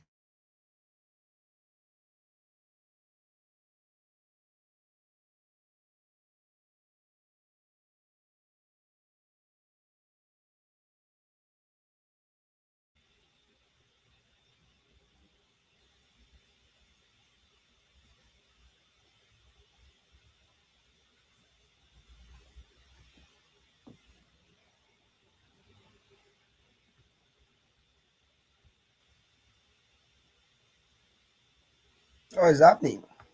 Me, I don't know. Did they pan mute us again? Just doing Hello, it's talking. Go ahead. I know Mitamo. Go ahead, my friend from Italy. Now my great follower, this guy. Go ahead, Italy. I mean, Ireland. Okay. Go ahead. Okay, so I'm just trying to get a bit, because now the thing we all forget is that it is the attitude of the leader is the direction of the country. Look at all the great countries in the world. The most popular one is Lee Kuan Yew. The guy came into power, and the first thing he did was to give example, was to use his minister to give example. And when he dealt with that same minister, everybody in that ministry started behaving properly, and the other ministers copied that action that he did, and there was sanity restored to Singapore. So till today, you can see Singapore is among the first world country. So with that leadership, we are not going to go anywhere. People used to say, oh, Nigerians are corrupt, oh, they are not interested. Nigerians are, they are this. Just look, it is because the people, they've not seen somebody they can rally around. Just imagine since Obi came into the scene, look at the attitude of the youth that we have been saying the youths are not ready for change. Look at their attitude. They are all forming WhatsApp group, even without a dime. They are all doing everything possible, even without a dime. For the first time, look at the way Nigerian politics is going. Nobody dare talk about sharing of Island, wait. It's not the first time. We've heard about Sowore, we heard about Biafra, we heard about a lot of youth. This one will come in. Can you give answers to it? Wait, before you answer. My people, Peter Obi supporters, including myself, when I see the way human being person they take answer, they take fight, they take response to support. You are not Peter Obi fan. You are not a Peter Obi supporter. You will not be supporter. You will not be supporter. No, you will not be supporter. The APC man. Not bias here. Go ahead, Island. The question is that what I ask you is that a lot of people, I mean, what was I saying? That we've had about youth in 2019, so we're in 2016, we heard about youth to the point that they were now shouting Biafra, Biafra, Biafra. Now again, this is 2023 election loading. They've started saying a youth, somebody that will change. And no evidence is being put down to tell us that this is the man. But most of the time, the supporters, they don't have substance like you have now, but they just come in and say, you are biased, you are biased, you are biased. Peter Obi will cut change, will cut this one. Peter Obi will use penny to buy aeroplane. Go ahead, Island. He's buying Concord. If we have to be honest with ourselves, let me look at the person of Sowore. A lot of people are not blind. Although during Sowore's time, he had a lot of followers, but I, for one, personally, I was also rooting for Sowore, but there's a baggage. There's an albatross Sowore is carrying on his shoulders, which it's still difficult for a lot of people to forgive him about. And that is the albatross of the role he played in the election that brought in Buhari. I have listened to most people that supported that government. Eleni Momodo as a person, I know it's spokesperson, but I've heard him apologize over and over again. Do you know until today, Sowore has not still seen anything wrong with that? The man is full of himself.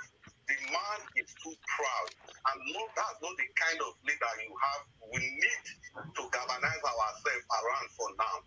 And you know the youth we have... Wait a minute. That brought me to another question now. So then when people were following him, he had a lot of followership. They didn't know this. What guarantee would you give to the listener today that you will not discover fault after the election? Go ahead. Yes, after the election or during the election, they will come and say maybe he's full of himself too. It's another one, he deceives us. But to me, I don't know. I want people to convince me to follow. Ipa, just a reporter, Ipa. Can this guy also explain to us how should we brought the body? Mori will answer you, Island. Don't go. After you've spoken, Mr. Mori will take you on.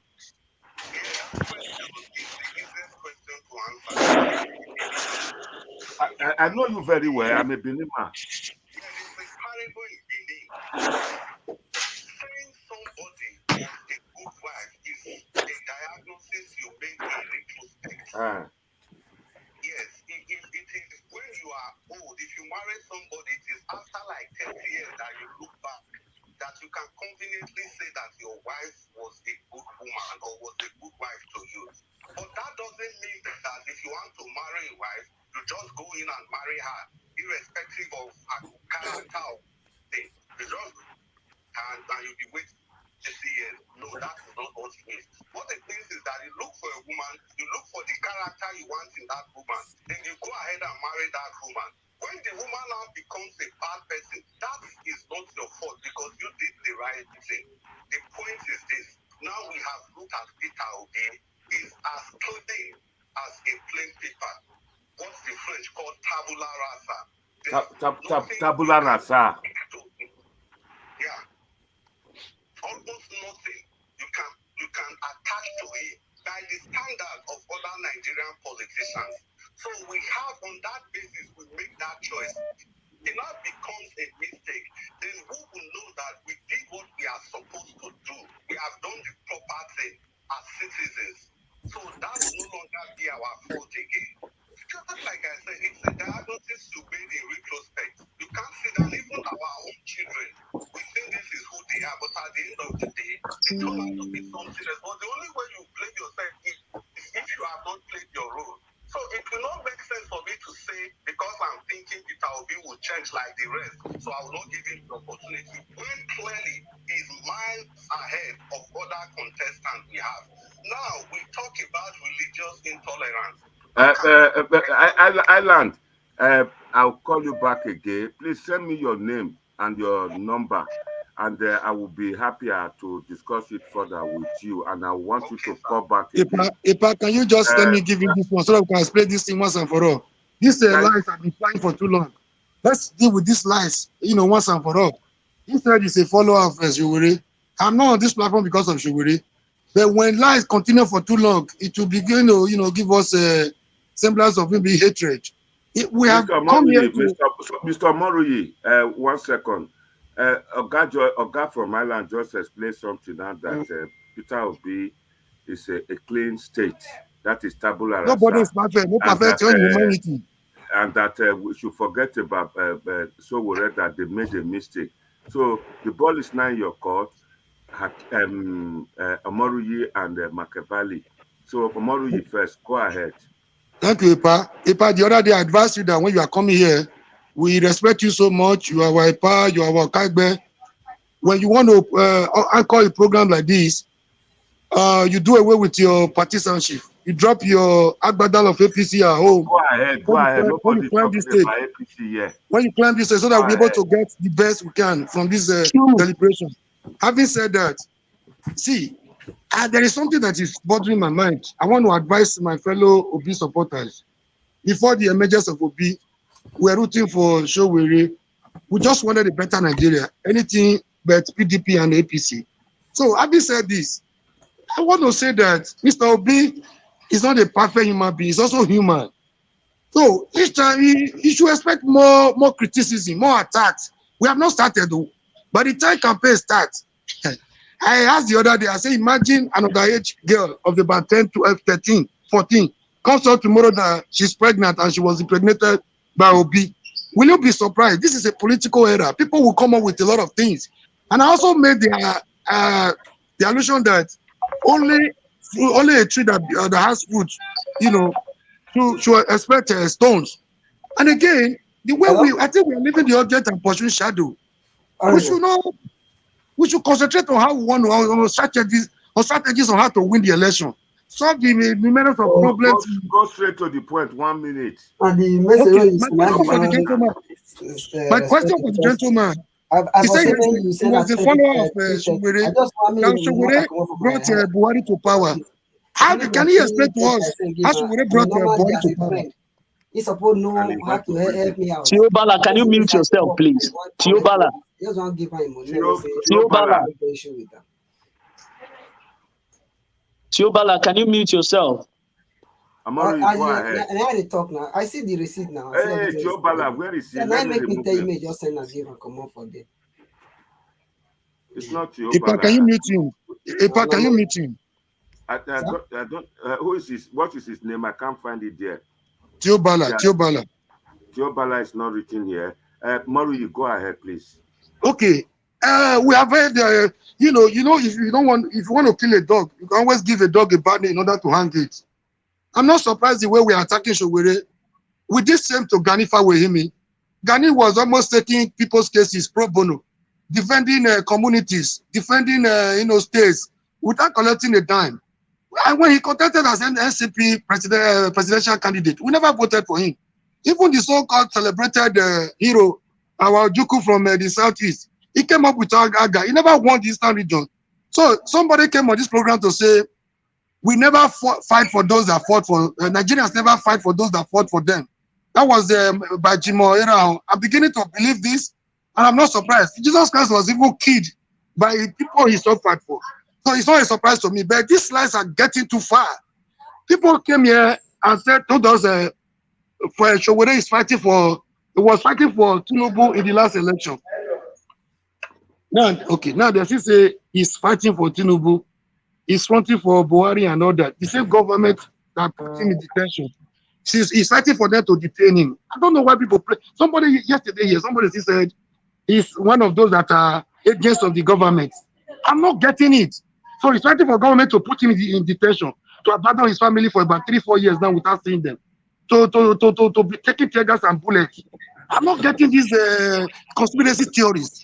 Can people just wake up from their slumber and be real for once?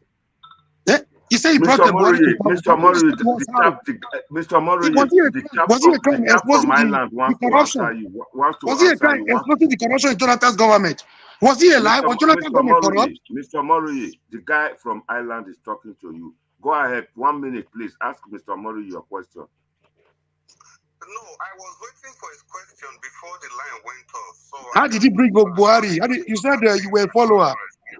Mr. Murray, he said he was waiting for your question. You were ready to take him on. He said he's waiting for your question. Okay, the question is simple question. To summarize it all, you said you were a follower of Buhari, and then follower of Showore Amin.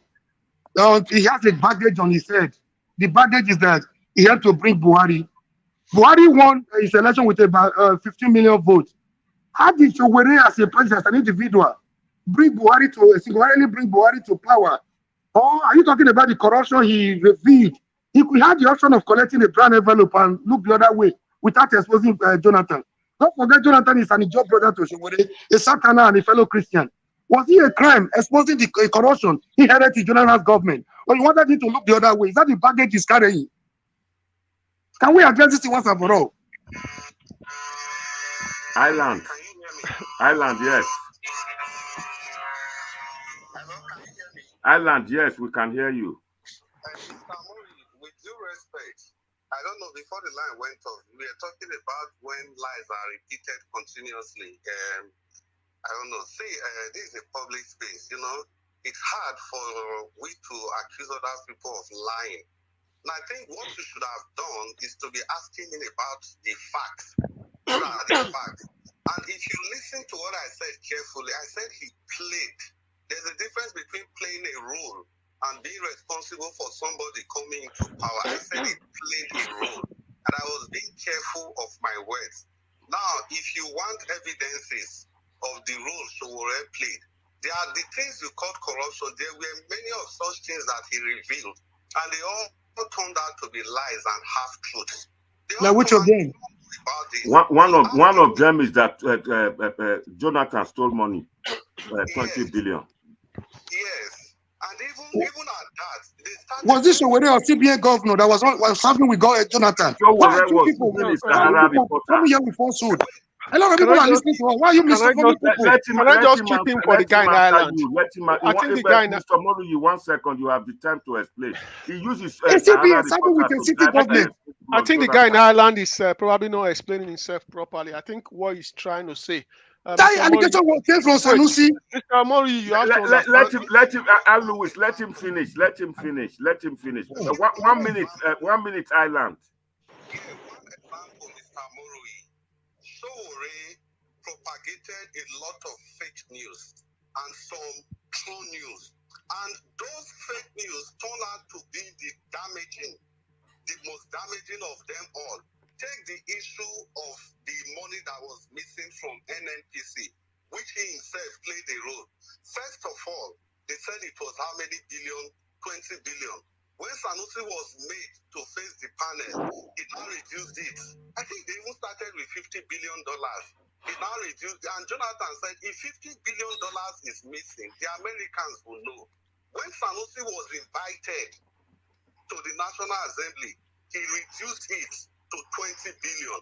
After those forensic experts, they came and they did their forensic expert, and they said it was like 2 billion. Then Sanusi now reduced it, that the money is actually between 5 to 10 billion. But whereas the damage has already been done. And Mr. Mori, that is in the public space. And I can't continue giving example and example. So even the example you gave now is even wrong. Can you tell us the position of Sanusi in that government, Jonathan's government? That perpetuated a lot of lies and half-truths, which people now assumed to be true. You are the one propagating lies, don't you worry. Are you blaming Shogore for the sin of Sanusi? Person at every point in time. If any other person comes out now and I feel is better than Peter Obi, that's the person I will go with. So that's just it, Mr. Moro. It's not personal, it's about Thank you, Island. Thank you, Island. May I let the one example you gave is wrong. The only example you gave about the whole lies is even wrong. Who was the Sanusi? Go ahead now. The floor is yours. Sorry, let's take it one after the other. Don't worry. Okay. Just let's take it after the other. You go on. Okay, sir. Now, I thank God. I just want us to address these issues once and for all. See, I like criticism. I don't want to follow anybody blindly. See, if I have anything against you, I will be the number one person that will bring it out. So, even the one example you gave now is very controversial and contradictory. You started blaming Shogore. Now you ended up heaping it on the Sanusi. Sanusi occupied a very sensitive position in Jonathan's government. The position of the governor of the central bank is even more powerful than the position of the finance minister. It's like the government bank, and the national bank is the CBN. Everything, apart from money, printing of every sensitive document we have is kept with the CBN.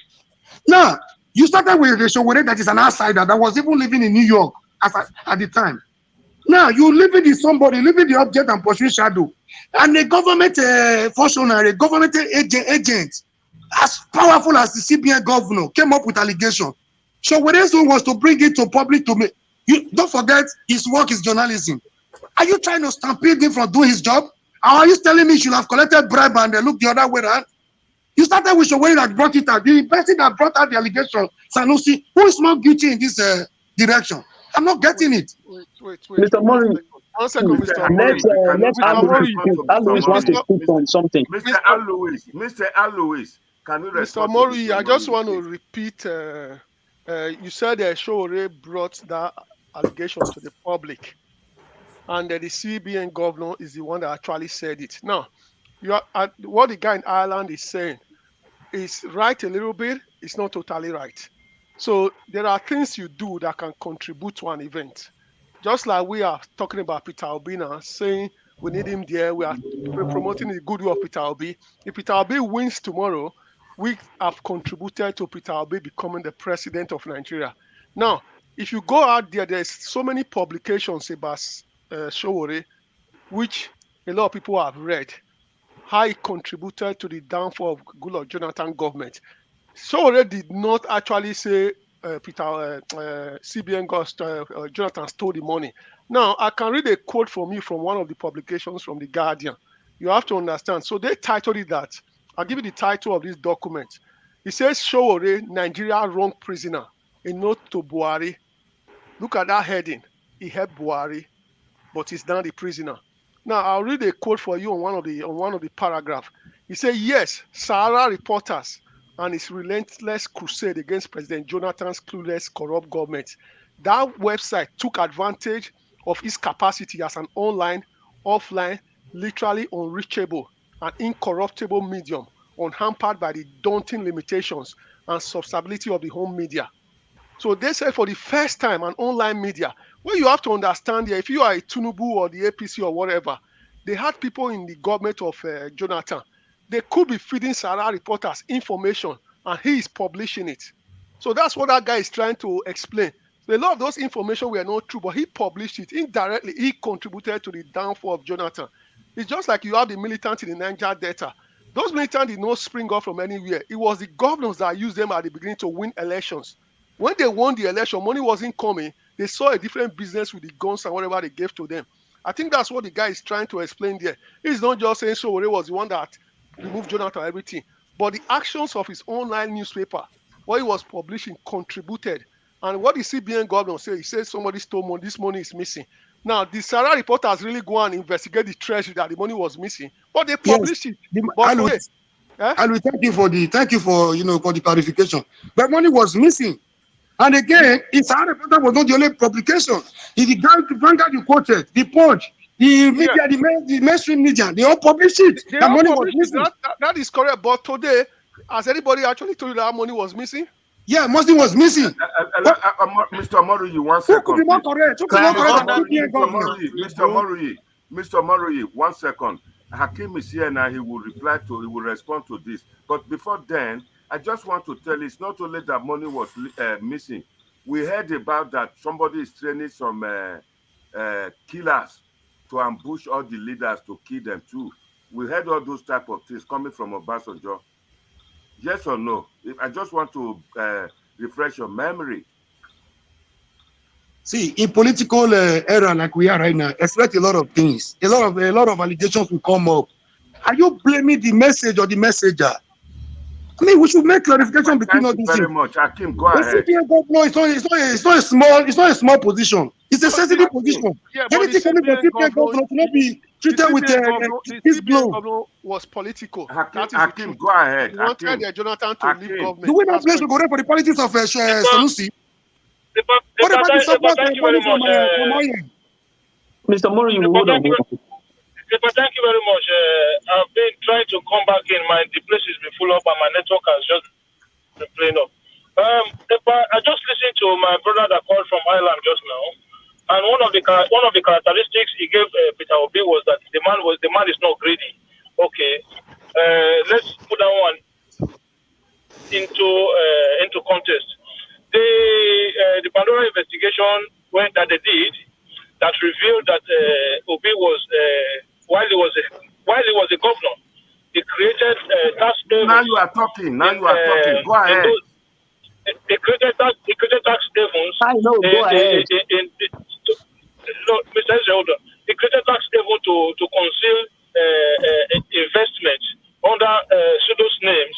So when you behave like that, those are actions of a greedy person. So for my brother to not come and say that one of his qualities that is not a greedy person, that is not. Listen, I've always said this.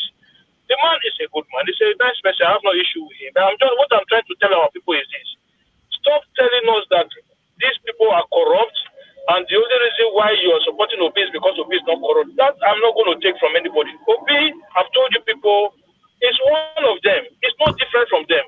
If an Obi can accept to be a vice presidential candidate to Atiku, and you are calling Atiku a thief, I don't understand what kind of credibility you want to give to Obi. How do you do that? How do you even open your mouth and say something like that? When he clearly accept to be a vice presidential candidate to Atiku, and you guys are telling me that Atiku is failed, Atiku is this, Atiku is that. Oh, they are all the same. So if Obi, I wish Atiku had won that election, Obi would have been the vice president to a thief. That is what you guys are not telling me. Come on, we cannot continue like this. If you're going to support the man, support him based on the fact that he is the least among all of them. But don't just tell me say he's clean. He has a clean slate. Yeah, it's a breath of fresh air. It's not a breath of fresh air. He was a two-time governor. He ran. He moved from ABGA to PDP. That is what typical Nigerian politician does, which is decamping from one party to another. So that is not an action of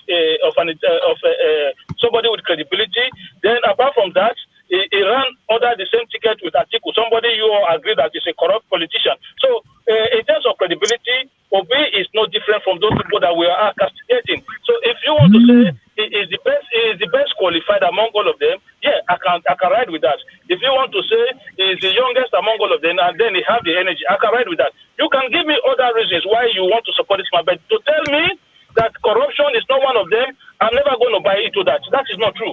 Thank you very much. You guys have talked many times. It's not on now again. Let me come in here. Everyone has spoken many times now. It's now my turn. Sorry, Mr. O. Sorry, Can Mr. I talk O. now? 6 o'clock. A caller on the line. 1 minute caller. Just want half a minute. Go on, talk.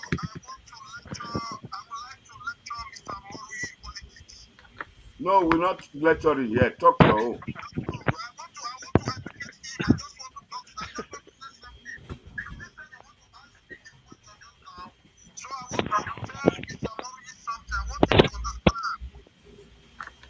Mr. Murray, someone said you wanted to ask a question. Go ahead, the caller. Just talk. 1 minute. 1 minute.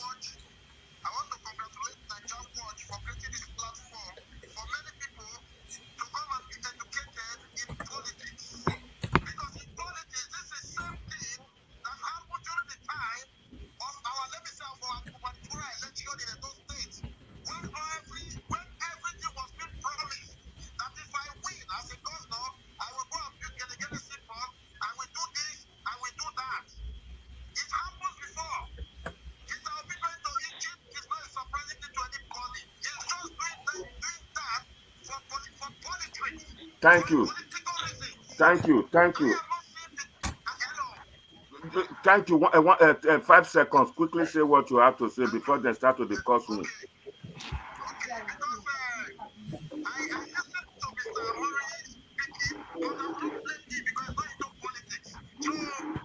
Amori is into politics. Amori is a politician. Thank you. Amori, they don't dismiss you now. Mr. Machiavelli, I think it's your turn. I can see your hands up there. there. Somebody said there's some issues against me. Okay.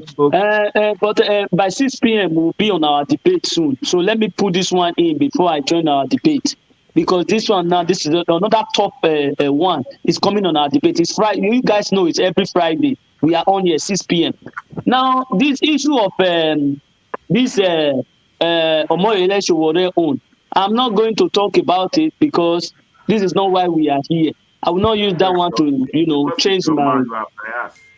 It's a distraction. It's a distraction to me now because forward ever, backward never. EPA here we want us to come and talk about this because he want to support his principle. My question is to EPA. Let me give you instance of why. Wait a second. You know, this platform is made for everybody to come and support their own principle.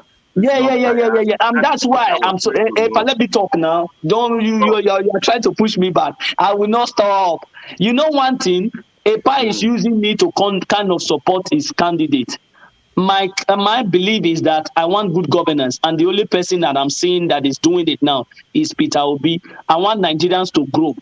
That is my own. Whether Obi cannot reach the thing, but he let him just open the door for us so that we can have back our right.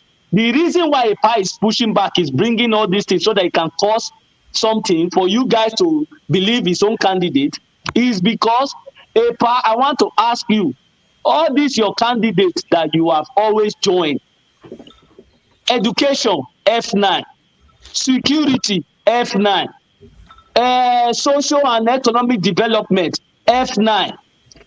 This has been since 1960, since Nigeria was created, since Nigeria got their independence. Are you not tired of it? I want to ask you, during the EndSARS, people died in Lekki. Our flag was bleeding, heavily bleeding. Now, your candidate you are supporting never gave a dime, never gave a penny. He was even outside the country. You understand? Enjoying the dividends of democracy of somebody else. He never paid nothing. Immediately he was celebrating his birthday. He heard that some people were captured in a train and an explosion in Zamfara or somewhere in the north. How much did he give? How much did he give to these people? 50 million. Because he believed he want to use it as a campaign strategy. You are not talking about it. Somebody went to Egypt with his own money and want to go and learn, whether he want to go and learn electrician or want to go and carry spinal. It's for the betterment of every Nigerian. Me, I cannot see. Let me finish. No. You want to cut me? No. You want to cut me? I'm not. No, leave me, pa. And let me finish my. When I finish, I will say thank you. I've not said thank you. Finish your own. But what I'm Yes. saying, my principal, Tinubu was not in power then, was not the governor or We head of state of EPA Lagos. is not in power. To Where solve did the he issue, get his Machiavelli, money from? can you liaise with EPA to set up a Tinubu debate? This is what Set up EPA bring. question. EPA, no, your next debate should be what Tinubu has done and how. Where did he get his money that he's using? Where did he get his money from? You need to tell us where did he get his money from. We Don't need to worry now, know. we will talk. You Hold on, cannot don't then talk, we will talk. somebody who is telling Machiavelli, are you your ready for a candidate. debate? Are you yes, I'm coming for the debate now. EPA, wait You are now. ready. Wait now. Let me finish It's now. I'm after coming for that the debate. Atiku debate. Atiku, yes, bring Atiku, all of them. All of them. Now I want to ask you, Rest your your case then. principal. Rest your Hold case. on now. Machiavelli, someone is calling from New York. He wants to ask you a question. New York, Okay, go ahead. yeah, I'm waiting here. New York.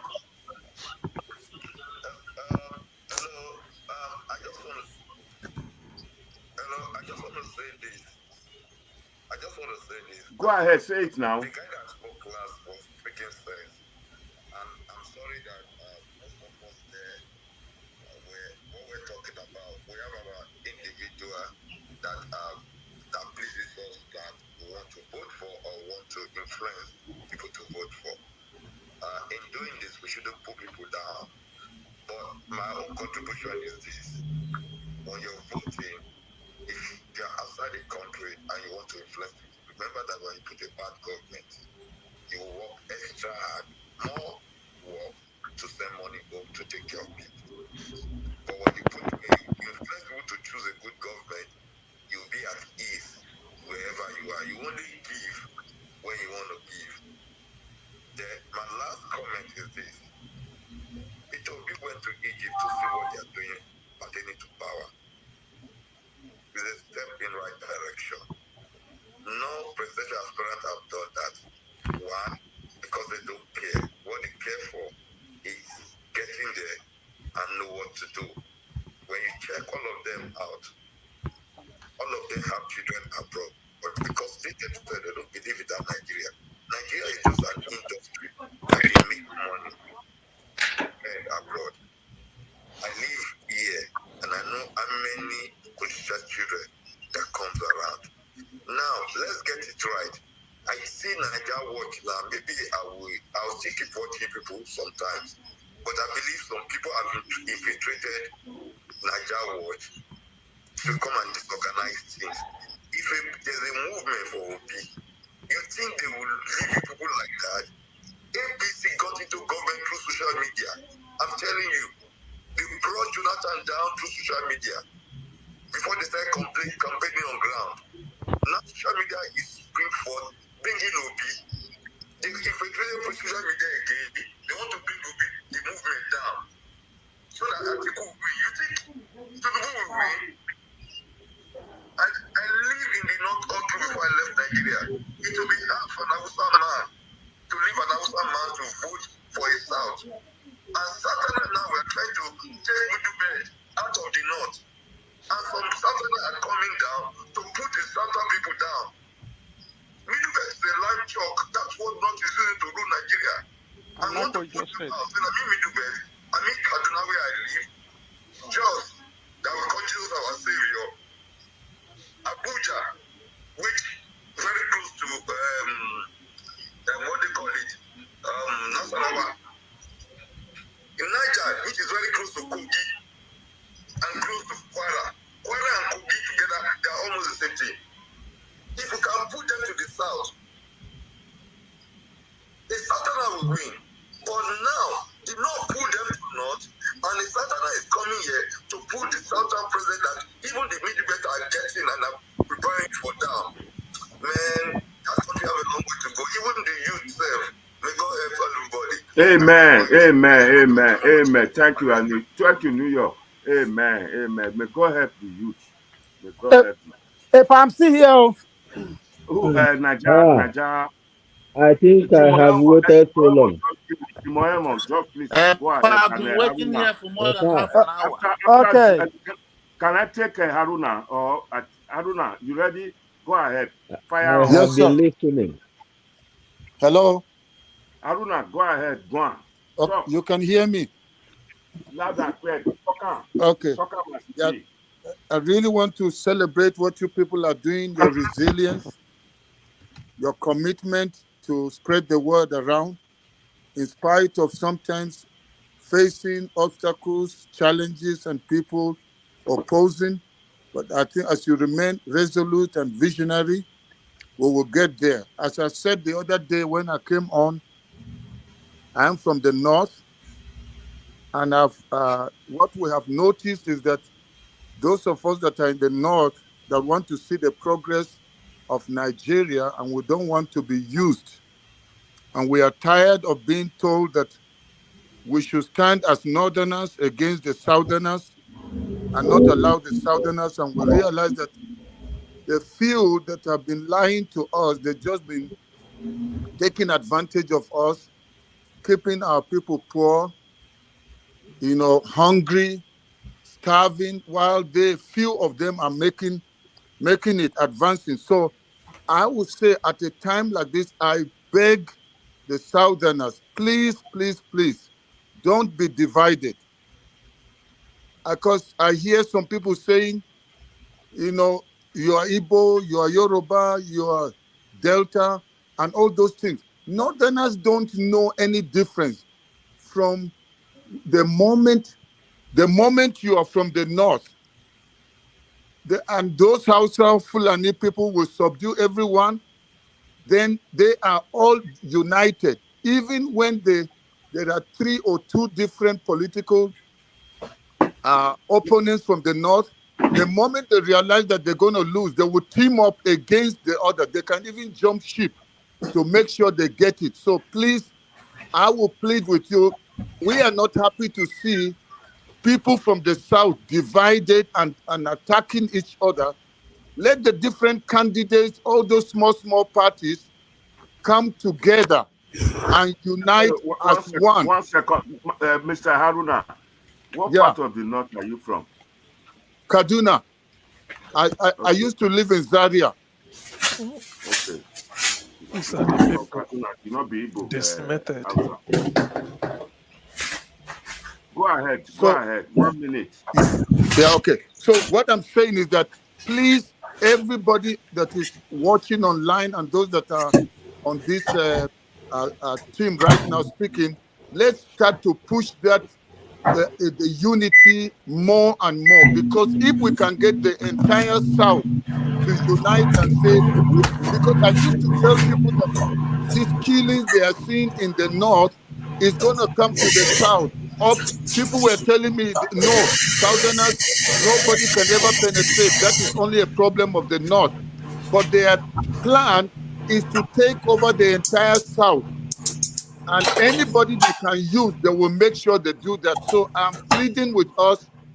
And just one more thing regarding Peter Obi, those of you that have a way of getting through to him, tell him to concentrate at home now. Stop making travel. Stop going to check what's happening anywhere. Let him face what is happening, because people are looking for any little thing to try and discredit him now. They're saying people want to know, where he stands, and then he's doing trips. I'm not against the trip, but we already know him to be a visionary man. Let him do those trips later and check what is happening the moment he gets the seat of power. Thank you, Haruna. I'm not trying to be sexy here. Your time is up. Like, there are 2 people who have not had their turn, and that no is problem. Thank you. Pardon, sorry, this is a person from the northern part of the country. We have not had any person from the north. I think you're supposed to give him time to at least ask some questions to know how the northern people are feeling. We've heard it. He has told you, in his introduction, he summarized what he wanted. Of course, I know. Is that not what you want among the Southerners? Haruna, is that not what you are saying?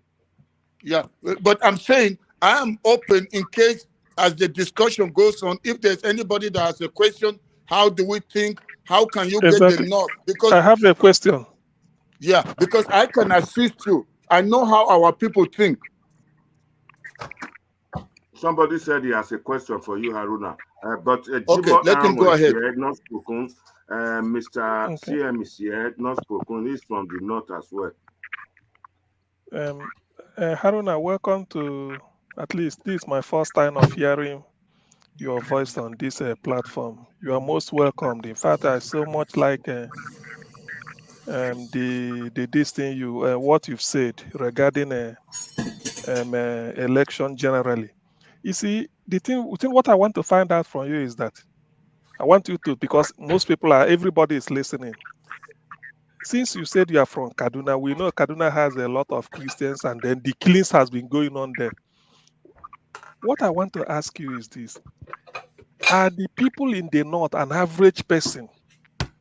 When I say an average person, I don't mean Christian or Muslim. It can be anybody.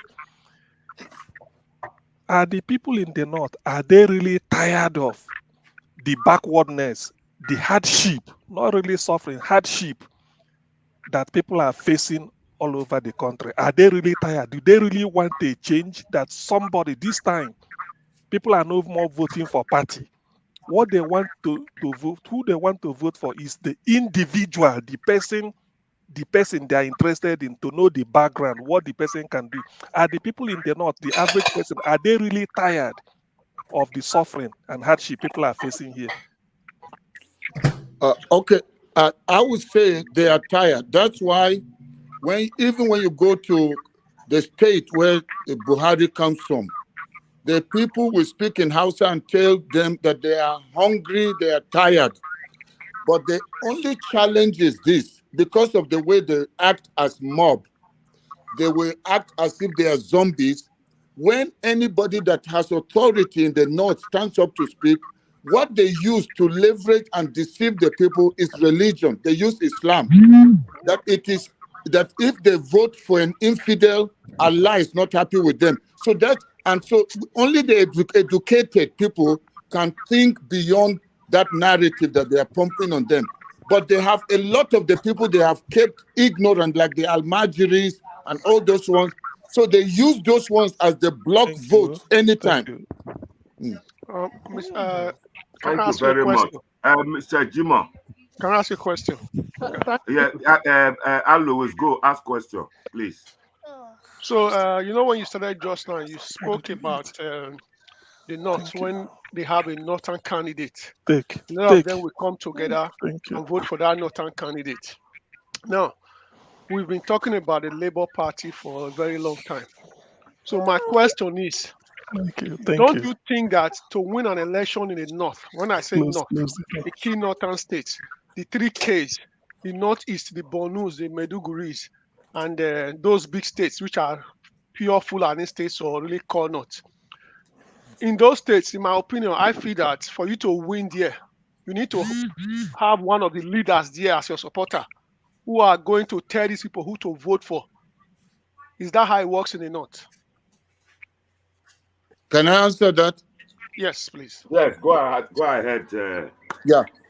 Let me say, if you had, let's say, just for the sake of argument, if somebody like Kwankwaso was going to be a running mate to, what is his name, to Peter Obi, I'll tell you the game is over. But since they are different parties, anyone that has that kind of level of influence, not just a no-name, somebody that is a mover, somebody that is a Muslim that will speak, because it's not just about being from the North. The person has got to be a Muslim. Yes. So then with Peter Obi, I would have said if somebody like Aisha were to be a politician who is this thing, she is somebody that can push the whole North. But if you have a male or somebody else like that, the moment you get one and he can penetrate the North, getting through the North is so easy. It's not as complex as the South. The South, people have their views, they have their opinions, they are fighting each other. But in the North, if this person speaks, everybody follows. So that's what the homework should be, to identify that person in the North now. So in your opinion, the APC and PDP has more or less collected those guys who can direct people at the moment. They are in their side. Yeah. For example, in the North, what APC, anybody they choose, they are going to choose somebody because they already have the block vote. If they choose, just like what happened with their primaries, what happened with the PDP primaries. The moment somebody, they see this is their northern, and then one will step down for the other, which is what we struggle to see in the South. The South, everybody wants to be. So in the North, that's what the PDP is going to use, that's what APC is going to use. So since Peter Obi and Labour Party, they don't have they are just coming up now. They don't have all the time to go everywhere, and we don't have like 2 years or 3 years to do that. So they need to identify an individual who can penetrate that is accepted. Let's say if somebody like Sanusi was together with Peter Obi, the game is over for the others. Yeah, so you know why I'm asking you all these questions, because every time I speak, I believe in logical thinking and practicalities and whatever. Yeah. So because when I started speaking on this show today, it's exactly what I said when I was saying going to Egypt now is not what is the most important thing for a Peter Obi presidency. I was saying what's important for him is to go and build bridges with these so-called people you are talking about now. That's what I'm saying. Those are the practicalities of election. It's not talking about, oh, we will win, oh, Peter Obi will win, oh, people are talking on social media. You just said the practicalities. And that is what I want Peter Obi supporters to focus on. How can you be practicable and attract these emirs, these Sanusis or whoever can control vote in Bonu or can control vote in those areas? That is what I'm saying. Otherwise, they will keep going down in this circle in 2023. Nothing will happen. Thank you very much. Jimon, yes, thank you very much. Can we Can I say contribute? something now? Do I have the floor now, Thank you please? very much, Louis. Jimon is your Thank you. Can I say something now? Yes, go ahead. So who has the floor now? So CM was talking just now, or no? Jimon Thank you. Mr. Jimon should fire on. Thank you. No, Lucky Life is asking if I can say something. Jimon, please, 1 second. Somebody from Canada wants to speak to Haruna. Hello, Okay. Go ahead, Canada. 1 minute. Hello. Hello, Niger Watch. Thank God. Thank you for picking my call. Thank you. I so much appreciate Mr. Haruna. Haruna just said it the way it is. Haruna, Yayade? Yeah, catch you up. Yayade Haruna. Yeah, Mungo de Allapa. Okay. You know what? I live in Zaria. I left Zaria to be in Canada. I live in I live in Samaru. See, you just said it. The difference between the northerner and the southerner is that the northern listen and they go in block and they don't call question. You see, the southerner, they listen and they question. If somebody come out in the north as influential and say, go this way, even if they are going to perish, all of them go. If somebody come in south and say, go this way, somebody will rise from that south and say, why? That's the difference. Now, Aruna said it the way it is. Jimo, please, just hear what Aruna said.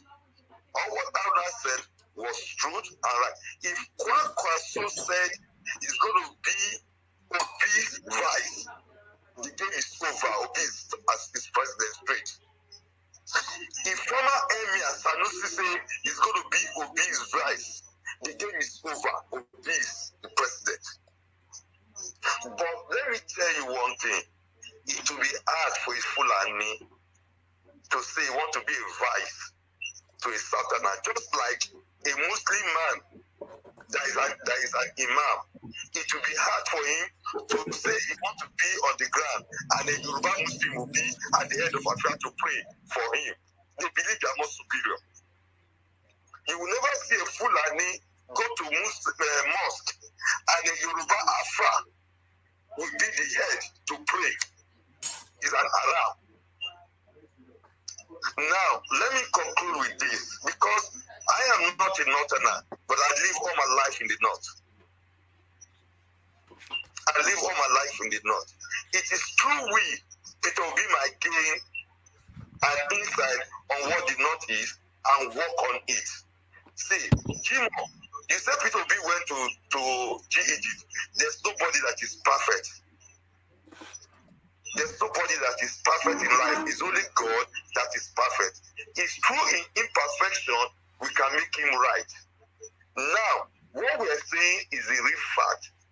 Right now, Obi should be looking, not even Obi, every Obi people that believe that Obi will change the country so that we can have a better life should be looking at in the North, call North, and try to tell him this is the kind of person you go for. It's not only Kwakwaso that has an influence. A lot of people in the North have influence. The only problem APC has now is the Muslim ticket. If it's not so, they've already won. But when it's Muslim ticket, the South think they have more Christians than the North. They are jokes. If you go to Kaduna, most Kadunas are Christian from Southern area. Please mute. They're good. It's true, yes. CM. It's Area is very close to Jos, and they are Christian. Let me round up, please. Please, 1 minute. 1 minute, yeah. Let me round up. Yeah. Let me round up. You see, in Kaduna, Christian has no rule before except by chance. This man that died in the plane. The Fulani know how to play the game well. When they see that somebody is coming up like a Christian, they will, even if they have more interest, they will just see their interest and come together and win. And that's what plays in PDP. And that's why we lost finally, even the VP, the everything. Do you see PDP choose Okowa? Because Okowa is submissive, he talk less, he can't do those. I think who gets scared of Wike, he knows that even when he becomes president, Wike can topple him. Now, my final statement is this. The more we talk, I'm watching Niger Water from Canada. Don't you think could be watching people provide solution so that when he's going to take a step, he knows what to do. When you talk against him, they still give him solution too, so that he can reason. We can take the reason from him, but he can reason. They say people will get sense and then they work together. People will not get sense, not they work together. Let me use that pidgin English. Thank you very much, and God bless all of you. Thank you very much. The way it is now, my brother, before you go, one more question for you. The man from Canada. Assuming the Southeast and the South-South vote for Peter Obi, don't you think Atiku is gone? Atiku would PDP will lose the election. If you are still there, you can phone in to answer. Mr. Jimo Elmo, it's your turn. It's here now. The Canadian man is back. Hello, go ahead, Canadian man. One minute. It's Lucky Rap's turn. It's Lucky Rap's turn, not Jimo turn. Jimo have spoke twice. Yeah, 1 minute. Answer. You ask me a question. Yeah. The line. That's what I'm looking at. You just ask me a question. Yeah. You said the question you asked me is because I'm watching people. I've already gone before you ask that question. That's why I call back. Yeah. The question you asked me is that if South and Southeast do not vote for PDP is gone. I know what the question is. If all the votes go to Peter Obi in the Southeast and South-South, what is the position of PDP then? See, let me tell you, moderator, if you can hear me loud and clear. Loud and clear, we can hear you. Yeah, if you can hear me loud and clear. You see one thing, it is not by South-Side or Southeast. The colonial master and the federal government of Nigeria have made South-South and Southeast irrelevant. There's nothing called South-Side if you live in the north. If you don't speak Yoruba, you don't speak Hausa, you are an Igbo man. We fought the war 3 times. Not war, it's called riot. If you don't speak Hausa and you don't speak Yoruba, you are an Igbo man. Be you Edo, be you Calabar and Efiko, be you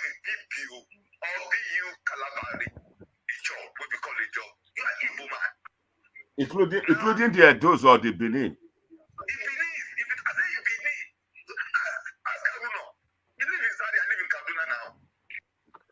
Aruna, shake your head to our faith. We don't speak Hausa, and you are not speaking Yoruba.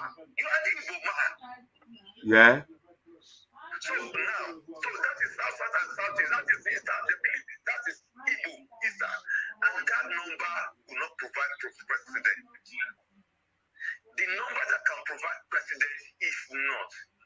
And let me tell you, not play this politics by dragging middle beds, which they call middle beds to them. To them, there's nothing called middle beds. It is not. But it is we that will say, I'm from South. I have a clarification to make to this Canadian chat. How do we now speak when you all have clarifications? It's middle bed, but they say it's not. So my answer to you is that Atiku will win, even if not East, or even if it's Southeast and South did not vote for him. The only thing that will make Atiku not win is what Haruna has said.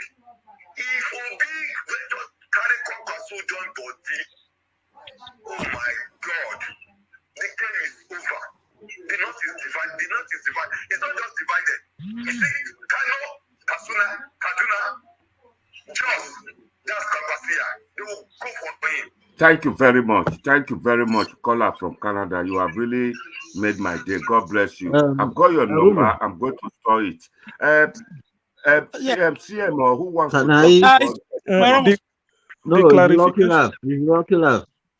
talk? The clarification I wanted was... Moderator, please do this job now. I'm doing the job. Yeah, who is speaking? Please, who owns the floor? Allow Jimo them was to speak, already on before that guy came in. Let Jimo continue. Please let Jimo Jimo speak. continue, Please please. let me yield the floor to him. Jimo, speak, please. I hope that I'm not a controversial figure right now. So it's okay. You've been given the floor. Just continue. You are disturbing me now. So I'll just making fun anyway. You see, I want to tell us that each time, every election year, we begin to discuss things that are irrelevant, while the relevant issues are begging for attention. Today is Shwari said this, tomorrow is Reverend Ubaka this, and I believe that Peter B supporters are so happy when Obi matter is on the table, not even thinking of how important that matter is. Obi traveling to Egypt is not an issue to me. I believe those ones are distractions now. If I was one of the supporters of Peter Obi, when you bring up a topic like going to Egypt, I will divert and begin to sell my candidates. You see, there are ways how you campaign, but I just feel that because Obi is on the ballot, that's why many people just come online. They are not really campaigning. What they are doing is alienating people that would have been supporting Obi. I will tell you this. I was not so happy for some days how people have bashed Sowore on this platform. For one simple reason. This man, you would be able to get his supporters. He got 33,000 in the last election. And that is the highest any single individual has gotten. Right from the time of Gani Fawemi, Fela, and the rest. He has gotten the highest. Peter Obi needs every vote. Look at Reverend Ubaka. This is a man that has over 1 million followers. Peter Obi himself said he will not respond and he's not preparing to respond. What a wise man. But what are his supporters doing? Oh, Peter Ubaka is not the man. Oh, he said this, he said that. They are fighting over nothing. I believe if you want to listen to me, I have said everything that my brother Haruna just said today. Maybe it's sweeter because he's a Northerner. I've said this from day one. And I told you guys that when you didn't listen to me, and I said on the 24th of February, I will be here to discuss this matter further, and I will remind you guys of what I said. Imagine a man like Sowore, because he brought out a dossier or a secret about a government. Should that be the reason why nobody will vote for him, or should that be the reason why people will begin to back him? Look, according to my brother, Mr. Mori, he said 15 million voted for Buhari. 15 million. Every year, that man gets about 11 million on his own, 10 million on his own. Buhari is one of the most popular politicians alive today. So let us not blame Sowore or somebody else for the misfortune that we are having today in Nigeria. People that supported Buhari supported him for one simple reason: security, corruption. They thought he would be able to manage. I won't speak because I'm an AC man, APC man. Because of that, I won't say the truth. He failed. He failed in security. He failed on what we all thought he was going to bring on the table. So Sowore should not be the scapegoat. What you guys should be doing now is looking for ways how to sell your candidate. To come out and begin to sell a candidate about integrity. Look, every politician in Nigeria, they are the same. Obi is not different. When the campaign starts proper, Jimoyoro will come out on this stage and will begin to expose all the ills of politicians. So by the time anybody comes here to begin to sell integrity to us, we just watch and we are quiet because the campaign proper has not started. So that having said that, for Peter Obi, this man is a very, very credible man. He can get the job done if he gets there. Look, let me align with my brother Haruna. The problem is, if he is making his political stunts by traveling to Egypt, he's only wasting his time. He is supposed to be in Ekiti, campaigning for a governorship candidate. He knows fully well, when somebody don't have a governor, your party don't have a senator, no House of Rep, you want to be president. What a $1 million joke. But people will not value it. We speak to reality. He should be in Ekiti supporting his governor, and not in Egypt looking at one wall. It just don't add up. Then, as of today, people are talking about where is the VP of Tinubu, where is the VP of Labour Party. You must understand, Labour Party has a lot to do. They need to register a lot of people because they have barely, what did they score in the last election? Maybe 5,000, 6,000. So they need a lot. The time they are using to register, APC and PDP are planning ahead, already campaigning in the north. I cannot imagine a presidential candidate of Peter Obi's stature being in Egypt or Indonesia 2 minutes to election. What he should be doing now is campaigning with every of his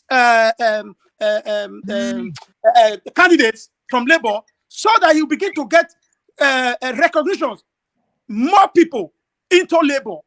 Because most of all these people collecting, registering now, half of them can get PVC before the election. I can guarantee you this. And half of them are not going to vote. Half of them will be ad hoc staffs looking how to earn money on that day. While some will be there to collect money. So let us forget about this hype that everywhere is glooming. They should go back to the drawing board. I must say this. They should go back to the drawing board. It is not the candidate they are looking for. Labour has a candidate in Peter Obi. That is what nobody can take away from him. But the supporters of Obi are his greatest albatross. And they need to change on the Thank you.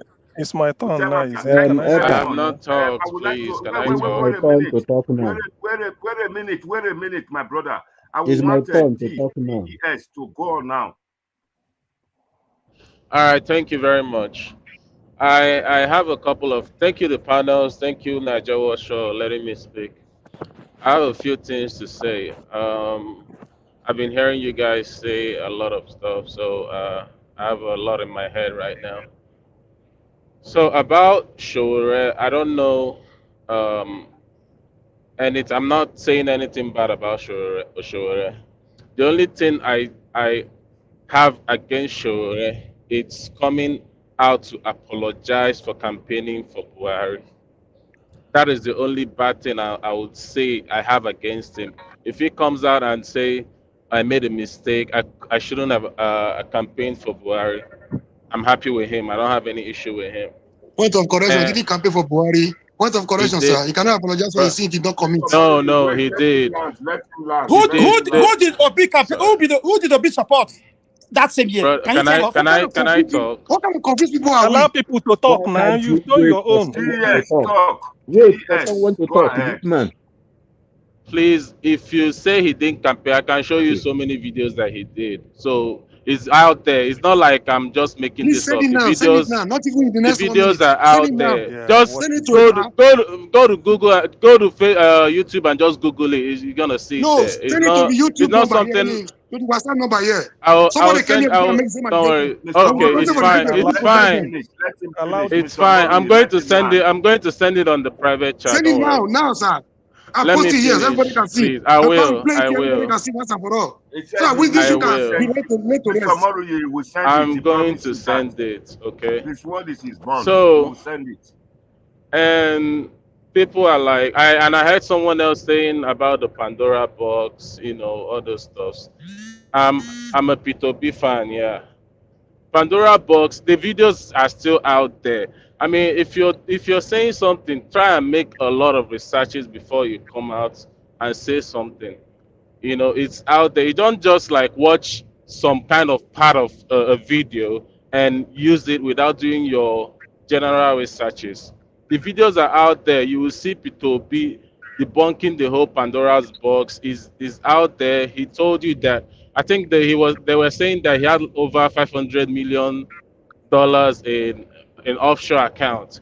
He laughed and he said if he has 10% or 5% of that money, he's gonna pay for the ticket for people that are gonna investigate the matter. If he has 5% of that money they talked about, that they should take everything he has in this world, both international and local. And they checked, they didn't see anything, and EFCC never came back to do anything, or nobody came back to say anything. That is where this whole story died, because they know they couldn't see anything. It's a man that it's hard for you. It's not a saint, but it's just hard for you to find something bad about him. So all this stuff, Father Mbaka, I'm a One minute. Catholic. 1 minute. 1 minute. All this stuff about Father Mbaka, I'm a core Father Mbaka fan. And people saying that people are against I'm a core Father Mbaka. I've gone to 2 of his adorations. So I'm a core fan of Father Mbaka. So what he said, I feel so disappointed.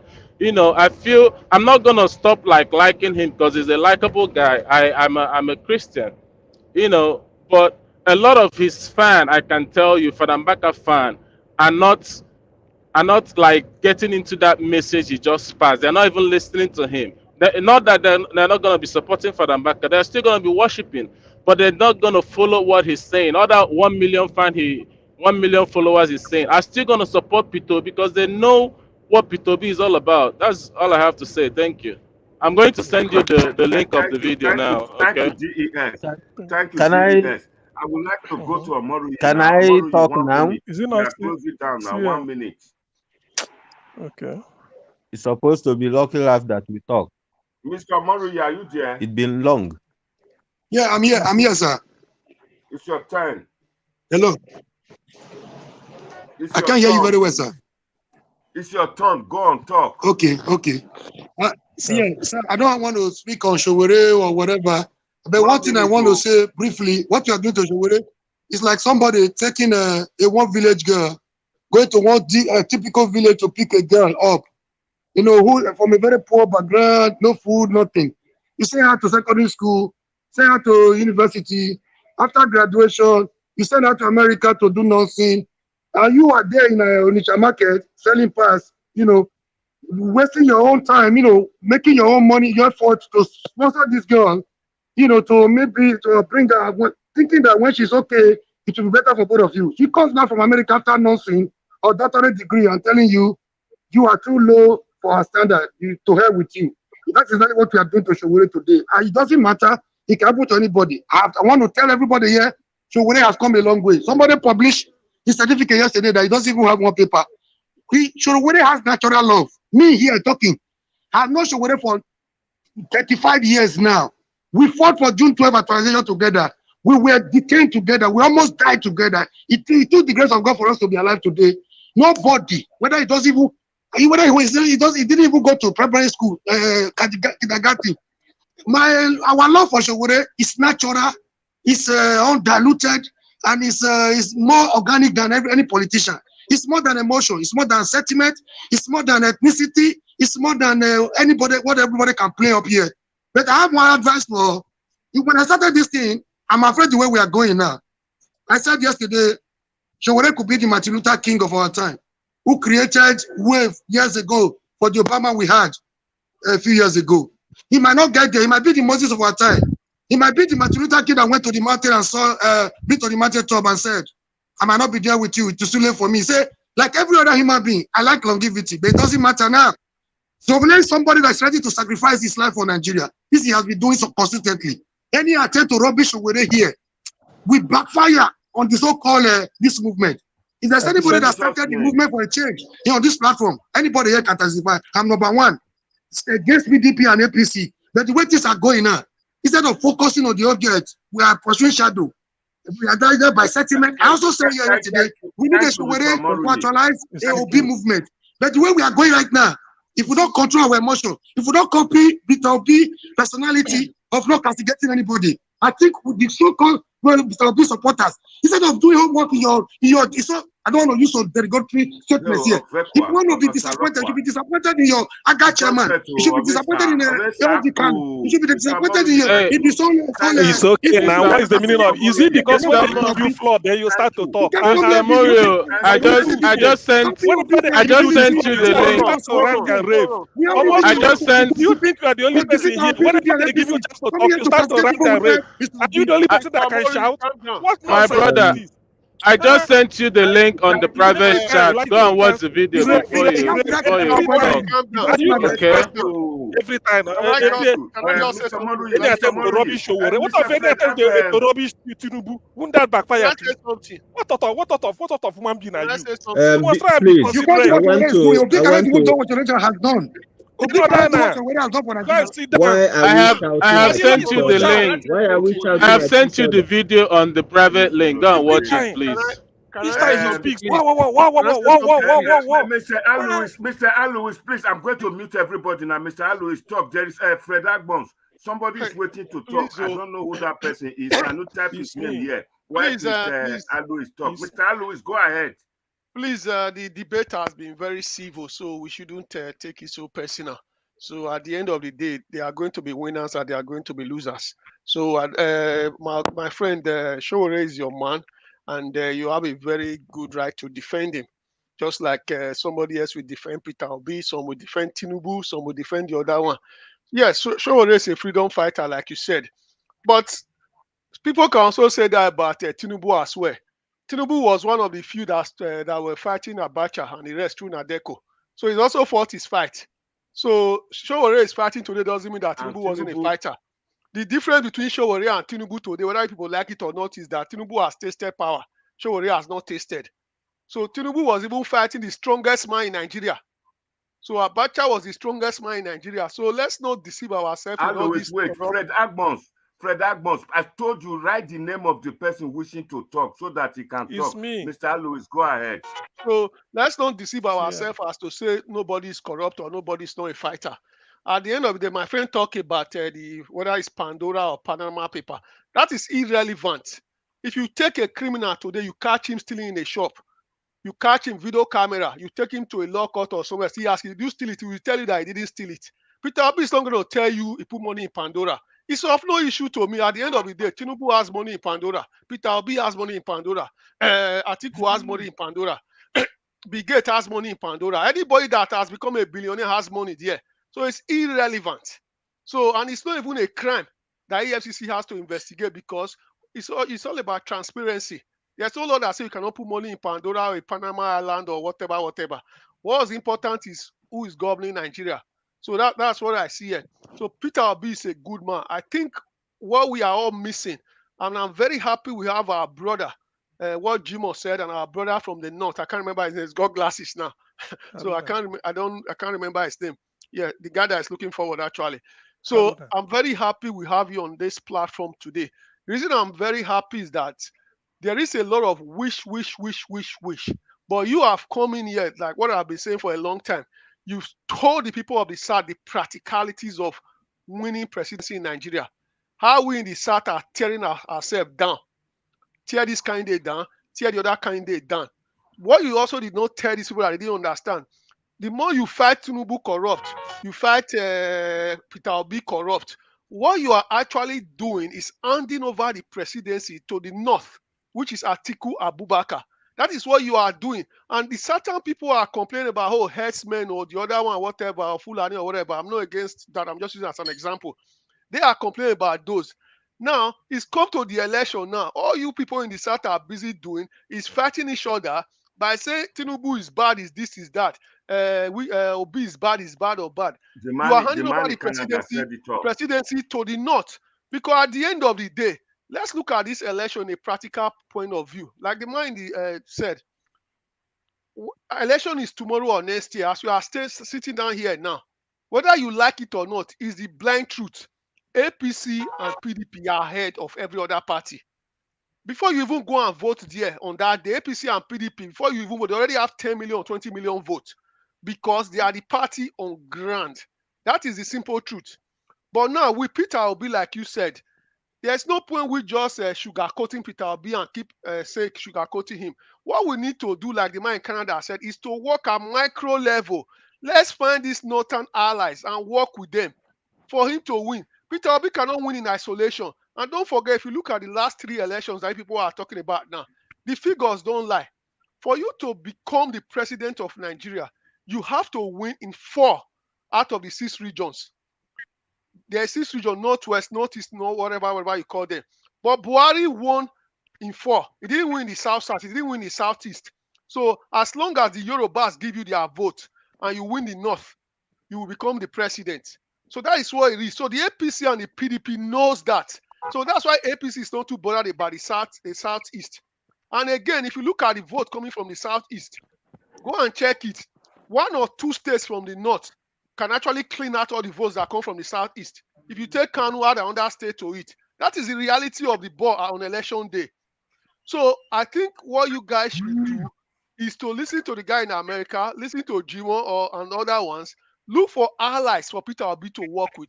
Like he spoke about working with Kwansoko. Kwansoko, I know him for a long time. I support him as a Satana. He can muster vote. He's also a very good man at heart.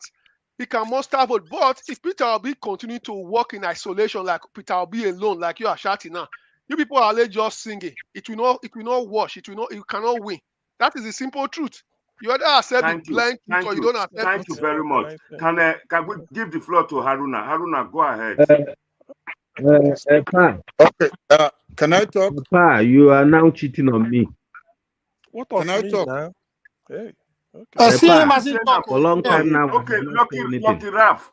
Sorry, Can I Haruna. talk? Lucky Raf, go ahead. Okay. Yes. Did you notice during the Haruna, I'm sorry, let Lucky Raf speak. And Mr. Charles is still there since he has not. And Jimo has just spoken once. After these 3 people, we will all have 2 minutes to round up this video. Please, thank you very much. Please, once again, I greet all of us. I want us to know, without disagreement, there cannot be agreement. But the thing is, my joy is that nobody have said that, okay, Obi is not qualified or something like that.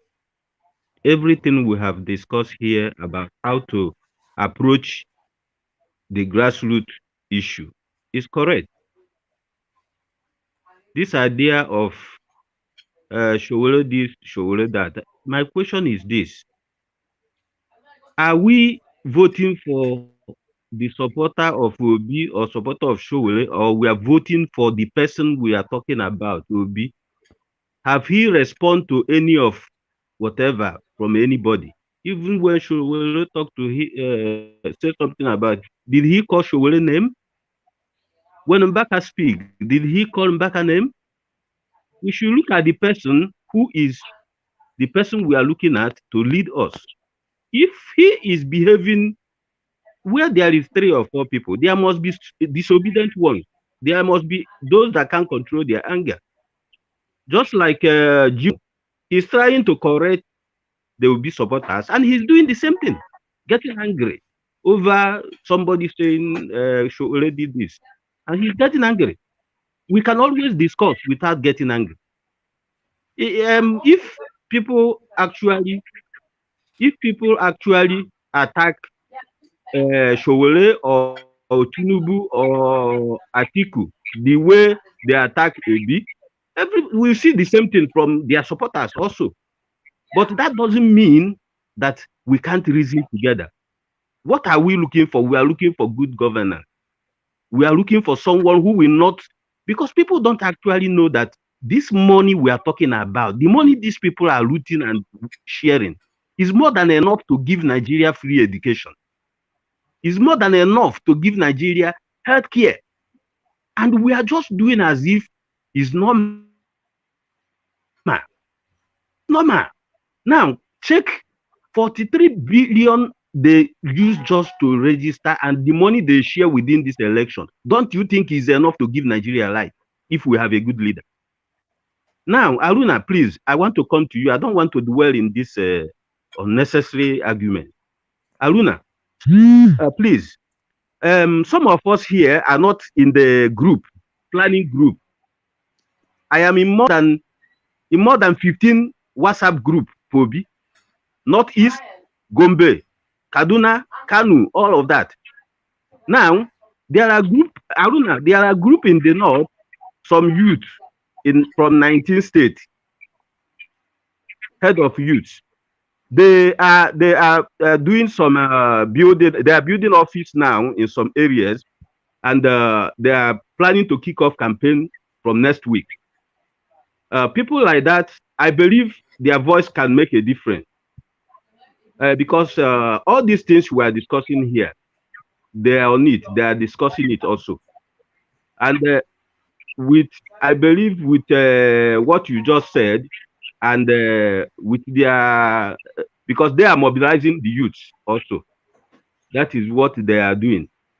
So all the advice you gave us here is correct, but we still need your own help. We need your help where you are. You can also link with them and join them in this process. My happiness is this OB issue, this movement issue in Nigeria. I can tell you this: there are many Northerners that are in our group in the Gombe, Yobe, different parts of the north, Kaduna, Kanu, and the young youth. They are happy. We are related like brothers. It's different atmosphere with what we are doing here. Completely different atmosphere with what we are doing in Canada. Love should lead, because we are talking about leaders. We all have roots, our own to play. Just by behaving normal, we are contributed to the growth of Nigeria. Just by behaving normal and listening to each other. So I plead with all of us. Everyone has a right to point out anything. But my conclusion is this. There is voice in the ground. There is voice in the ground. My conclusion is this: when an issue is raised, someone should address it. Like Jumo raised issue about the problem he have with Obi is that, one, he is in PDP and Africa before, and two, issue of Pandora. Now, 1 minute. I'm rounding up. Now, yeah, round up so in that this issue, Haruna can take over. Haruna, let please me send me round your up. phone number, please. Let me round up. Round up. Talk about it, Mr. Obi. Please go ahead. Now, Jimo, I'm addressing you direct, so that we can listen together about this APGA and the PDP. That someone is in the party doesn't mean he agree with whatever they say. That is why he fight with them throughout 8 years as governor. That is why they impeach him. If he agree with what they are saying, sharing and whatever, they will not impeach him, and he will not be in fight with them. He will not go court twice to claim his seat. Now, two, about Pandora. He is on national television, and he said, if you go there and find 25% of the money you are mentioning, confiscate everything I have. I don't know any other way a sincere man can prove himself. Thank you very much. If every other, that if any other candidate can actually, you are good in this interrupting someone when the person is not saying what you want to hear. Let us show some little this thing to each other.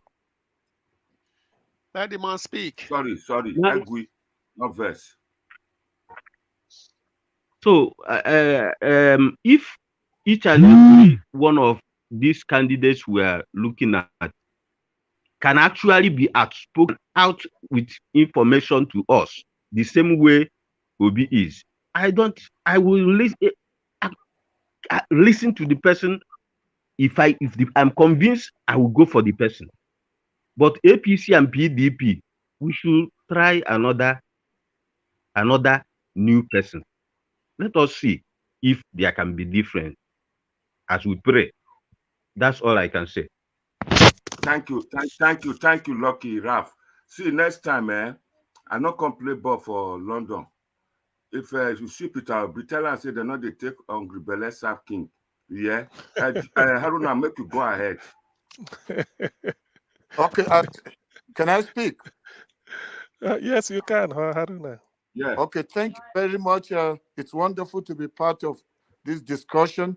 However, because the time is short, I would say a lot of the talk should be how to promote, to sell, and to expand the voter base for Obi. All those talk about Sowore, what is said, what Mba said, those are distractions. The concentration should just be Obi. How do we sell him to Nigeria? How do we get especially the North, influential people to buy in? Because for the youth in the South, the Southern youth are independent, but the Northern youth may talk, but then when they go home and they are told, don't sell us out, they're going to follow whatever their elders say. That's why we need to penetrate the North and make sure we get that. And then we shouldn't be carried away. While I know that the vibe, the excitement on social media, the youth are getting together, but did you notice during the primaries of APC, the time that Osibanjo got up to speak, they didn't give him time to speak. There was a lot of noise and shouting. If one had that, it would say he's going to be the winner. But he did not make it, because noise alone is not what brings the vote and takes somebody in. And it's not whether you're an activist. No activist wins an election like this type. They can create the environment and the platform to sensitize people, to get angry about the status quo and look for change. But somebody else that understands, that's a Democrat, that knows how to get people without bribing and be loved all over Nigeria. That is what we need to do now. Sell Obi. But you, especially those that are from the South, Southwest, Southeast, and south, whatever you call it. In the north, we are just northerners. We don't know the difference. But you are the people creating the problem of Obi with your division in the south. The candidates are more from the south than in the north. Northerners have few candidates and they will step down for each other. But southerners, everybody wants to be president. That's where the problem is. So, and we can see the division from the north. That's why we make sure we go to the west and get the Yorubas to give us their votes. Then we keep ruling. And even when we give a Yoruba, we are preparing to come back. That's why they're doing Muslim ticket, because they know Fulanis will still rule and they will tell Tinubu what he must do. So that's my concern. Thank you very much. Thank you. Thank you. Fire on. Jimoyamo, go ahead. Finish here. Thank you. Thank you. Yes, I thought it was CM speaking. I don't want it's me now. That's why, because I've been saying. Please, okay, moderator. CM, sorry. After CM, okay. Jimoyamo. Okay. Thank you very much, moderator, and all protocols observed. First of all, I must have to express my sincere thanks to Mr. Haruna for coming. In fact, Haruna, I know I will be speaking the mind of all of us here to say you should try and join us every day if you can. Haruna, please, you send me your phone number, please. If you can write it on the wall for me. If you can, Haruna, we need you here. Then, having said that, one thing I want to touch on is this. You see, I don't know whether it is only me that have had it. The campaign manager or the director general for P2B is Dr. Doyo Kupe. He was asked on radio program, what are his plans for P2B to be to campaign up north, that everything is concentrated down south here. Doyo Kupe said that INEC has not given yet the go-ahead for campaigns to start. That whatever they are doing it underground. That if they should go now, they may break INEC's law, because INEC will now say, I'm coming. INEC will now say, campaign has formally been, it's now okay for people to start campaigning. That is full-blown campaign. So when Doyo Kupe said this, I reckoned with it. But having said that, Haruna, that is not to discountenance what you've said. At our level here, we are maybe say masses. But people like Doyo Kupe, those in P2B's campaign, they know politics. They know that we need vote in the north and how to go about it. Just like you said. Just like you said. I'm aware. They know. They are aware that they need to penetrate the north. And that will start with their running mate that P2B will choose. It must come from the north and they must be a Muslim, because P2B is already south and a Muslim. So to balance it, it must be a Muslim and then from the north. But I don't know who. So at their level, I think they are taking care of that. I can say that because for us here, or for me here, I can't boast of saying I have links in the north, even to the type of people you are mentioning, and they cannot suddenly come up. So to that extent, that is what I will only say there, that I know they are handling it. That is what I can say there. Then on the issue of people maybe not feeling happy, the way people are reacting to Father Mbaka, and then P2B keep quiet. Father, there is a thing that when good luck was in power, people were saying, okay, good luck, a breath of fresh air. From the first person from South to be president. And look at the circumstances, good luck came up. And then being an Ijaw man and everything. So people felt that at least let's try somebody who is not a politician, from the university to vice the deputy governor and all those things. So Mbakanam prophesied that good luck, Jonathan, good luck has become bad luck. The same place, that is the pulpit, he said it there. People now said, okay, let's follow him. Mbaka also said, Buhari is prayer answered. That is the Messiah. Haruna, is Buhari the Messiah in Nigeria today? With what we are having. So when you now tell people this, people will be wondering, say, is it really God that told you that Buhari is a Messiah? How can God tell us that Jonathan should go and then Buhari should be a Messiah? Are you sure God? So that's why when Mbaka predicts now, people will now react to him and say, look, all this, that is what is causing it. Just like Tunde Bakare said, God told him that since Buhari is the 15th head of state or president of Nigeria since 1960, that he, Tunde Bakare, God told him that he will be the person to succeed Buhari. Now, I mean, he said it openly. So when you hear this type of prophecy, that's why when people now say something, in future, if Tunde Bakare did not succeed Buhari, he says something again in future, people might say, you see it, you said the God who told you this and now it's no longer there. So that is as far as that one goes. Then on the issue of somebody, maybe Labour Party is still a party that hasn't commanded. Mr. CM, just want something to help you with I need your advice. At the moment, I just got information that the southern leaders and the middle belt leaders call Okowa a traitor. They want him out. Go ahead, talk. Okay, well, okay. That we may discuss that tomorrow or next when you bring it up in the forum. So now, what I'm trying to say, so on the issue of, Labour Party, we know there's no government house occupied by a Labour Party governor and all those things. But Nigerian politics there's one unique something you must know about Nigerian politics. Do you know that today, before, as of 2 months ago, All Progressive Grand Alliance, APGA, has no senator? Do you know because any Naya I'm coming? Yes, they have no senator. Okay.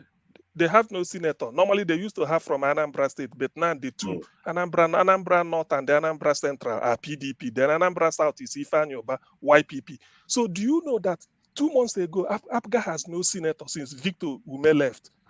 Do you know that any Naya Baribe resigned from PDP, joined APGA? He's still in the Senate. So APGA has gotten a senator. You see, that is the way Nigerian politics is.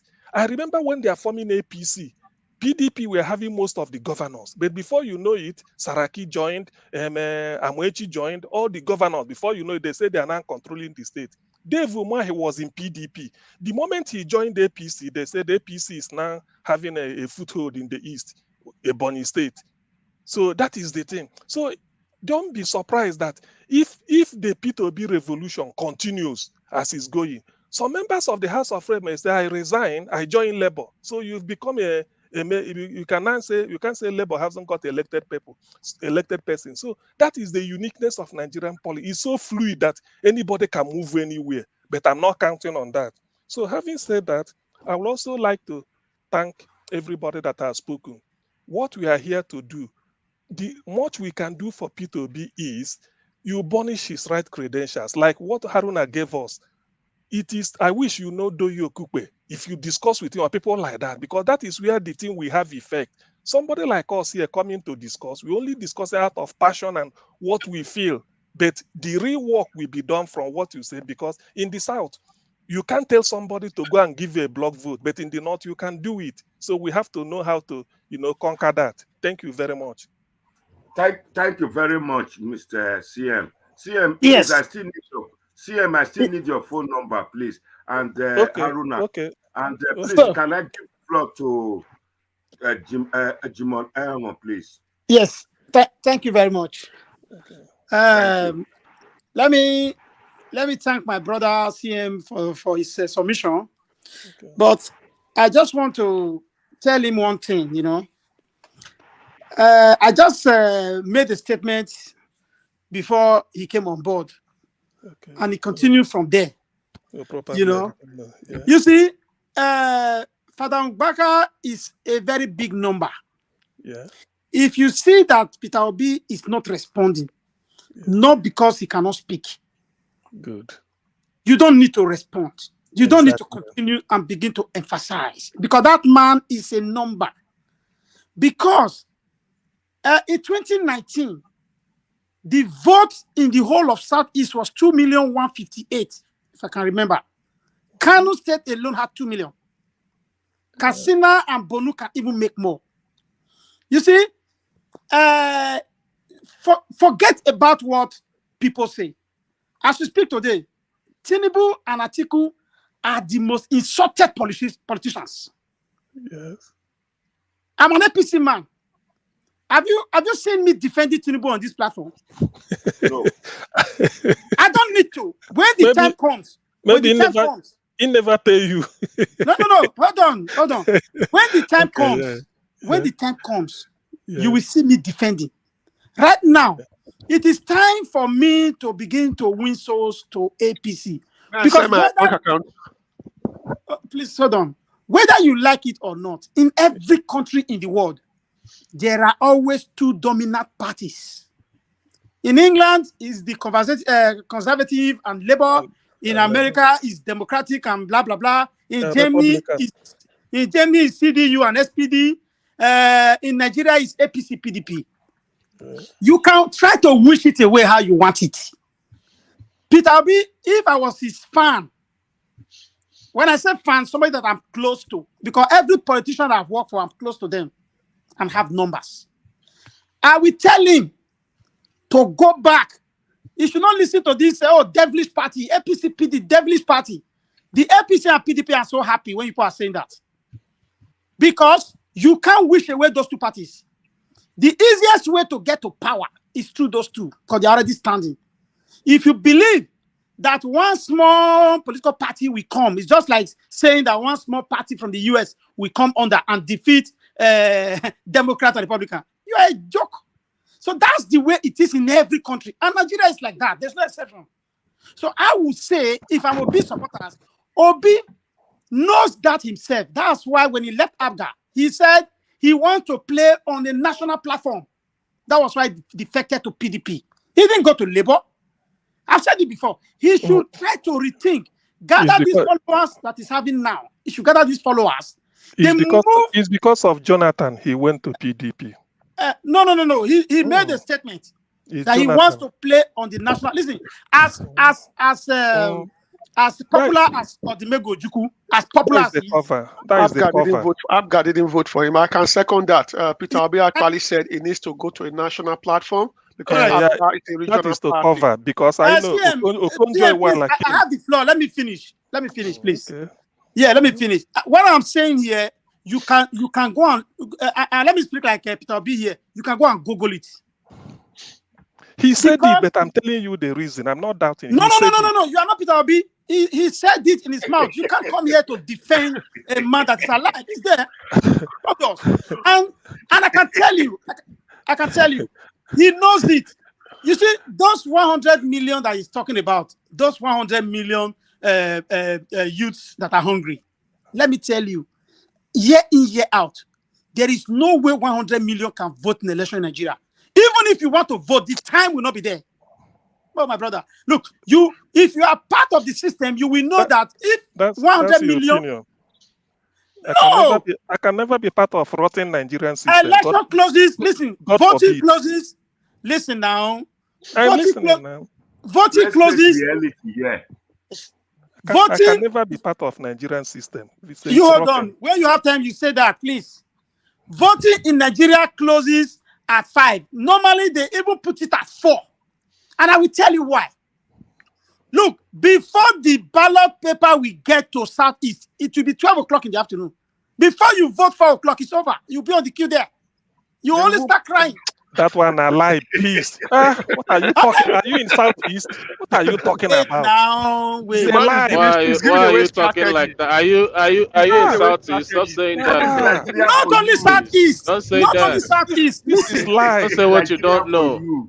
Don't say what you don't know. You know now. Now what for Nigerians? Okay. Nigeria for you. Somebody should continue because on the 24th of February we will come here and discuss later. Okay. Can I just always go before DES.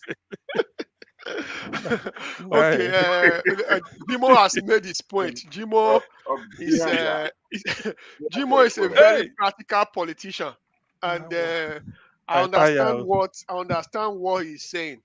So for the Labour Party, anybody in his right thinking cannot wake up tomorrow and say Labour Party will just wake up and defeat the PDP or the APC. Just like you are in America, the Independent Party cannot wake up and defeat the Democrat or the Republican.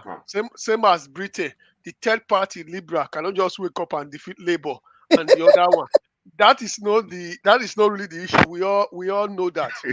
And I am very happy we have two Northerners who have come here to speak today. Because I'm very happy. The reason I say that is that sometimes there's a Benin parable that says Ahojihian Ojiwi and Moonswera. Ohunia we no va. No. So Reverend Umbaka has Reverend Umbaka has come out and they make a very callous statement. When I know crazy the command of God say make callous statement to a statement he makes someone not use God to pursue me. He made a very callous statement, Reverend Umbaka. Now, in society, we have what you call activist judges. You have activist doctors. You also have activist pastors. So Reverend Umbaka is an activist pastor. Now, if I was Peter Obi supporters, and Reverend Umbaka make that statement, I thought I would just need to even pray to God. God, thank God you've answered my prayer. Tell them. Because he actually re-emphasized what Peter Obi is saying. He say, I am incorruptible. So I don't know why Peter Obi supporters are not able to praise Reverend Umbaka. Because he's doing the biggest favor. He said this man is not corrupt, he is stingy. That means he's not corrupt now. So why is Peter Obi supporters angry with Umbaka? They are attacking the Reverend. The guy just said Peter Obi easily without Peter Obi even selling himself. No, because inside be false prophecy. Forget prophecy. This what one, of the ones will come true? This one I'm marketing for TV, Jingo. For NTA, for AIT. He said my candidate no corrupt, they share money, they chop money, and now they vest. Hi, this is why I say Nigerians don't really understand issues. That is the biggest gift Peter Obi can get. That's why the man don't respond. Because it's a gift. That is the simple truth. So when we talk about is this CM or Jimo was speaking just now about Labour Party and whatever, in a way he's right. I said it at the beginning. If you look at the way Nigeria is structured when it comes to voting, it's also similar to America. If you go to the state of Illinois, or what a lot of people know it as Chicago, if Democrat put dog for that ticket, they put rat. Now they go win for there. If you like go put Jesus Christ for Republican, now Democrat go win Illinois. If you go the state of Tennessee, if Republican put cow, no matter that Democrat go put Martin Luther King, now that cow go still win the election. Same as in Nigeria.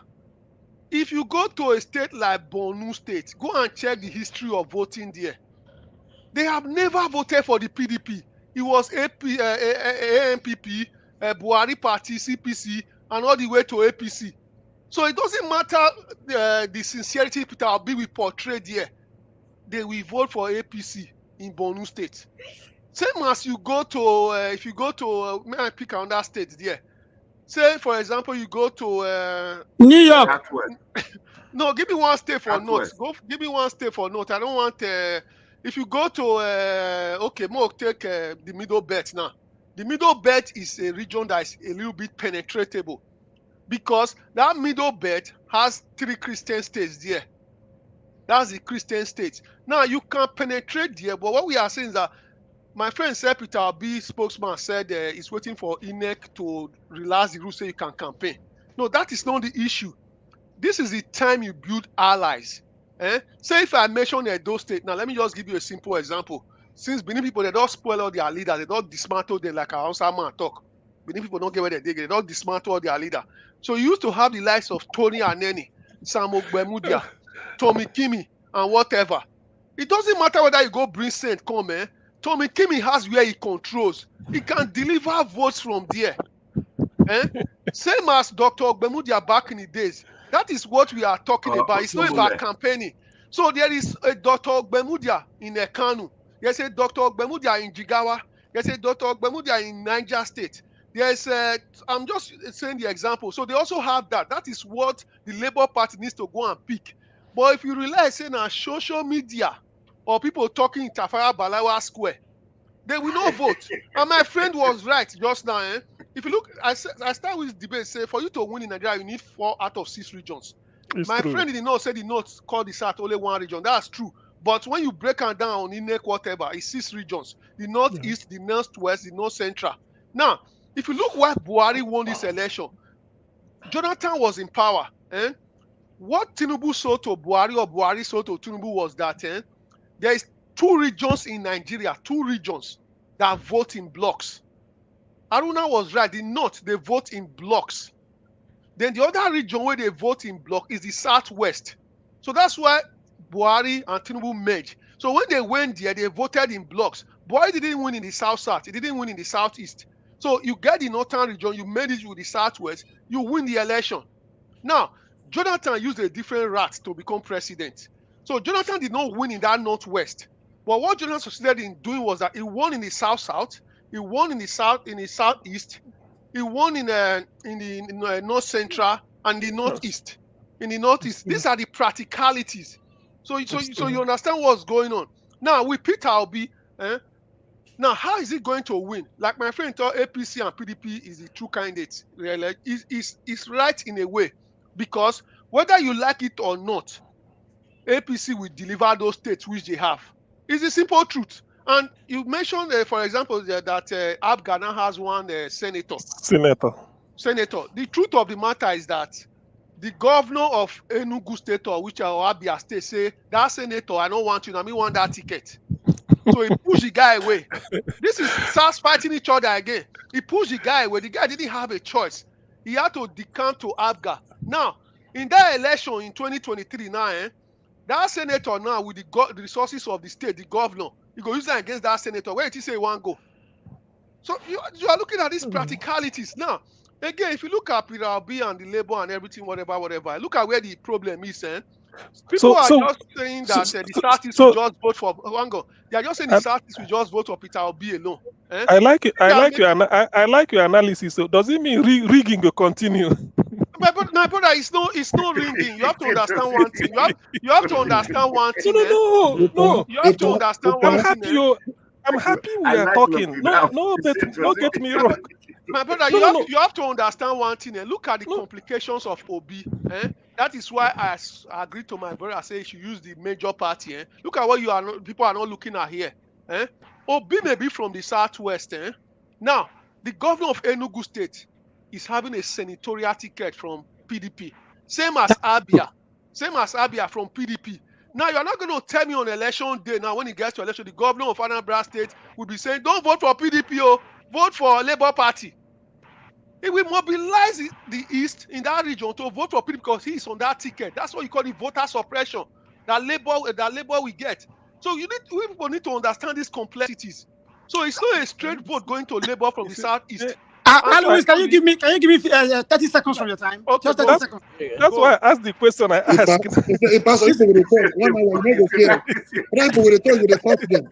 Don't bring your APC politics come here, pa. Can I talk? You ask me. Somebody will come for 1 hour. Moderator, you ask for my phone number. Just 30 seconds. Just 30 seconds. You see, what I want to align with my brother Louis. What people are failing to understand is that even if we don't speak the way you will like it, but it is good for us to say the truth so that it will not be new. What APC or PDP are looking for in Southeast is just the 25% they need to get from the states. They know they cannot maybe win there because of the popularity of Obi right now. They just need to. I can give you one thing. Let me give you an example now. I can give you, if I was APC, let me just give you one strategy. Let me give you one strategy that APC and PDP will use. That people don't understand.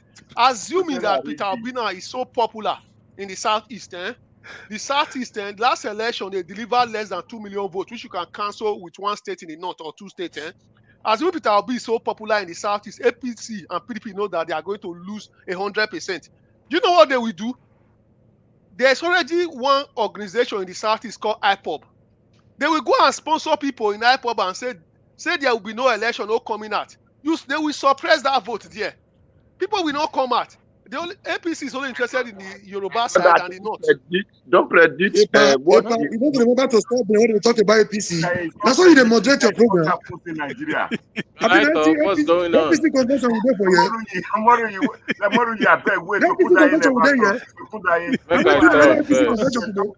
I enjoy your analysis. So to be honest, I enjoy the analysis. Let's go back to the man we are supporting. I just wanted us to go a little bit and see the realities of Nigeria. It's true. Mr. Mary, you have not spoken since. Because of what Because of what you, Mr. Jimo and the Alwi they do. I don't forgive my other brother when they talk about Shogore and Baka. This is the reason why we have to team up together now. We are tired, Mr. Jimo. I want to tell you, we are tired of your APC, PDP, all the status quo. We are tired. Yeah. Please, there is need for us to form a synergy. When he said all these things, it put my hope. Now, make I ask, I'm sorry, Africans, call PDP and APC. Yeah, this is why I have to forget, tell my beloved Obi supporters. We have to come together. Mr. Murray, I'm with you. We are on the same page. Make I talk. To dethrone these people. You see what I mean? Not coming here to scandalize ourselves. We need the Showore, we need the Konkwasa, we need Peter Obi for us to come together and defeat Jimo. Thank you very much. Bye bye.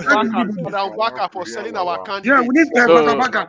We get this over coming tomorrow and appeal to him like he should work with us.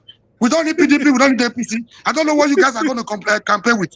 Anyway, you contradicted yourself by saying we have decapitated the godfathers in Edo State. The way we did to Aneni, the way we did to Kamudia, the way we did to Yamu, so we will do to Tinubu, Atiku, and the rest of them. Thank you very much. Obi is our new president. Omaru, you don't miss a lot. To say you follow the analysis, you follow the analysis. I don't know where they vessel for them Baka. We should be taking how to form a synergy now. So we need him. So whatever we need him. But if you need Kwakwanso, then Obi need to be vice to Kwakwanso. Omaru, you miss a great analysis. Yeah, we'll get that number now. I'm talking to Showore already. Showore is my good friend. It could be very principle. Matters of principle. He could be as solid as a rock. He doesn't want to compromise. Then Showore and he will work together by the special grace of God. But Mr. Murray, please. Sir? If you really need Kwakwanso, then I think you need to talk to Obi to vice him because Kwakwanso will never be vice. That's the issue. Yeah, I understand. I understand that the supremacy mentality they have. Exactly. But we'll do whatever we can to woo him to our side. We'll do it. Don't worry. If we miss the money, borrow some dollars from we'll do so. I wish you success, my brother. Moderator, you can see. Yeah, we are going to defeat PDP. We are ready to defeat the old order. We are tired of the old order. We have not led us anywhere since 1999. After Mr. Kundaye, GES and CM, then we round up. Please. So,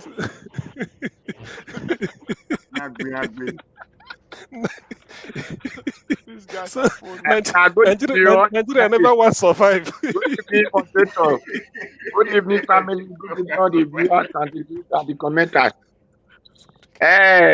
Waiting me, I will want to tell people. PDP, APC, now one party. There not be opposition. That is why people went in the APC yesterday, they don't enter PDP this morning. People went in there PDP this morning, they don't enter APC in the afternoon. So now, when they just say, now so they go just go carry east, carry north, carry south, carry west, carry this one, no problem. Now then they carry on since. Now because they carry on, now make all of us go past Libya, the enter road. So we get waiting to ask people questions. Because if you be say this PDP or APC na good party, your children or your brothers or sisters for not go the meme for desert. Many for not go the meme for inside fish, when fish can they do burial for them. So it is very simple. If that life never tire people, then may they go vote for PDP and APC. If the life don't tire them, if the hello? They say make PDP, make they go they tire them, make they go they bury them for fish. Go on, Okundaye. I they talk to the voters, so not me. So if they no say they no want may fish go they do burial for their children again, or may sand when they Libya road, they do burial for their children, or may they not come they cry for Zazun, say may they come help them come back to Nigeria, they don't need to vote PDP and APC. But if now that one they want say made their most children, because if you check all people when they cry, made they deport them come, all the SAT they whether you be Yoruba, you be Bini, you be Igbos, all of them they inside. So it's very simple. We get logic to campaign. PDP person when they use America, they compare yours now. Say America, this one not go fit happen, made the other one with yes. It gets state when PDP they win. It gets state when APC they win. That one no problem. Make them win and finish. Then may Hesme and the other names go be their visitor. So there are things to ask them question. Now question because before when campaign will come, they not they ask voters question. Now ask voters question. You like me this Hesme continue to visit you. If you say no, you tell us say make you go vote Labour Party. So if you say yes, tell us say okay, may you go vote APC or PDP so that the Hesme will continue to visit them. Like those people where they go meet for inside church for what we do now. I believe those their family now. Those one not gonna go and vote for APC or PDP. Except if they want me, they constantly visit them again, then can go and vote for APC and PDP. Thank it is very clear. Thank you very much. The next person now to talk is I will leave the floor for CM now. I mean now, what's happening? Okay, let him talk. Let him talk. After him, I will talk. Okay. CM don't hear all the analysis. I never talk. I never talk now. Talk. So,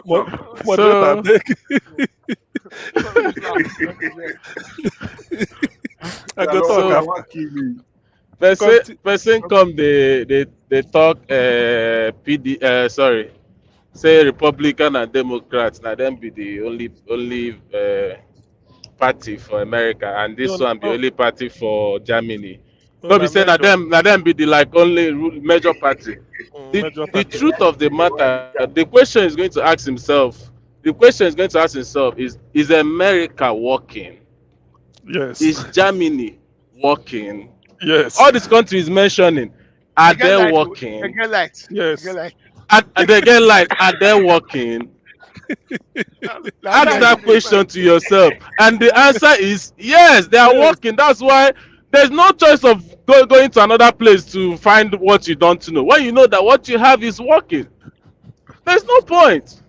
Now Nigeria, all these two parties, we have seen so many years that they are not working. Now we're looking for alternative. If I tell you, if Republican and Democrat, if America is bad, trust me, I know. I mean, I live in America. I know they will go for another party. No matter. America are just self-set.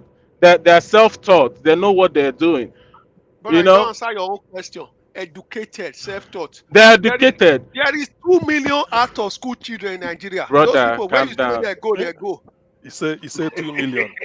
2 million like, if you go percent. Half of them na 13. He said 2. What be 2? He dey talk of 13 million. Those 13 million people now they know what to be good governance. So now we Southerners are brother. We Southerners are intelligent people. Yes. We know that. We Southerners. The problem we are having is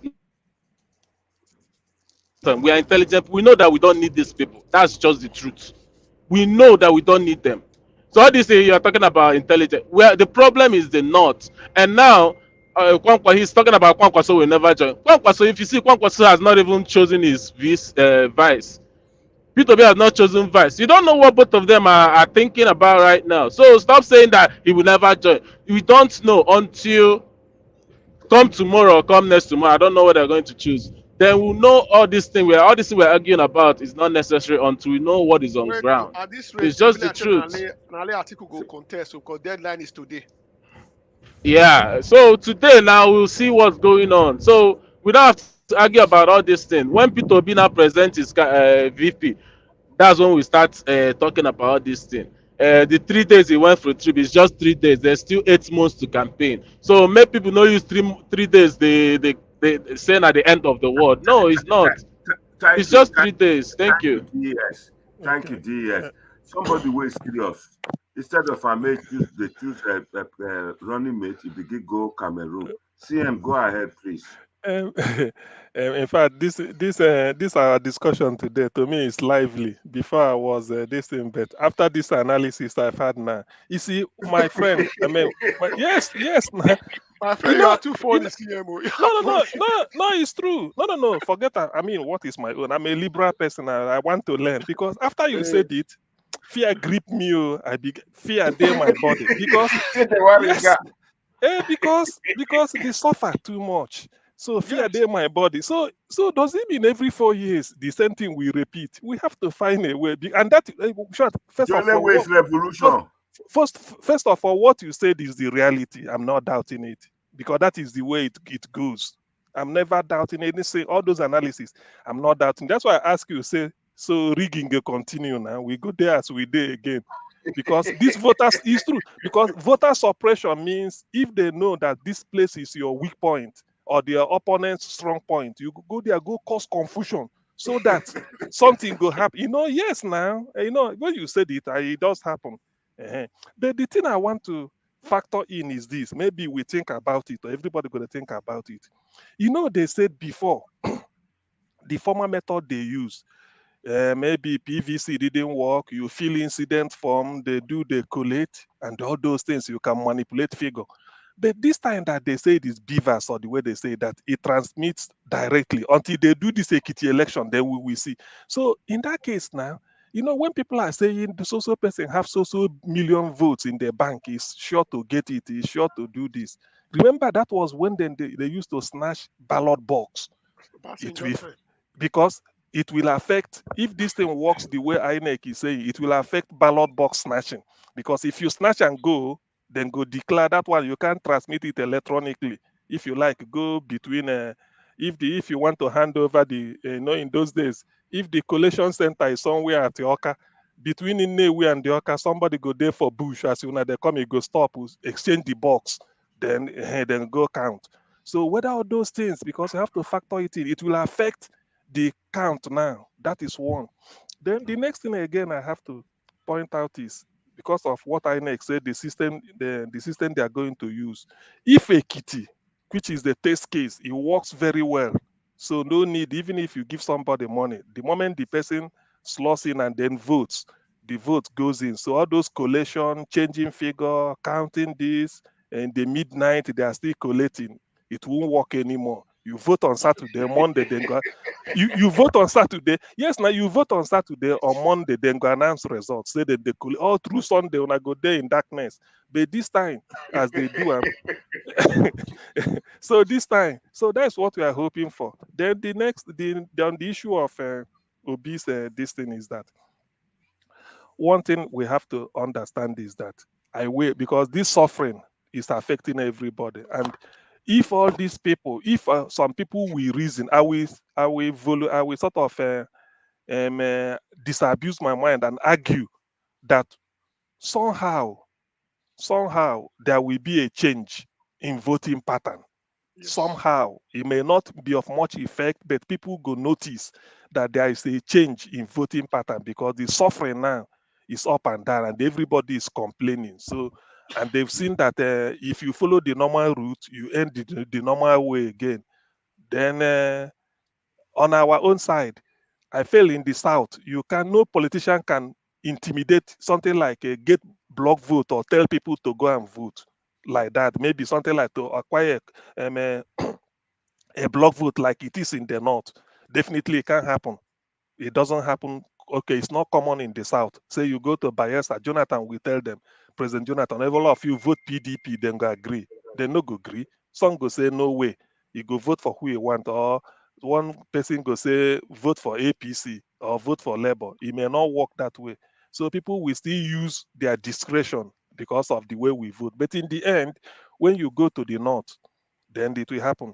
Let me leave you people with this question so that we think about it. All this new PVC goes, what of underage voters in the North? What do we do about that? Alois.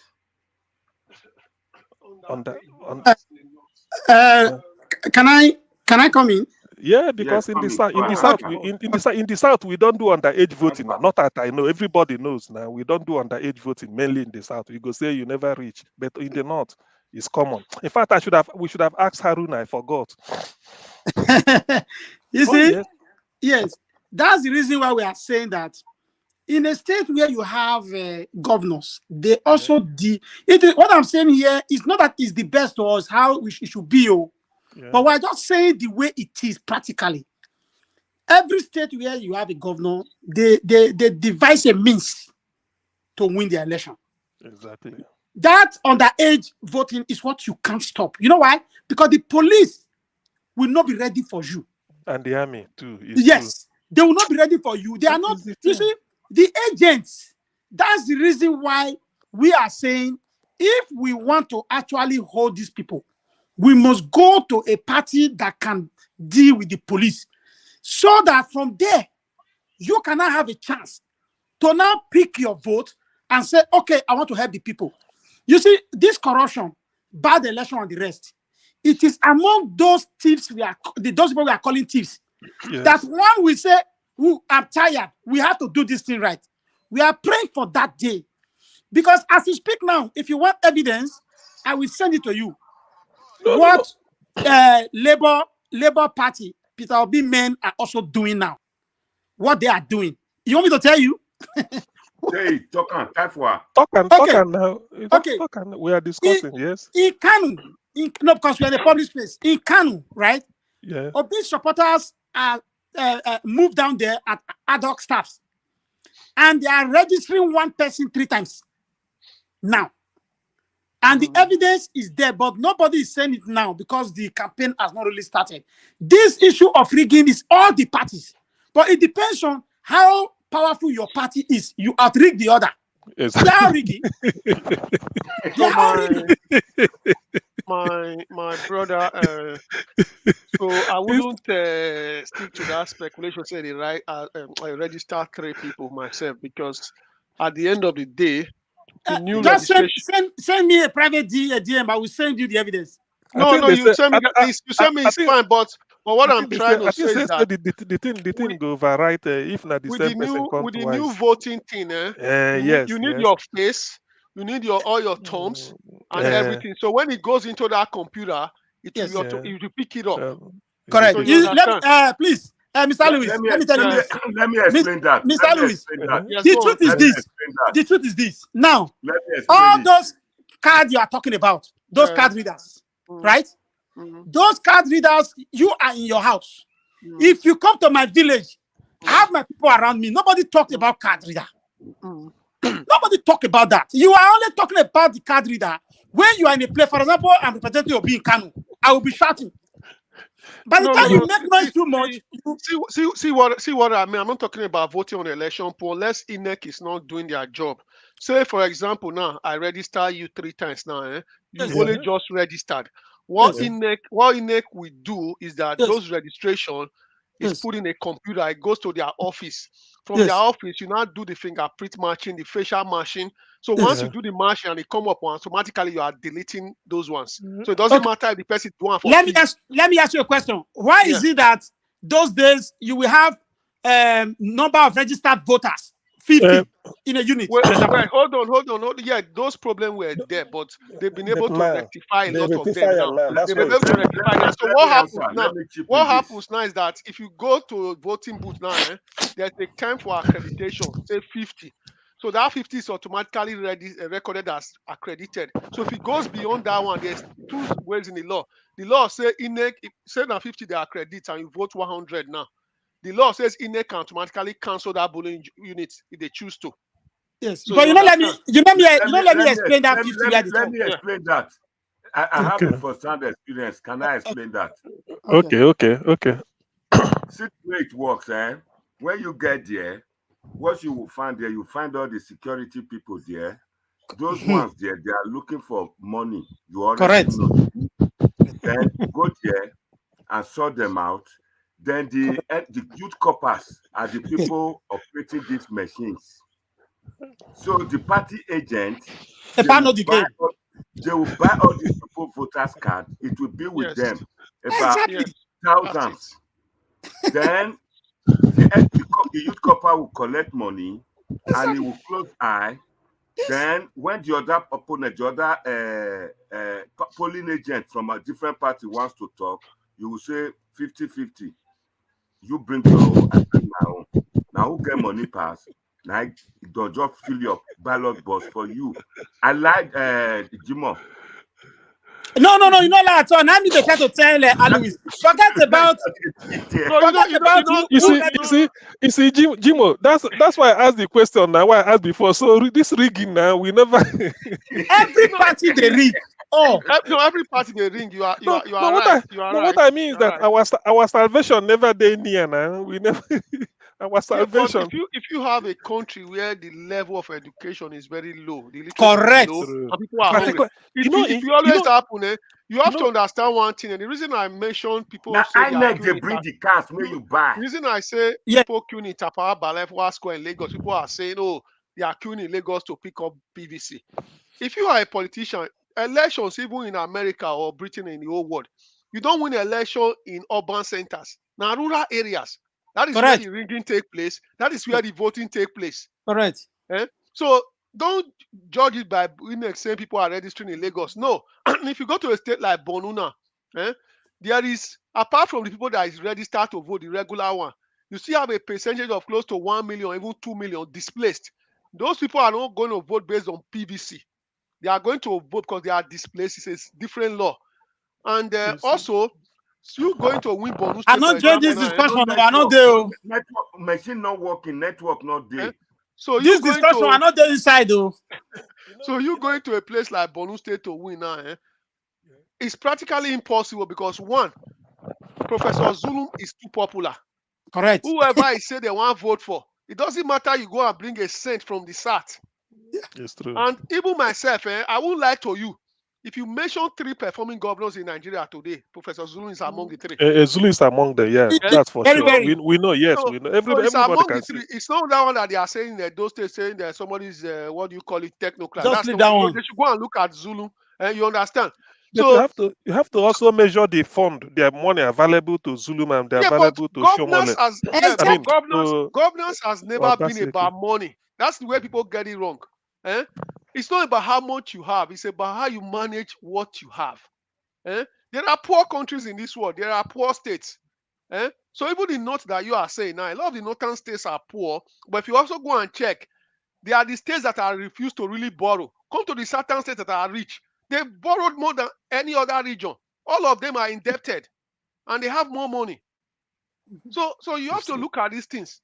So we have a fundamental problem in the South. That is the truth. My friend did not make the true argument. We are all fighting ourselves in the South. But what he didn't say is that fact that we are fighting ourselves, we are actually handing the presidency to the North. And you guys are saying you don't want Fulani. Fulani will continue to rule for another 8 years. That's what's going on. And exactly. If you look at the case of Peter Obi, let me just finish this point. In the case of Peter Obi, now, from my point of view, if I look at it from a very analytical point of view, Peter Obi, you can like what I say or hear what I say. Peter Obi in his church mind, if he closes his door, he knows he's not going to win 2023. He knows that. But there is one thing Peter Obi is doing that people don't understand. Peter Obi knows that for you to become relevant in Nigeria, you need to have a movement. You need to control a particular section of people. You need to build your own crowd. So Peter Obi has done his mathematical calculation because if you look at the 2 parties now, the APC and the PDP, so they have 2 candidates. They are the last standing octogenarian, the last standing of the bad and the worst and the best. Atiku and Tinubu, they are the last standing. After those 2, it's a new generation of people coming through.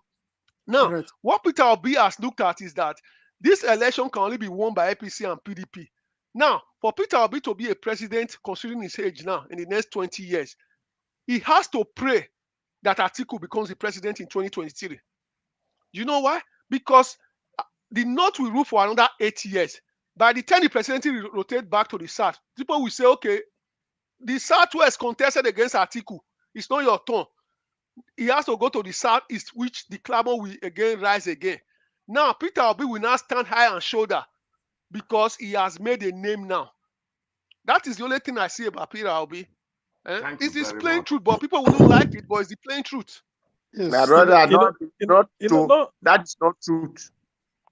When you after following this analysis, because all these things we are saying, one thing I wouldn't just say, in the South, like Haruna said, yeah, is because of the level of our, okay, let me just say that Nigeria is from a Benue state down to the Atlantic. We won't be having problem. That's correct. That's the part We of the won't. We North won't. Central. Yes, yes, I'm part of just at least when I say Benue, the areas are here down to the Atlantic, down to Bayelsa. We won't be having problem. We will still be having problem, just like Ubaka. We will still be having problem. If we can have Ubaka, wait. Why would we have problem? Oh boy, wait. Which one you there, sir? So listen. So there's problem. Because what I'm saying is that take the whole of Southeast. Yeah. Everybody say there must be education. You can't go to Bayelsa and tell them education no good, or South or Edo Delta. Education up to Southwest. Then because since majority the Southeast now, Southwest and South believe in education, producing candidate for JAMB. The small area of North Central that joined us, we've been affected. So give it a year, 2, 3, 4, 5, they become like us. Yes. So because of that education, that liberalism, when we now sit down and say, let us make constitution, they don't know their strengths and weaknesses. So people can then say, okay, let us go and vote. Easily. We won't be having all the, okay, first of all, you have to know that there wouldn't be something like all this terrorism. It can't come. No matter what, Yorubas have Muslim population, but their Muslim population can never join terrorism. That's they can true. war. That is one thing. My brother, you never see Christian where they thief. Wait, no, not terrorism. Terrorism is not the same, bro. Carry weapon to go disturb and terrorism is not the same. Everybody can be bad now. No, I'm coming. Where they know the thief, you said that the thief. My brother. What I'm saying is that the terrorism I mean is that, for instance, they say, they cartoon Prophet Muhammad for Denmark, the Yoruba Muslim go come begin to slaughter somebody in Bayelsa, will be Christian. It can't work. It can never happen. Or is it? So that level of advancement, that will help us, because when we are not doing it, in fact, everybody, I tell you, people can easily go to sleep, and their politicians cannot deceive us, because they now know that everybody, I mean, it's like we are a little bit a step ahead. But because of the fact that Nigeria, it is the way it is, okay, 3 million people, 30 million people are say out of school. Are you telling me that you can go to Bayelsa and get 1 million children out of school, or 500,000? It's impossible. Let me correct something here. These people you thought they are out of school, they are educated. They educated. Yes, listen very well. Out of school now, Majiri for street now, be out of school. Listen very well. Those one you call Majiri for street, give them Quran to give them Arab to Rabbi, they will not write it for you. That is not what they used to judge. Yeah, but that is no education. What we are talking about, somebody went to primary. Wait, somebody went to primary school. Formal education. Formal education. That's what we say. You speak English. You speak English. It is for British. I want to explain something here.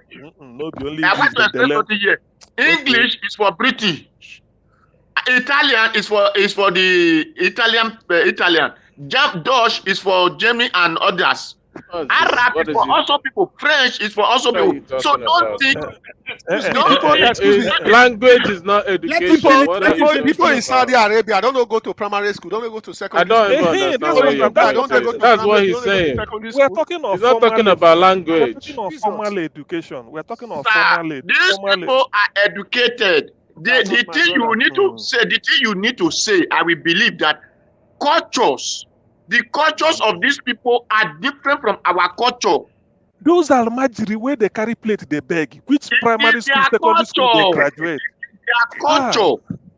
Sir, the culture they believe on. The thing you are saying that the East, the South, and the West, we practice the same culture. That is why when you see Ugbonima in Igbo, you see in Edo, you see in Benin, you see in Yoruba. When you see anything, because it's our culture. Wait, so my brother, Afghanistan is one of the most backward countries.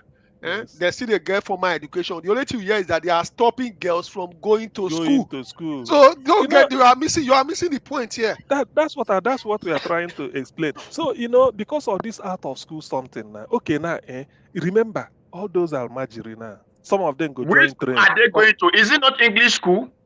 To go and learn how to read and write English. Come on, bro. brother. Brother, no. Anyway, let's go back. Brother, Let's go make am- back to the issue that really concerned us. You see, from the very See beginning. English as superior. Others are superior because everyone has their life to live. So don't look at English as so superior because not person. English. You are still No, getting us you're not wrong. talking about English. We're talking of You're formal talking education, about whereby formal you go to education. nursery, primary, You secondary, know, higher institution. Now learn this formal biology, education, learn stuff. I want to ask question. This formal education, how do they go? Is it not through English? You can teach it with any You can use it language. It with any doesn't language. matter what language you teach. You can teach teach it it in with. French, in Chinese, in Arabic. That is It why doesn't I'm matter. telling you, these people have still You learned can on teach their it. You can teach it in Hausa. It doesn't matter. But it should You be can teach it formal in now Hausa. It because you should do be it formal. according to age. When you Oh hear my somebody is God. 20 years, you expect to say you don't finish primary school, maybe finish secondary What are you school, talking maybe about? on the undergraduate, then they go. So formally. So that's why we say for their own case, because of that number, okay, they will now come down south, start to take plate they beg. I don't know whether you've been to the north. So it's a problem. That is a problem. And these are the people they use to rig this election, the last week they talk. Because now them, then go take to rig a election well. Say give an all of now they just register them small underage, give them PVC that they queue up. Use them to rig election, bring the number. What you have to understand is why is it that Zamfara go return like 4 million still you've registered voters, maybe 4, 5, 6 million. But to write school start in a year, they pass 200 for the entire state. Which school start? This is what I'm saying. Which school start? Formal education now. Listen, sir. This is what is disturbing with the Satanat that enable these people to take over us. These people has it in their brain that we must look on the other people. We did not have it in our brain that we should contest other people. We believe on what British or other people bring to us. Why I these people have it in their brain that understand what my brother is supposed saying. Exactly. See what he said. We should be studying Aroshukuku, Ogun, Sango. That's what he see, I don't finish when I was saying supposing Nigeria is from Benue State to the Atlantic. Everybody agrees, say this kind of problem we are having, it shouldn't be to this because level. that is where our family started from. The Benue are our family. The Kogi are our family. So this is why you still see it as if it starts from there because they are our family. Okay, now I will give you in the Benin has 3 local government in Benue. The Igbo has, the Yoruba has. In Kogi, we have almost half of the local government. He said Bini has a tree in Benue State. Yes. Please tell me because I need to learn this. Igbos in Benue, natural Igbos. So Yes, right. I know that one. I know. I'm aware of Igbo. If you go to Igede, if you hear of Igede, Igede people. Yes, they are Benis, and they have 3 local governments. Okay. Is that so? Idoma family are Benis. Okay, Idoma. Yeah. Idoma is to the west. Yeah, western. Western. Now, when you have these people, these are our family. So that culture is in them. That thinking are the same. The other part, Igbo has their own there. The thinking are the same. So we are all Yoruba also. There's them Dino Milaye and with the Kogi. And they have much people in these places. So this culture and these people are one family. So we think like ourselves. That's why we not speak different languages. That does not matter. What matters is the brain, is the blood. So the other people believe they are about to conquer all the other person. So that is why they have the orientation. That's both plenty children.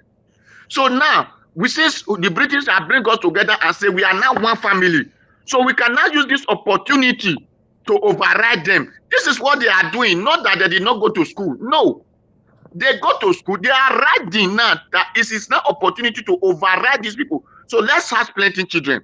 With these plenty children, we are one Nigeria now. So if we push this our children to their place, they cannot drive it. They can no longer fight us again. Because if it is before, we fight them and pursue them back. Now, in the name of we thought we are civilized, you can no longer do these things again. So they are using it as opportunity to take over you. That is what we are facing. Not that they did not go to school. Please, we should understand it very well. I did not say Patogun or all those things. No, I am putting what we are lacking, that these people get over us. That they are using it, but we are thinking that they are not educated. That is why. No, it's not they are not educated. But let me ask now, you. You know this Fulani. Okay, yeah, okay. I'm gonna say continue. Before you ask the question, now do they not have church in Ebonyi mosque? They have, and Afipo, they have now. They have. Are they never convinced many people to their way of thinking? They have done. And do they not have emir there? Well, it has the name they call it. They have it inside there now in that Ebonyi. Now in Lagos, they have emir. The other day they wanted to have emir in Edo. What are we talking about? Ask your question.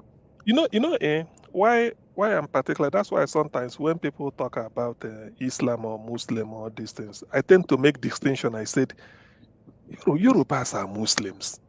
But you can never see them with somebody like Ganefa Ohimi. Do you know? I didn't know that Ganef was a Muslim until he died. Nobody knew. So they don't wear it on their sleeve. But these people, they use their own, they wrongly to intimidate you. Yoruba Muslim, we know them. Yorubas have a lodge or your state, your Guno everywhere. But yet these things. So sometimes when I look at this thing, I marvel. I said, what surprises me, what I tend to baffle me is, where will this solution then come? Now, Fulani, as a people, they are minority. Their population in Nigeria are not up to, I don't think they're up to 10 million. Because when they say in the north, now we just there south, they say north. When you get in there, they will tell you that if you get a place like Kebi, there are different Christian tribes in Kebi. If you get to a place like even Gombe, there are Christians there. If you get to Adamawa, there are Christians. Borno, there are. Where you have maybe predominantly Muslim in Bikano and Kasina. But yet, when they want to talk, you think that Fulani dominate the entire northern Nigeria and they could produce leadership. Okay, Atiku is a Fulani. The man where they na Fulani. Tambuwal, I think, na Fulani. All these things you keep hearing, any of their politicians na Fulani. So the thing is really a problem, because if you don't get foothold, must we then continue like this? We can't. Something must have to give. We can't. The suffering is too much. There's no end in sight. Even the permutation we are making, you find out that no way.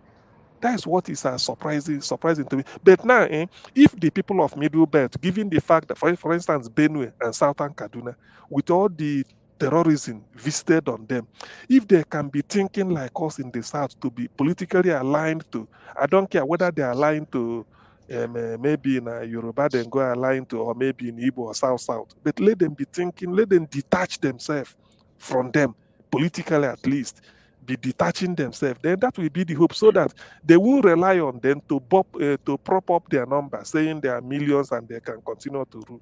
That is the way I'm looking at it. No, I think the problem is, let's really look at the numbers in most of those northern states. Yes. So in the states that you have the Christians, it's mostly 80-20%. That's where the issue is. Now, in a few states, 3 states, maybe like Plateau, you have close to 50-50. It's only in 3 states. Yeah. So the rest, they are minorities. So that is like you go to Bauchi now, where you have this Dongora that was in the House of Rep. Okay, Dongora, this one they're suggesting for Tinubu. So he's a Christian, but again, he's a minority there, but in that state. But what's happened is that, like you said, Johnson, on the Christian part, every time they've removed the guy, or when he decamp, he dropped his seat, he recontested, he keeps winning. So the governor can't do anything about that because he comes from those Christian side and they give him that vote. So you understand? So that is the problem with that north. So again, whether we like it or not, we have to get a Southern president and trick the north. We have to trick the north to think like us. The only way to maybe trick them, whether we like it or not, it still goes back to this education. We can keep talking. We have to educate these people, put them in schools. You know, my brother, Yeah. this thing you talk to trick them with certain this. You know, this thing for don't happen. If not be Tinubu, we go bring Buhari. Jonathan for enter again. Implement that 2014 agreement, isn't it? Yeah, but that was part of the problem I said about Jonathan. Please They let me correct this gave him impression. the document. He didn't sign. No. My brother Alois, let me correct this impression. CM just said that Tinubu went to bring Buhari. Buhari. You see, let me correct this. When Buhari was there, we the Santanas were tired. We felt that we need a change. Okay, that Jonathan. The way corruption is, that he was corrupt, everything. That's how we killed the man. Then we were looking for somebody. But that na lie now, because most people. Not the truth. Yeah, but not the propaganda. But that was what happened. Yeah, okay, yes, not the propaganda. Yes. Yes, that was what happened. And Tinubu that time was seen as a god. He was the one that aligned. We were all happy that he aligned. Somebody is coming to fight corruption. That was how it happened. So it was Tinubu who went to bring Buhari. We were even happy. We needed somebody that can fight corruption. That was the trick. It's an opportunity but it boils down to when we are saying we need to elect somebody that has backing of his region or backing of his people. Jonathan was easy. Jonathan It can only happen if we use the option A4. That is the reason why the executive they will never agree for a direct primary, which is option A4. No, I don't really think Jonathan was removed because the election was rigged. It wasn't because of rigging. It was not rigged. That's why I come back to you just now. There is 2 regions that vote in blocks in Nigeria. Yes. The North Southwest and the Southwest. Yeah, that's now. And it is the North and the Southwest. They are the only 2 that vote in block. Correct. So when you put those 2 together, they will remove whoever you bring from the other side. It's not rigged at all. It's not rigged now. If you look at the PDP situation that you talk about now, I say Satan has got problem. Okowa was the one holding meeting, conferences, shouting. He must be a Satan leader. He must be a Satan leader.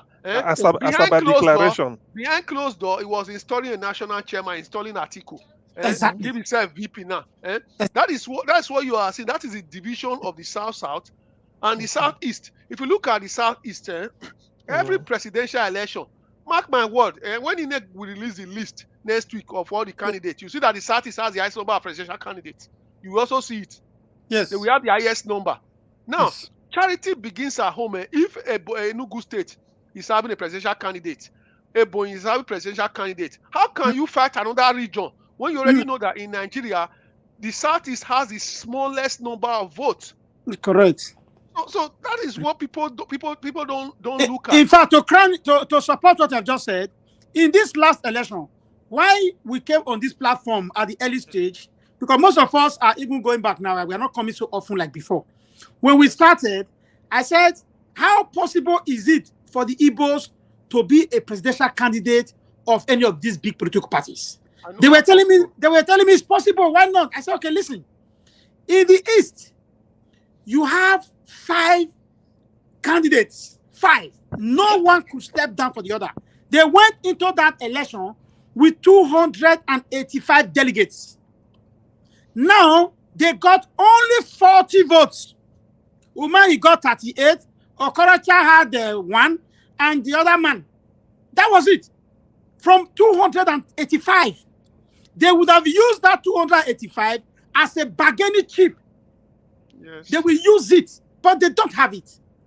So until they come together by themselves and say, look, this is what we want. It is not just enough for the youth to be talking in the corner. We want Eastern, we want this, we want that. But you people are not cooperating. That's why I said the first problem that the Southeast need to solve is to come together as one. Let everybody see that you people vote as a block. Why do people keep classifying Southeast politically? It's annoying sometimes. Sometimes people see Southeast, they're just talking about politicians. As if Southeast in general are just like politicians. We're not politicians. My brother, hold on. We're not politicians. Look at the background. You have to understand one thing. When we use the word Southeast, I'll give you a simple example. If you go to the PDP, when you are picking your presidential candidate, there's what you call delegates, which is based on the state. The Southeast has the smallest number of delegates. Now, for you to be the presidential flag bearer of PDP and APC, You must be loved by somebody from the northeast or from the northwest. There is no way a Southeast vote will ever put you on that position. Now, we keep using the Southeast because I believe an Igbo man can be president, but the only way this can Southeast happen. politicians. Just say it. Southeast Not politicians. South. Okay, Yeah. Southeast politicians. Let me use that word there. I feel the only way for us Nigerians to try or give an Igbo man the presidency is that all political parties in Nigeria has to come together in a conference of political parties, and they will amend the constitution for one election cycle and say all parties must produce a Southeast candidate. That's the only way. Because the way the whole thing is structured, it will be very difficult to put a Southeast man or politician on the top of a main party. Very difficult. Is the simple truth. Unless people start looking at it that way, APC will have to feed an Igbo politician, PDP, NNPP, Obi is getting it right now. Everybody. Peter Obi is getting it right now. He will take all these followers. I can tell you now, he's going to pack all these followers to one other party. Go and write it down. No, followers say that. now. No. Thank you, my brother. We are in the party No. already. So we're not all these supporters. Yeah, we're in the party. That's Labour Party. We are in the party already. That is Labour. Anywhere. So we are not Piripiri. We are not Piripiri and Pussy party. We did not belong to Piripiri or the Pussy party. No, we are now in Labour. Labour, if you not Labour, you cannot eat. According to the Bible said, without Labour, there is no food. So we have to labor so that we can have food on our table. Yeah. So let us continue to labor now.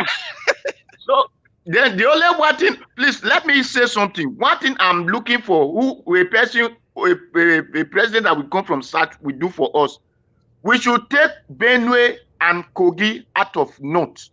He should not be called North, whether North Center. Hello? How do you do that? Is it no person that draw the map and say this side is South and this side is North? But the Northerners, before you do anything in the constitution, the Northerners has majority in House of Rep and Senate. How do you do anything without them?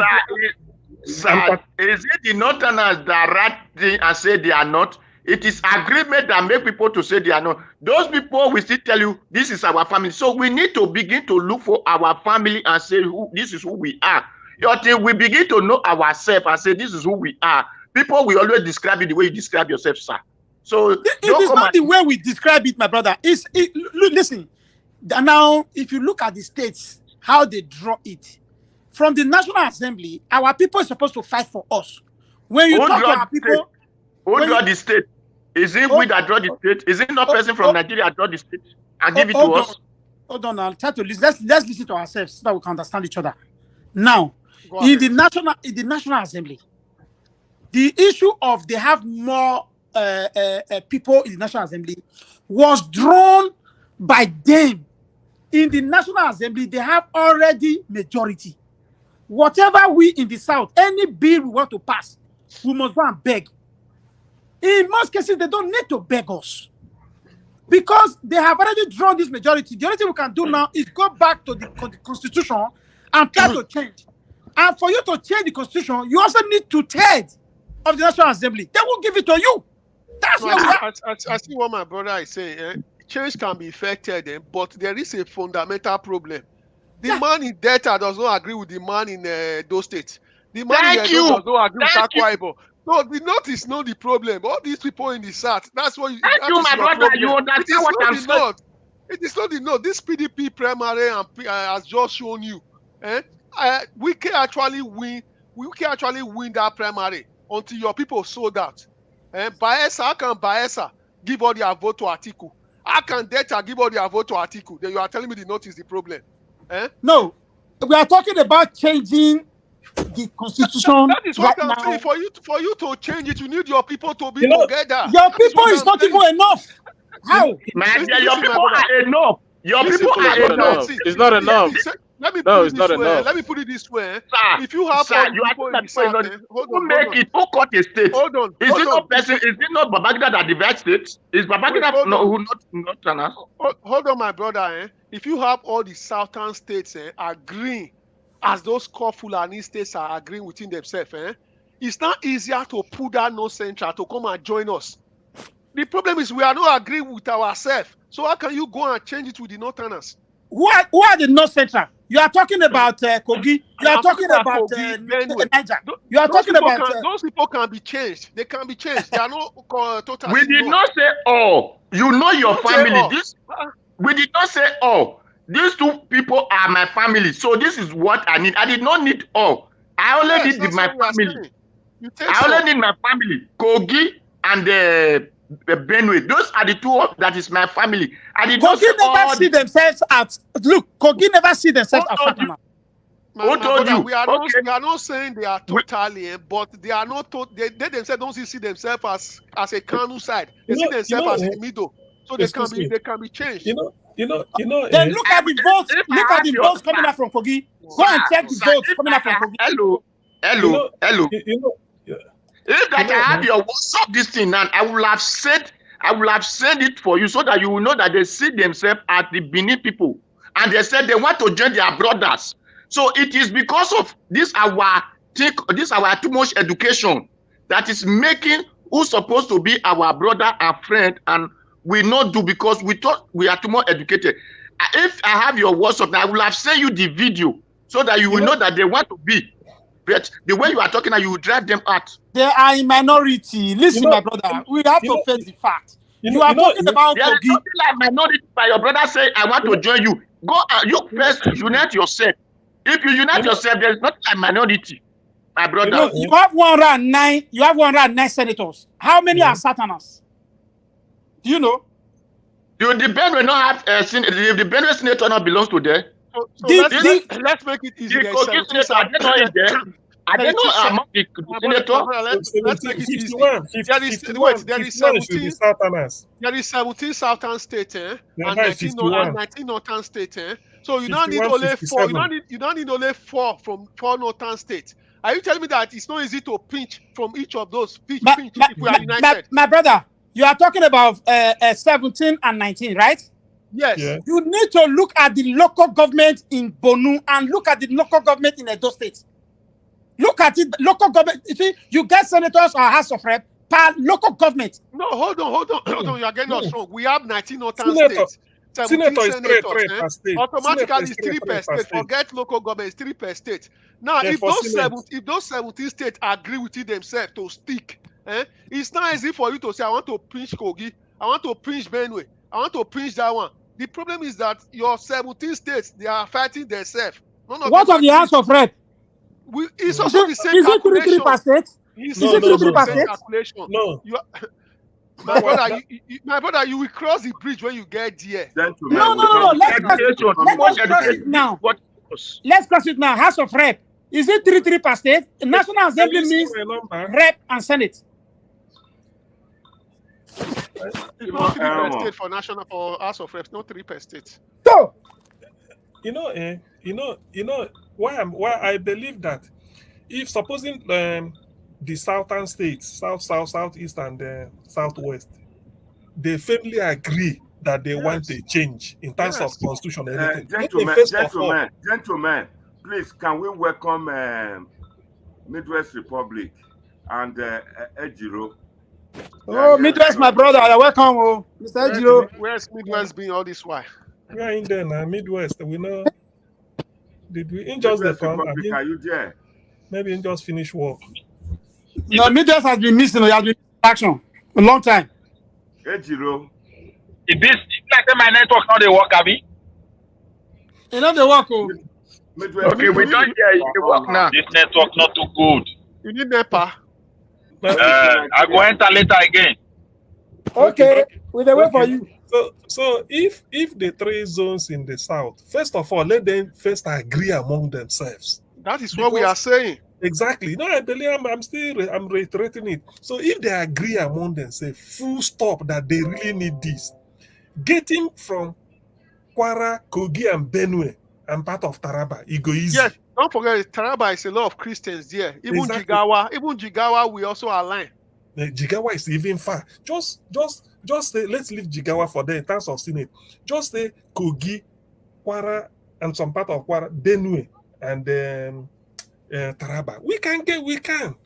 Then first of all, let them first agree. That's why sometimes I wonder, upon all our education, we still cannot reach alignment, reach agreement, and then Yes, get what we want. Don't forget what that guy from the north said. and That this is is what I exactly what always he say. said. He This said, is we South. education we have is what is costing us now, because that is the same education that enabled British to say they cannot join European Union, that they are rich because so much education. So the education we have is what doesn't make people to move forward. That is why we believe to speak English. That's something we're supposed to construct with hand. We open. Because We believe on speaking English. the thing is it baffles me. I can't say every generation to generation. Can't we agree? We know what we need. Okay, do you know that according to Michael Zekome, Michael Zekome is from Edo State. Michael's a very intelligent lawyer. Michael Zekome said that 2014 conference they held at Abuja because they voted him the man of the moment. He was the best among them. The whole people voted for him to be the hen. So he said all the things, so about 1,000 items, up to 1,000. They agreed. He said, let them put it in practice. The moment they do, and Nigeria will just know the development will just spring like that. Bam. Yes. And you now find out that is it people from Osun State or okay, let me say Southwest or Southeast or South that doesn't want it. All of us want it. Is it getting people from Benue, given this time that Fulani are finishing them, and Kogi, are they not willing to join? So that when we now go there and say put to vote, then the majority wins and they do the thing. Then every time a minority from the north, because of the Fulani, they will come and manipulate our people down south. This idea of, for instance, look at somebody was saying, the primaries PDP did.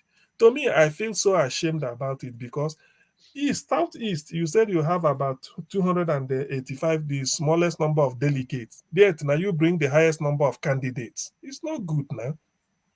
It can't work. It cannot work. Then in the end, people that you're capable of, have the vision, are ruling you. Very easy. And now they make up. Do you know that PDP is the what's they called? The the stronghold of PDP in that country is Southeast and then South and South. Yes. These are the stronghold. Yet Atiku, that's why Wike was saying that time, but I don't know how he's feeling now. Wike was saying that time that whenever they do election, even Atiku in 2019 only scored 430 something thousand votes to beat APC of 300 and something thousand. Yet they rely on the bulk vote of PDP from Southeast and South to say PDP scored 10 million votes. In Adamawa, he only beat Buhari by 20,000 votes in his own state. Something like that. Okay, yeah, I think you have you are correct, and you are more accurate. So Wike was saying that is true. So which means they will then go and bring the candidate. They will go to bring the voter. Yes. Nice, now. Sir, it's education, no.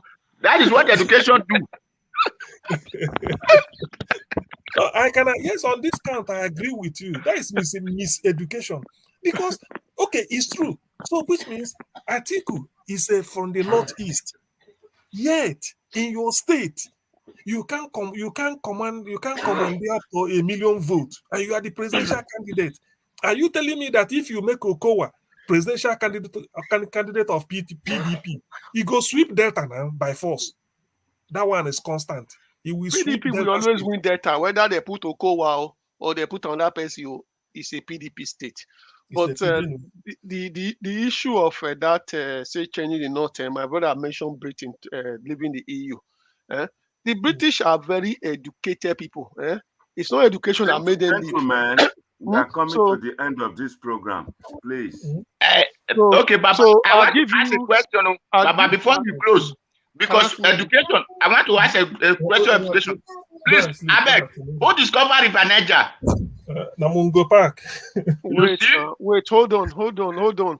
You made that mention of it. I will tell you one important issue that happened in this world. The issue of slave trade. Yes. If you go and check the records of the British Parliament or whatever, When they passed that banning of slave trade, like you people, they shout instruction, you can't change the note. They never sent a bill to the House called banning slave trade. There was no bill called banning slave trade because every time they send that bill to that National Assembly of Britain, I might use National Assembly, I don't know what it's called now. Parliament. They go throw in for bill because a lot of people were benefiting, like you they say, cabas for Nigeria now. They were also here back in the days. So they were benefiting from slave trade, including the church, including many organizations. And a lot of these people, they were also MPs and whatever. So when Rutherford or whatever he's called, he was the son of a priest. He then became a parliamentarian. William Wilberforce. He was the son of a priest, a very priest. Then he became a parliamentarian. So he decided to take it up. At the same time, he kept advocating the whole thing in the parliament continuously. And every time he comes, the speaker won't even bring it for hearing. They will just dump it like you are saying the north now. Now, what did they decide to do? They then strategize, say, okay, we have to find a way for this bill to pass. So how do they do it? They didn't take a bill and say banning slave trade. Now, they then calculated the parliament as they talk, say now we'll drop Kogi, drop Benue. They then calculated that there are some members who that when they stand up for their speaker, everybody go vote no. They can't calculate the time where we say these people will not be sitting. This is a calculated risk that this person will not be inside parliament. And secondly, now our level of awareness or their own. So and secondly, the other thing they did was that so instead of saying ban slave trade, they didn't do that one. You know what they did? They now say in that bill, they should ban any ship that is carrying slaves in British waters. You understand? Any ship carrying slaves in British waters. So that means if ship they carry slaves, they pass British water, you go seize them. So when people in parliament, a lot of those people where they supposedly they didn't understand. So the bill went there, they passed it. Now, if you ban the ship where they carry slave trade, what do you do?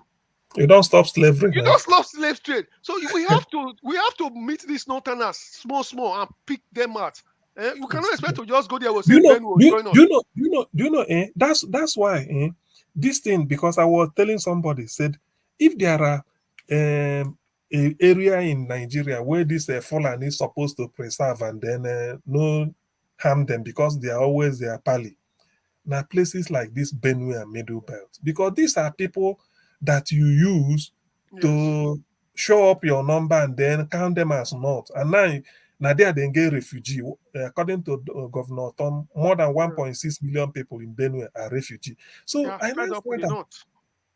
now felt that, this type of unintended consequences with these people now it's now to liberate themselves from these Fulanis, because they will now say, look at, we voted for them, yet they brought their people to be killing us, taking over our homes, keep us in the refugee camp. This time we should now be aligning with the South.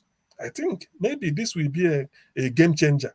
That's why I feel, because if in the past you labor to convince them, but with the situation now from Southern Kaduna coming down, if you go there and telling them, say, look, for every time you keep voting for these people, you keep voting for them. Now look at where they've left you. Why not try and join us in the South? Let's form a formidable distance. That way, all this attack will stop. Probably they will change. Thank you, my brother. Thank you, sir. That is why my brother that we are just saying, no, you cannot do it. You should have go and see what those people are saying. That they want to align with their brothers of the South. They always said it, even in their what do they call them? Their middle, something like that. They said they want to align with their brothers. That is why you hear Pandep, you hear Oduduwa, you hear the other one, then you hear their own. So, my brother, why are they not aligning now? What is stopping them? They are aligning.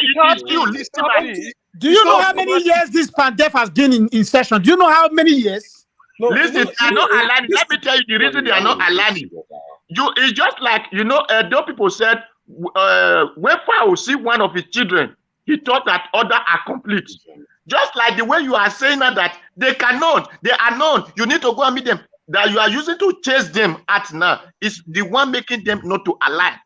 This kind of people recognize and say, yes, these people are my people. What will I do to get them back. And it's opportunity now for you to go and convince your people that, brother, where we be a family, all this kind of nonsense that is happening here, we are not happening. Now, in the name of we are not one Nigeria, they have caused all this problem and they are now using the opportunity to. So let us put our hand together again to become one, unite, so that we can fight all these things. It's what you're supposed to be thinking. Not okay, to tell when you me. finish, also listen to me. When you finish, Abi, those I'm days coming. we used to I have. something to say. I will listen to you. I have something to say.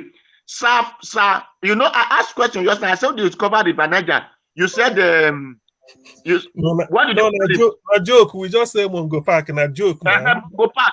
Because that is what they taught us. That is what education taught us. That was Mongo Park.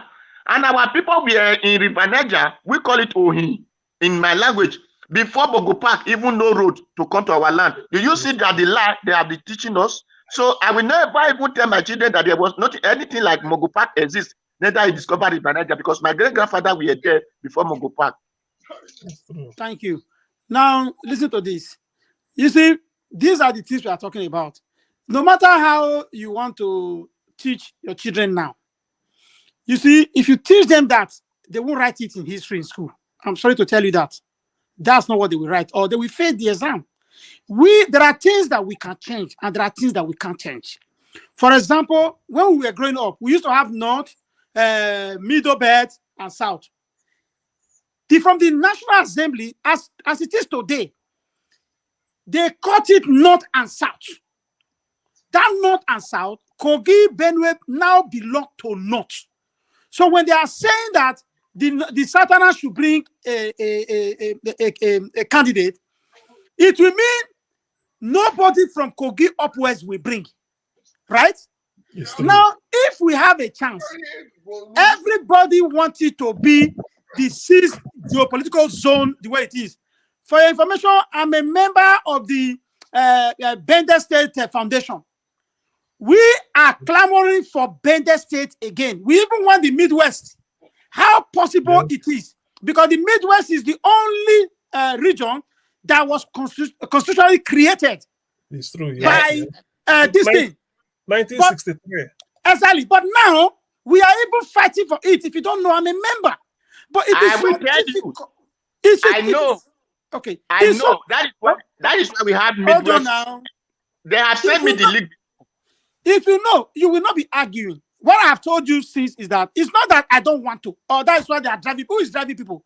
It is so difficult because how do we go back now to say we want our Midwest Republic again? Or if we don't go back to the Constitution? Sir, we are not talking of Midwest Republic. It was because that one came when white man give you instruction. Sir, what you first of all, because you never even know before that Kogi were your family. Don't deceive yourself. Listen. You never knew that these people were your family. Don't deceive yourself. My brother, listen. Not that because listen, nobody has a monopoly of knowledge. Because you said it, I don't know if you belong to Benin. There's a Benin organization right now, right? Where they are bringing all the Benis from Ikwere, from every angle. If you are saying it, I should not be saying the same thing you are saying. It doesn't mean you are the only one that knows it. I'm sorry. You should know that we are also vast now. But we too can't be saying the same. When you are saying it, we have to be quiet if what you are saying is true. You know, but let us leave that aside. For us to be able to make a headway, we alone can't do it. Jonathan would have been able to do it. It was an opportunity for us. Jonathan would have used that confra, this thing, and implement it. He failed. He chickened out. We need to have such an opportunity again. That's the only thing that will change all this narrative. For the South to unite, this one to unite, we want to. How possible it is? We have in Edo State, for example, we have over 20 different ethnic groups. Over 20. You forget you have Osanogogo, you have Eho, you have this.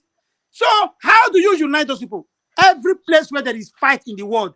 Thank you very much. I will tell you. You just say Eho, yours now. I'm from Huade local government. Huade. That's why you call it Huade. I'm from Huade. Sir, unity comes when people come down from their high horses. You can only unite yourself with another person when you realize that this person is my brother, I don't need to feel that I'm bigger than him. Can I tell you So I know my people. I know my people. I know how our people are so high horses. So they thought it is only them. That is why you only hear, they will tell you only Edo and Delta. When you are fighting now, you will say Edo and Delta at the Bende or at the middle. Is that what you are going to tell me? My brother, every place in the world where there are wars, they are caused by ethnic problem. Whether it's Mogadishu, Somalia, whether it's Kosovo, whether it's Soviet Union, everywhere. Nigeria is not an exception. Wherever you have so many people together to live, it just can't work. If you have a friend that you went to school together in the primary, secondary school, and you left abroad for 30 years, when you get contact with that your friend, it will never be the same anymore. Just a friend that you were in school together from primary to secondary, talk less of your brothers who lives in Ikwere that you have not even seen for ages. It will be difficult for that unity. There is no two ways about it. It is not difficult. If I know you in person, I will have shown you example how unity to come. It is not very difficult, my dear. Are you saying that you are more intelligent than every other platform that be created to bring people together? No, sir, I'm not intelligent at all, but I always know some areas we can do. Did you know that Zoduwa you talk about just now, that Benin descendant? That Benin descendant. Let me tell you, the first day I told him that Benue people, we have Benue people, he argued with me. He said, no, there is nothing like that. But later on, before he now found out that really we really have people there. We have Benin in Ghana. Not that one. I'm not talking of after. I tell you that we have them everywhere. I'm not talking of after the sea. I'm talking of the one between your land. With the one between your land. When I told him for Kogi, he never believed. Then I told him the names of the family he will go for if he go for Kogi. That was how he was able to really, because he do physical search. He went there and found that it was truth. Most of you people never believed before that Onitsha, we are Benin people. Everybody know all these things. Everybody know all this. Why do you bring them back? Thank you for the education. No, you will have worked with it. If you know, you will have worked it. You will have looked for your solution. They have gone to look for them now. Where are they? They have looked for them. Of the press, can I interject? Yes, gentlemen of the press, can I interject, please? Yes, you are free, sir. Okay. I want to quickly say this because this election, we are gearing into the election period proper now, so the atmosphere is tensed up. There's something I want to say. I don't want to be a racist bigot here, but I just feel like I should throw this out. You see, in life, nobody can like you more than yourself. I have an issue with the Igbo people. In as much I like Peter Obi, is my favorite that I'm taking to win. The problem with the Igbo had always formed alliance with the North, which is that PDP. Because we all see PDP as a northern kind of gathering or another kind of setup, you know. So the Igbo had always formed alliance with the North, but never get nominated for presidency. And the Igbo alone cannot make themselves Nigerian president. In my view, I think it is time the Igbos build bridges across ethnic boundaries, like we all are saying here now, you know, across ethnic boundaries. Otherwise, Igbo president might be a mirage. Even the Peter Obi we are rooting for, election might just come and he will not be there. We just pass him by, because this is a very good opportunity for them if they will cleave to that seat. Peter Obi seems to be the right man for the job, like we all know. And the way it is now, the youth are really in support of his movement. But there's that boundary, that bridge they needed to build across. Because without that, like I said, it's going to be a mirage. So this is my take on that area of Peter Obi. On this note, I will want to heed the floor to someone else. Thank you. Right. Note, I would like to No? bring the program in. Each participant panelist, you have 2 minutes to round up, please. Time is fast spent. Thank you. Okay. Should I go? Yeah, Should go I go? ahead first, Alois. Should I go since no one is speaking? Okay. Go ahead, Alois. Yeah, the last caller was right about an Igbo presidency maybe becoming a mirage because at the end of the day, it boils down to the polling booth and it boils down to how you build bridges across the Niger. Like we've said, if we look at the last presidential election, the APC got probably like 10 million votes or 8 million votes from the north alone. And if you look at the southeast, the vote that came from all the states in the southeast were like less than 2 million votes. So you cannot take the southeast for them to go and win the presidency in isolation. They have to form alliances with other regions. So I think we said that extensively. And for Peter Obi, he's a very good man at heart. It looks like he's a man that feel that he can help the country and to support the country and to give us a new direction. But like I always say, it's not the man that starts the race that reaps the benefit of the race. So Martin Luther King started a movement. It took close to like 60 years for Barack Obama to reap the benefits. So I think what I'm saying to the likes of Shore and Peter Obi and Mogalu and several of them, Shehu Sani and the rest, they have to remain selfless. They have to look at selflessness as the only way to change Nigeria. And they have to see it as a way that it must not be me that has to be the president. It cannot always be me. If it gets to the point where you have to support somebody down the line to bring that change on time, I think that is what they should do.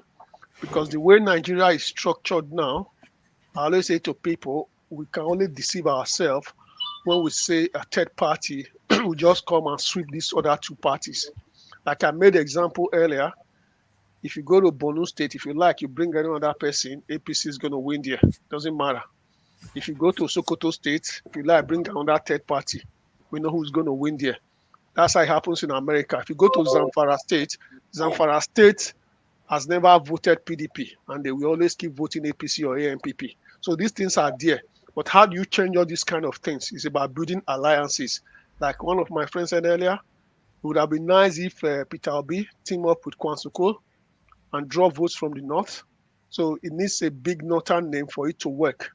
And also, we mustn't give up about change. It might not happen in 2023. We should believe in this movement, and we should also continue to look at ways we can educate the North, because education is the only thing that can change this whole thing. Doesn't matter how many music we go and play in Lagos. Like they said in Lagos, that people are registering in droves in TBA. I asked them the same question. If you have a Naira Marley playing there, Two-Face playing there, people will turn up. What's got nothing to do with registration? Because you brought all the biggest Afrobeat musicians. So they will turn up. Yaya Bello declared in Kogi State. He took that musician. Youths were everywhere because it's free music. So we have to build alliances, and the people that work for Peter Obi at every level has to know that alliances is what matters most. It's not about traveling to Egypt now. There was an election in Ekiti tomorrow. There's going to be another election in another state. For me to be best traveling around these states and meeting those people that matters and negotiate with them to bring them to the table. And so that's all I have to say. Thank you very much. Next person is DS still there or Ejiro? Who is DS now? Who is Ejiro? Modula I'm is just here, joining yes. us. I'm still here, yes. Yeah, please, can you go ahead and make your 2 minutes submission, please? Okay, 2 minutes. yeah. Yeah. Ipa, thank you very much for this opportunity. Thank you. Yes, I want to say this. Maybe Umbaka will be listening to. Maybe Umbaka will be listening to this program now. To you, okay. For me, it's like something is wrong with Father Umbaka senses. Sorry to say. Listen, people. These words of Umbaka is invalid. He's speaking like a snake in the Bible, as So, John the but Baptist. my brother is valid. A free advert. Peter Obi say, but it's not No, correct. no, don't worry. Let Hold him on. Let me finish. land the point. Let me land the point. You can come back and agree or disagree. Let me land the point. Sorry. He's speaking. His words of Umbaka is invalid. He's speaking like the snake in the Bible, as John the Baptist called on the Pharisees and Sadducees from a distance. He loves money.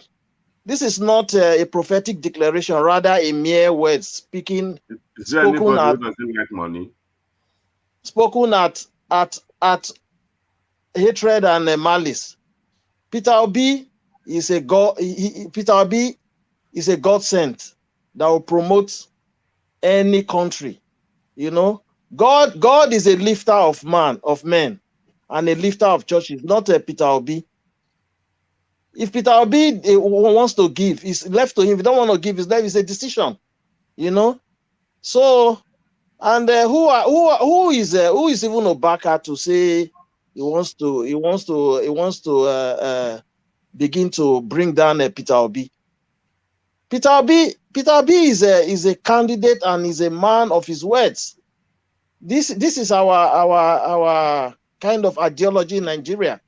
We kind of like use our own little podium, you know, to bring down people. PhD, bring him downstream syndrome. We are fond of doing that in Nigeria. Peter Obi has been chosen by his people, which is the younger generation. So come and fight for us, not him.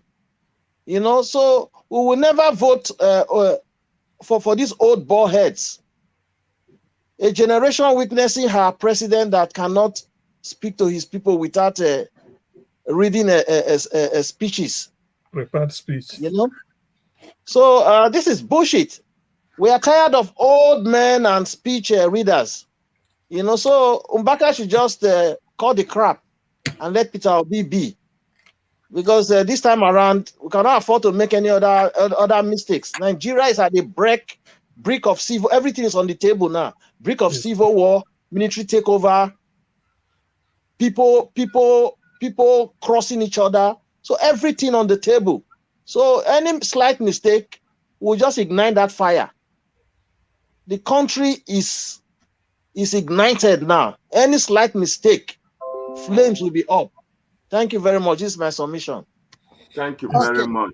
Can I have the floor? You have made your submission. Who else? This is Jimoyron. Jimoyron, yes. Go ahead, fire. Okay. This is my final submission.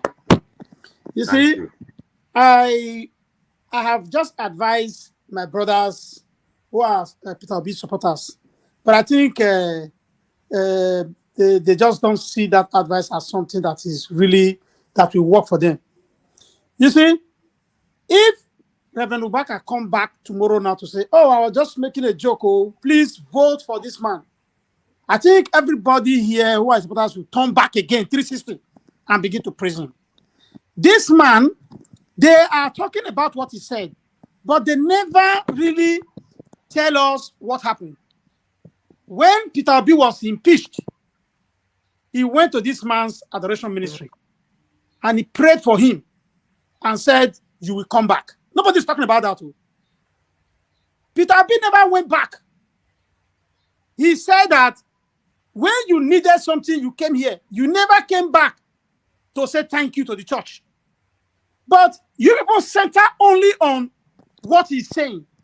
Look, I may not agree with what he's saying, but I expect you guys to tread softly That man has followers. You people need followers. But when I see the way you are attacking anybody that talk to Peter Obi, I feel that you people are not really ready for the presidency. Because you people should be an army that is winning souls to Obi, and not armies that is driving out supporters away from Peter Obi. Today, Mr. Moriyi was almost getting to that point of even telling you guys that Peter Obi was done just because of this attitude. That is on one side. And let me tell you, for presidency, there is no magic. Alois has said it all. There is no magic in it. That's the way it goes.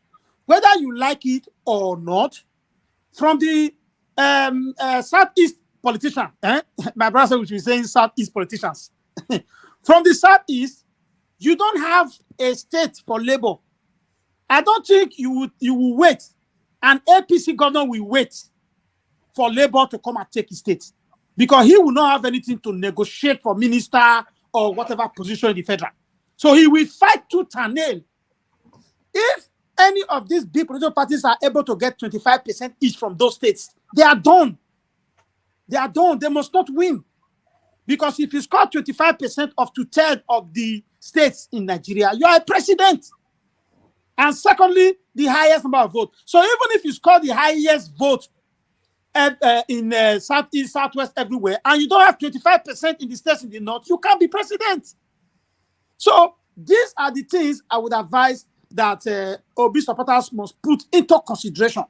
Election is not magic. Election is Oshobe.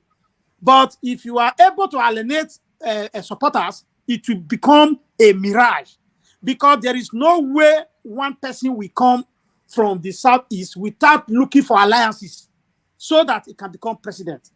As for Obi, I would advise that if he is able to be a vice president to anybody and he wins that presidency, he will have a chance to say, look, I'm a vice president, I've been here, I'm a unifier, please vote for me. Then the president will support him. But for him alone, it is a very, very tall order. Thank you, guys. Thank you very much. Well spoken. Well said. I really appreciate you. That was a good advice you gave to the Peter Obi supporters. I hope they will take it. I'm just hearing some rumor. It's a rumor yet. Doyin Okugbe is saying that he's the vice president of Peter Obi, but I don't know the location where Doyin Okugbe is coming from. That cannot be, man. He's from that is a rumor. It should be a rumor. He's from the south, man. That cannot. He's from the south. Yeah, you are right. Yeah. So the next person will be is it CM? CM, you please. I really want to have you all the time. Can I have your phone number, please? Can you see it from there? If you put it on the comment section, I'll just take it. Okay, comment section. Okay. Oh, sorry. Can I just put my number on, then you use that to contact me? If that would be okay. Okay. Yes, you can. 1 second. Okay. So.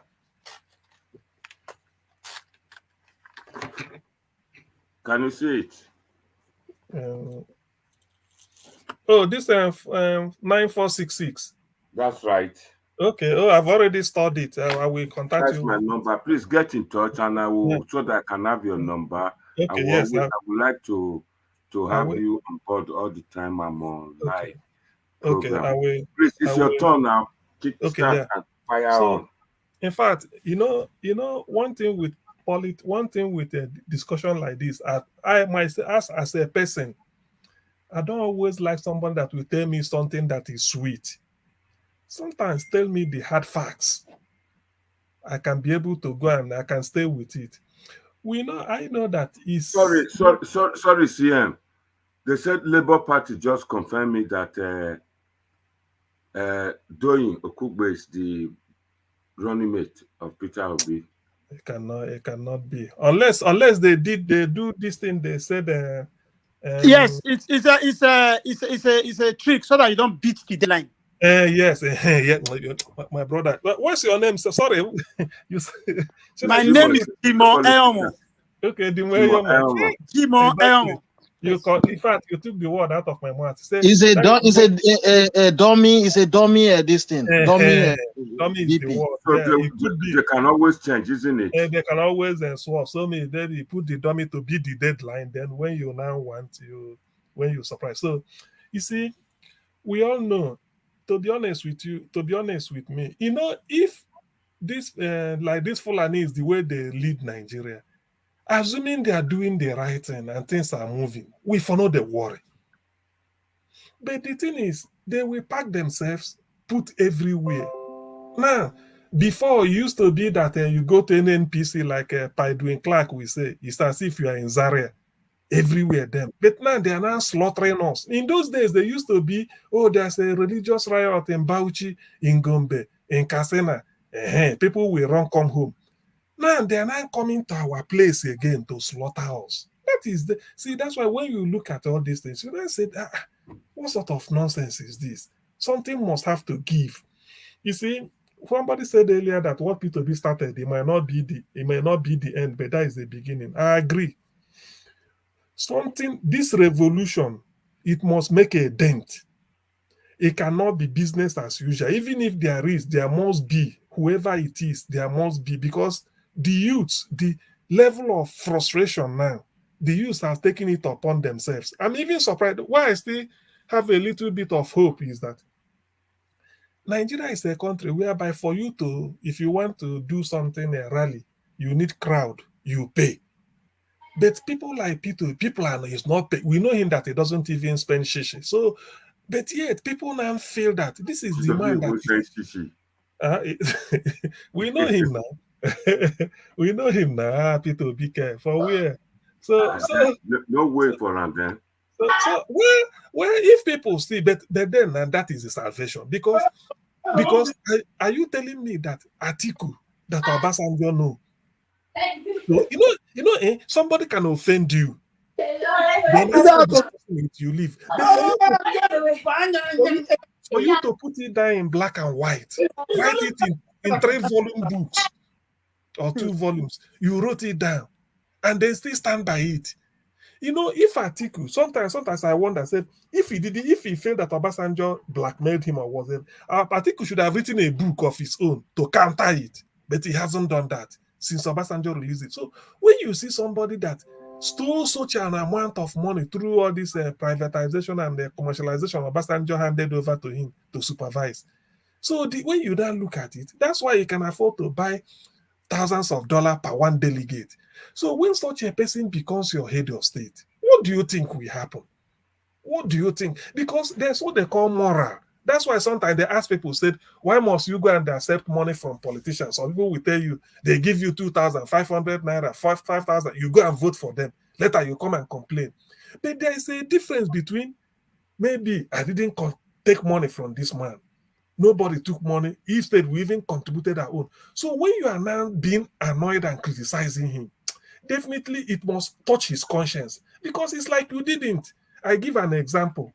In Anambra State, Soludo, who is there, when he came in, when he contested earlier in 2009, he spent his money. Do you know that this time they had more than 20 support groups? He did not pay kobo. Penny, they said, don't pay, we just want you to agree. And they did it for him. So now that he's there now, he cannot say, he spent bill. He didn't spend any, he spent nothing. He said it. Now, if Nigerians can reject money politics, if they can, because definitely PDP, APC, they will roll out the money, but I don't know how many people they are going to buy. If they can, and then for once they put their feet down and say, look, it's either we die here or nothing, we don't want, and then vote their conscience. Even if he show whatever, let them increase the vote, the massive vote you normally get every time. At least to make there must be a statement. People will now say, this revolution is really starting. Maybe from Ekiti State and all these things, people will now see that no more rigging, or rigging has been reduced at least to some minimum. So that is my wish and that is my hope, because I've seen that the poverty now, there is no way. There's no amount of borrowing that can change poverty. There's no amount of money you dash somebody that can end poverty. Everybody knows that. Somebody saw you, say, okay, take 100,000. take 200,000. It will end your poverty. Where are you going to invest it? You will eat it 2 days to feed to something you have to do. You see, it's frustrating, to be honest. Thank you very much. Frustrating. Thank you. Can we? Do we still have a Jiro? Yeah. Okundaye, it's your turn. You have me, Pa, or you want Okundaye to go first? No, go ahead. Go first. Go ahead. Go. Okundaye will speak last. Go on, speak. Okay. Thanks again. Once again, you see, we have to, like I said initially, we have to get it right this time. Exactly. Because we might not have this opportunity again. Yes. It's a once in a lifetime opportunity. Because to be honest, if you ask me, at this stage of Nigeria, or where we are now as a people, where we find ourselves, we should not even be talking about election. That's the truth. There are some things we needed to correct first before even this so-called election. Because what we are doing in Nigeria, to be frank with you, since independence, we've been having validation, not even election. The cabals already know who is going to be the president in every tenure. It's just they're just fooling with the masses, with the electorate. You know? Why? Because our constitution, it still boils down to our constitution. Nigeria as a country is building on fraud. That constitution is a fraud. You cannot build on lies and expect that country to excel. It's not going to happen. You see, the constitution is like a pressure cooker for injustice. The constitution has helped this present APC even in the past administrations, but this one that's really helped them. What most people thought cannot happen in Nigeria, this current government have really exposed a lot of things that all those impossible are possible. You know? Yeah. Everything you have in the exclusive list. Everything. Sorry, I beg. Just excuse me, crave your indulgence. Please, everyone here today, please, can you just collect my number and phone me? You are lovely panelists. I would like to have you back again on another topic. Please, just take the time to write my numbers, please. Okay. Go ahead, my brother. He said you All right, still I there. got that. Jimo, you still there? I'm still here, but I've not rounded up. Yes, I'm here. Jimo is still here. I like your discussion, please. I like your view. Jimo, give that analysis. Where they're depressing. Thank you. You give the analysis. No hope. No. Now Louis be that. Oh, now get hope. Now Louis be that. Okay, now Louis, now give the analysis. No hope. No, not two of us. Not two of us. So can I round off my thoughts? Jimo Eromo Ejiro, please. I need your numbers. And yes, I got your number from Israel today. I'm going to write you so that you can store my number. Thank you very much. And Okundaye too, please. So if I can fire on? Fire on, my brother. Fire on. My brother. Go on. Okay. Like I said, what we would have been doing by now is to visit that 1999 constitution. That is the biggest headache we have in that country. If we can get that constitution right, because if you look at the constitution at the end, I've read the constitution. At the end, they will tell you, we the people of Nigeria. Exactly. Meanwhile, there is no people there. That constitution was not subjected to any. You'll be scammed. You know, so we have to visit that aspect of the nation's book. It's a big book because that is what binds us together. You know, so if we cannot get that right, whatever election we are doing, whatever mango we are doing, we'll still come back again to the round table. Because tell me now, if Peter Obi gets there, I like to use Peter Obi as a focal point. most people see it as if Atiku is going to take over. Good luck to them. But for me, if Peter Obi gets there as a president, he has good intentions. It will still be very difficult for him to operate. Why? Because of that constitution. It's true. That's the truth. So whoever person that have any good intention to rule that country, if he gets there, it will be still very difficult. He's going to have big clashes with the Senate, the Red Chamber, and the House of Assembly, because that is the constitution they are rolling on the back of to do all whatever manner of things they are doing now. So we should visit that constitution, like somebody once said, yeah, that comfort Jonathan had. It's just unfortunate. I don't know, maybe Jonathan was scared to implement the comfort. It's just unfortunate. That was a very good window period. Opportunity. That window just left us. You know, so all said and done, it will take the grace of God for us to really get it right to fix that constitution. Because what they are doing now is cut and paste. They will just go and say, okay, this session, let's revisit it. Pull the whole thing down, scrape it down, not visit anything, don't amend anything. Let's get a fresh constitution that addresses every areas of the country. You know, so if we cannot get that constitution right, forget it. Because if that constitution is right, this state policing we are talking about will be the thing of the past. It's true. This Fulani herdsmen we are talking about will be the thing of the past. Exactly. This Boko Haram we are talking about will be the thing of the past. You know? Because what is happening in Nigeria now is business as usual. How Nigeria army that have gone to fight several wars in West African countries that are ranked #1 in the whole of Africa, saying they cannot defeat Boko Haram. They cannot defeat ordinary bandits. Bandits is ravaging everywhere in the north. Even taking over, almost want to take over now the southwest and south. So what we are doing is just a child's play. Business as usual, greasing our palm. That constitution is what we should be looking at.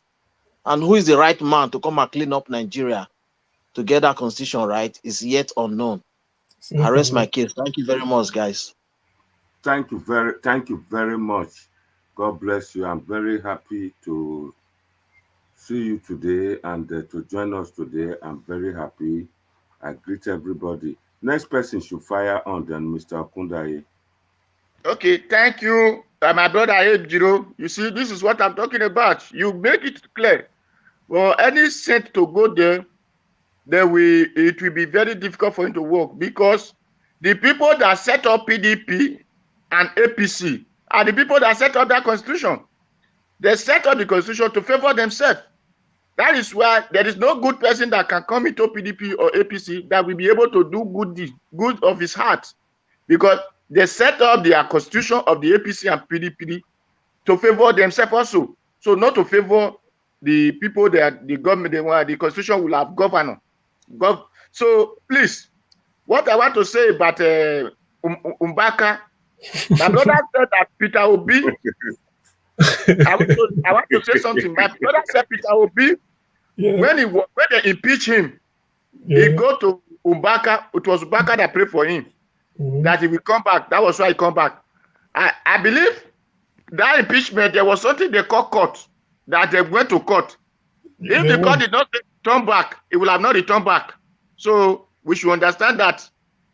Then too, he said he did not come and pay a homage after he had received the prayer. We should understand that the Bible said what the right hand is giving, the left hand should not know. And he said he should come and do open declaration. Even then, Peter Obi never. Now one side you don't hear. Peter Obi never talk. I watched the video. I will tell you something. Then the other hand is Peter Obi told him that, show me the project you say you want to do for God. It's true, yes. Show me the project and I will do. He said he's talking of politics. He said, no, go and ask in Anambra. Everybody know that if I say something, I will do it. So let me know the project so that I can contribute to my own. But there was nothing like project he was able to show him. So now, thank God that he said he's teaching. I'm very happy. The Nigerian people are complaining that this House of Assembly and all those so-called, they are wasting our money. That is why we are not gaining anything. Since they have told us that Peter Obi is stinging, that means Peter Obi will not waste our money. So he will be able to give Nigeria what they need. So he will not use that Nigerian money for waste. So that is why Nigeria need Peter Obi now than as never before. Because thank you for advertising Peter Obi for us. And in other hand, we should understand that he's a Catholic Reverend Father. And Catholic doesn't have a place that is superior than the other. All Catholic are the same. Wherever you do Thanksgiving in Catholic are Catholic. Yeah. So you pray for person in Enugu. The person went to Anambra Catholic and do donation. It's still the same Catholic. It's still the same. Yes, you are right. You are right, my because brother. I'm a Catholic person. So and in other hand, Obaka will have understand that in Rome here, Reverend Father never demand you to come and make vow. You do something voluntary. This is what Catholic doctrine says. It is voluntary something you do. It is not a force. There's no Reverend Father will ever force you to come and make vow. So that one have shown us that Reverend Father Obaka is no longer a father of a Catholic. It's not a father of his greediness.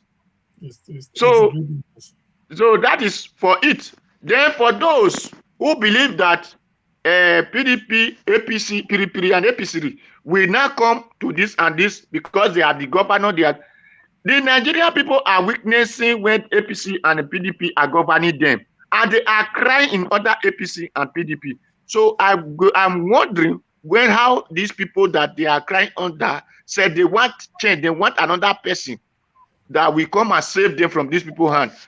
Then when they now see the person, they will still leave that person and say, we want to suffer, continue. I believe that Nigeria will never do that again. So Nigeria, we are wise than APC government and PDP government. Thank you. We choose Peter Obi, Labour Party all the way.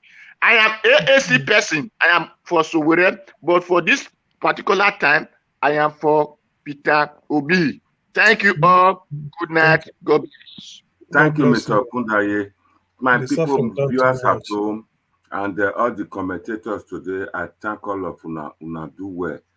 Una see everybody came out today to come and contribute their own view, their own thinking about this political festival, which just we want just start. So I greet everybody. And in short, I'm very, very happy to see, to read and hear everybody's view. Please, you heard the last caller the last person who spoke. He said, in like Peter Obi, he said he wants somebody, but he be like Sowore before. So Sowore. So my fear is these people are, like him, I like Sowore before, and Sowore was in 2016 participating and in 2019. I hope Peter Obi case no go turn to after 2023, the contact say them be like Peter Obi before. They talk much, a lot of them spoke, say, they talk, say, Peter Obi go cut costs, he go reduce costs.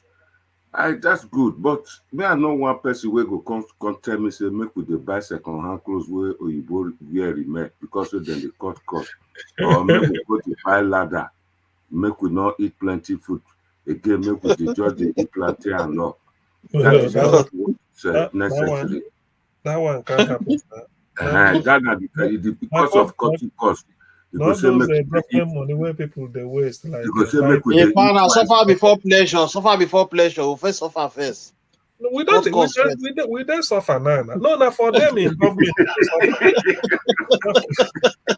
for them in government. But then EPA is no longer talking of the general public. EPA is talking of those people who engage that be stealing money from Nigerians.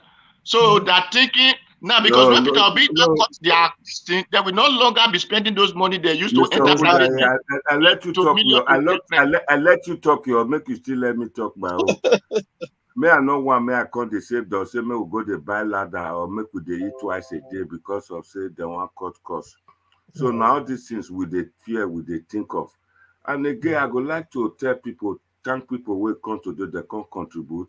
they were not able to explain how political situation, election time, the election exercise they take work for home. Election exercise means the way that they take vote for Nigeria.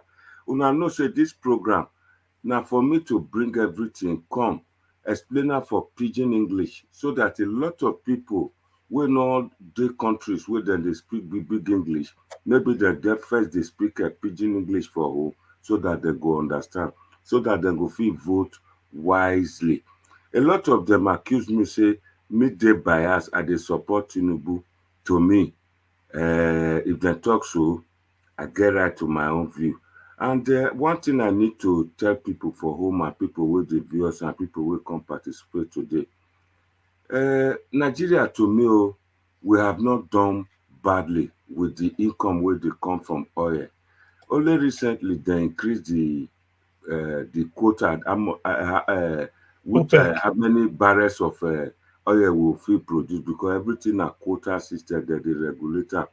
That money where they come from there, now then they use for about 230 million people.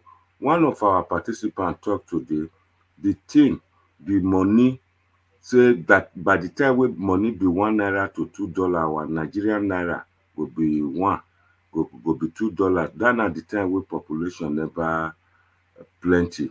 Our country not so bad. A lot of them they talk say our people thief their money, they thief their money. If they thief our money, 2016, a lot of these people then they politics.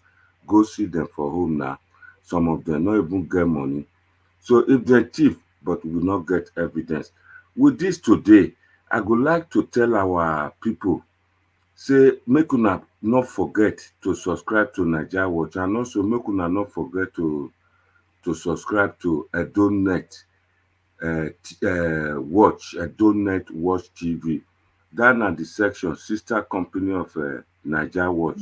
We dey produce programs, mainly that platform mainly specializes in on Edo culture, Edo tradition, and Edo politics. So with this today, I thank everybody for coming, and make una not forget to join us next time. This weekend we will still come out. I greet everybody. Una do well. God go bless all of una. Make una sleep well today. Thank you very much. Good night. Good night. Good night. This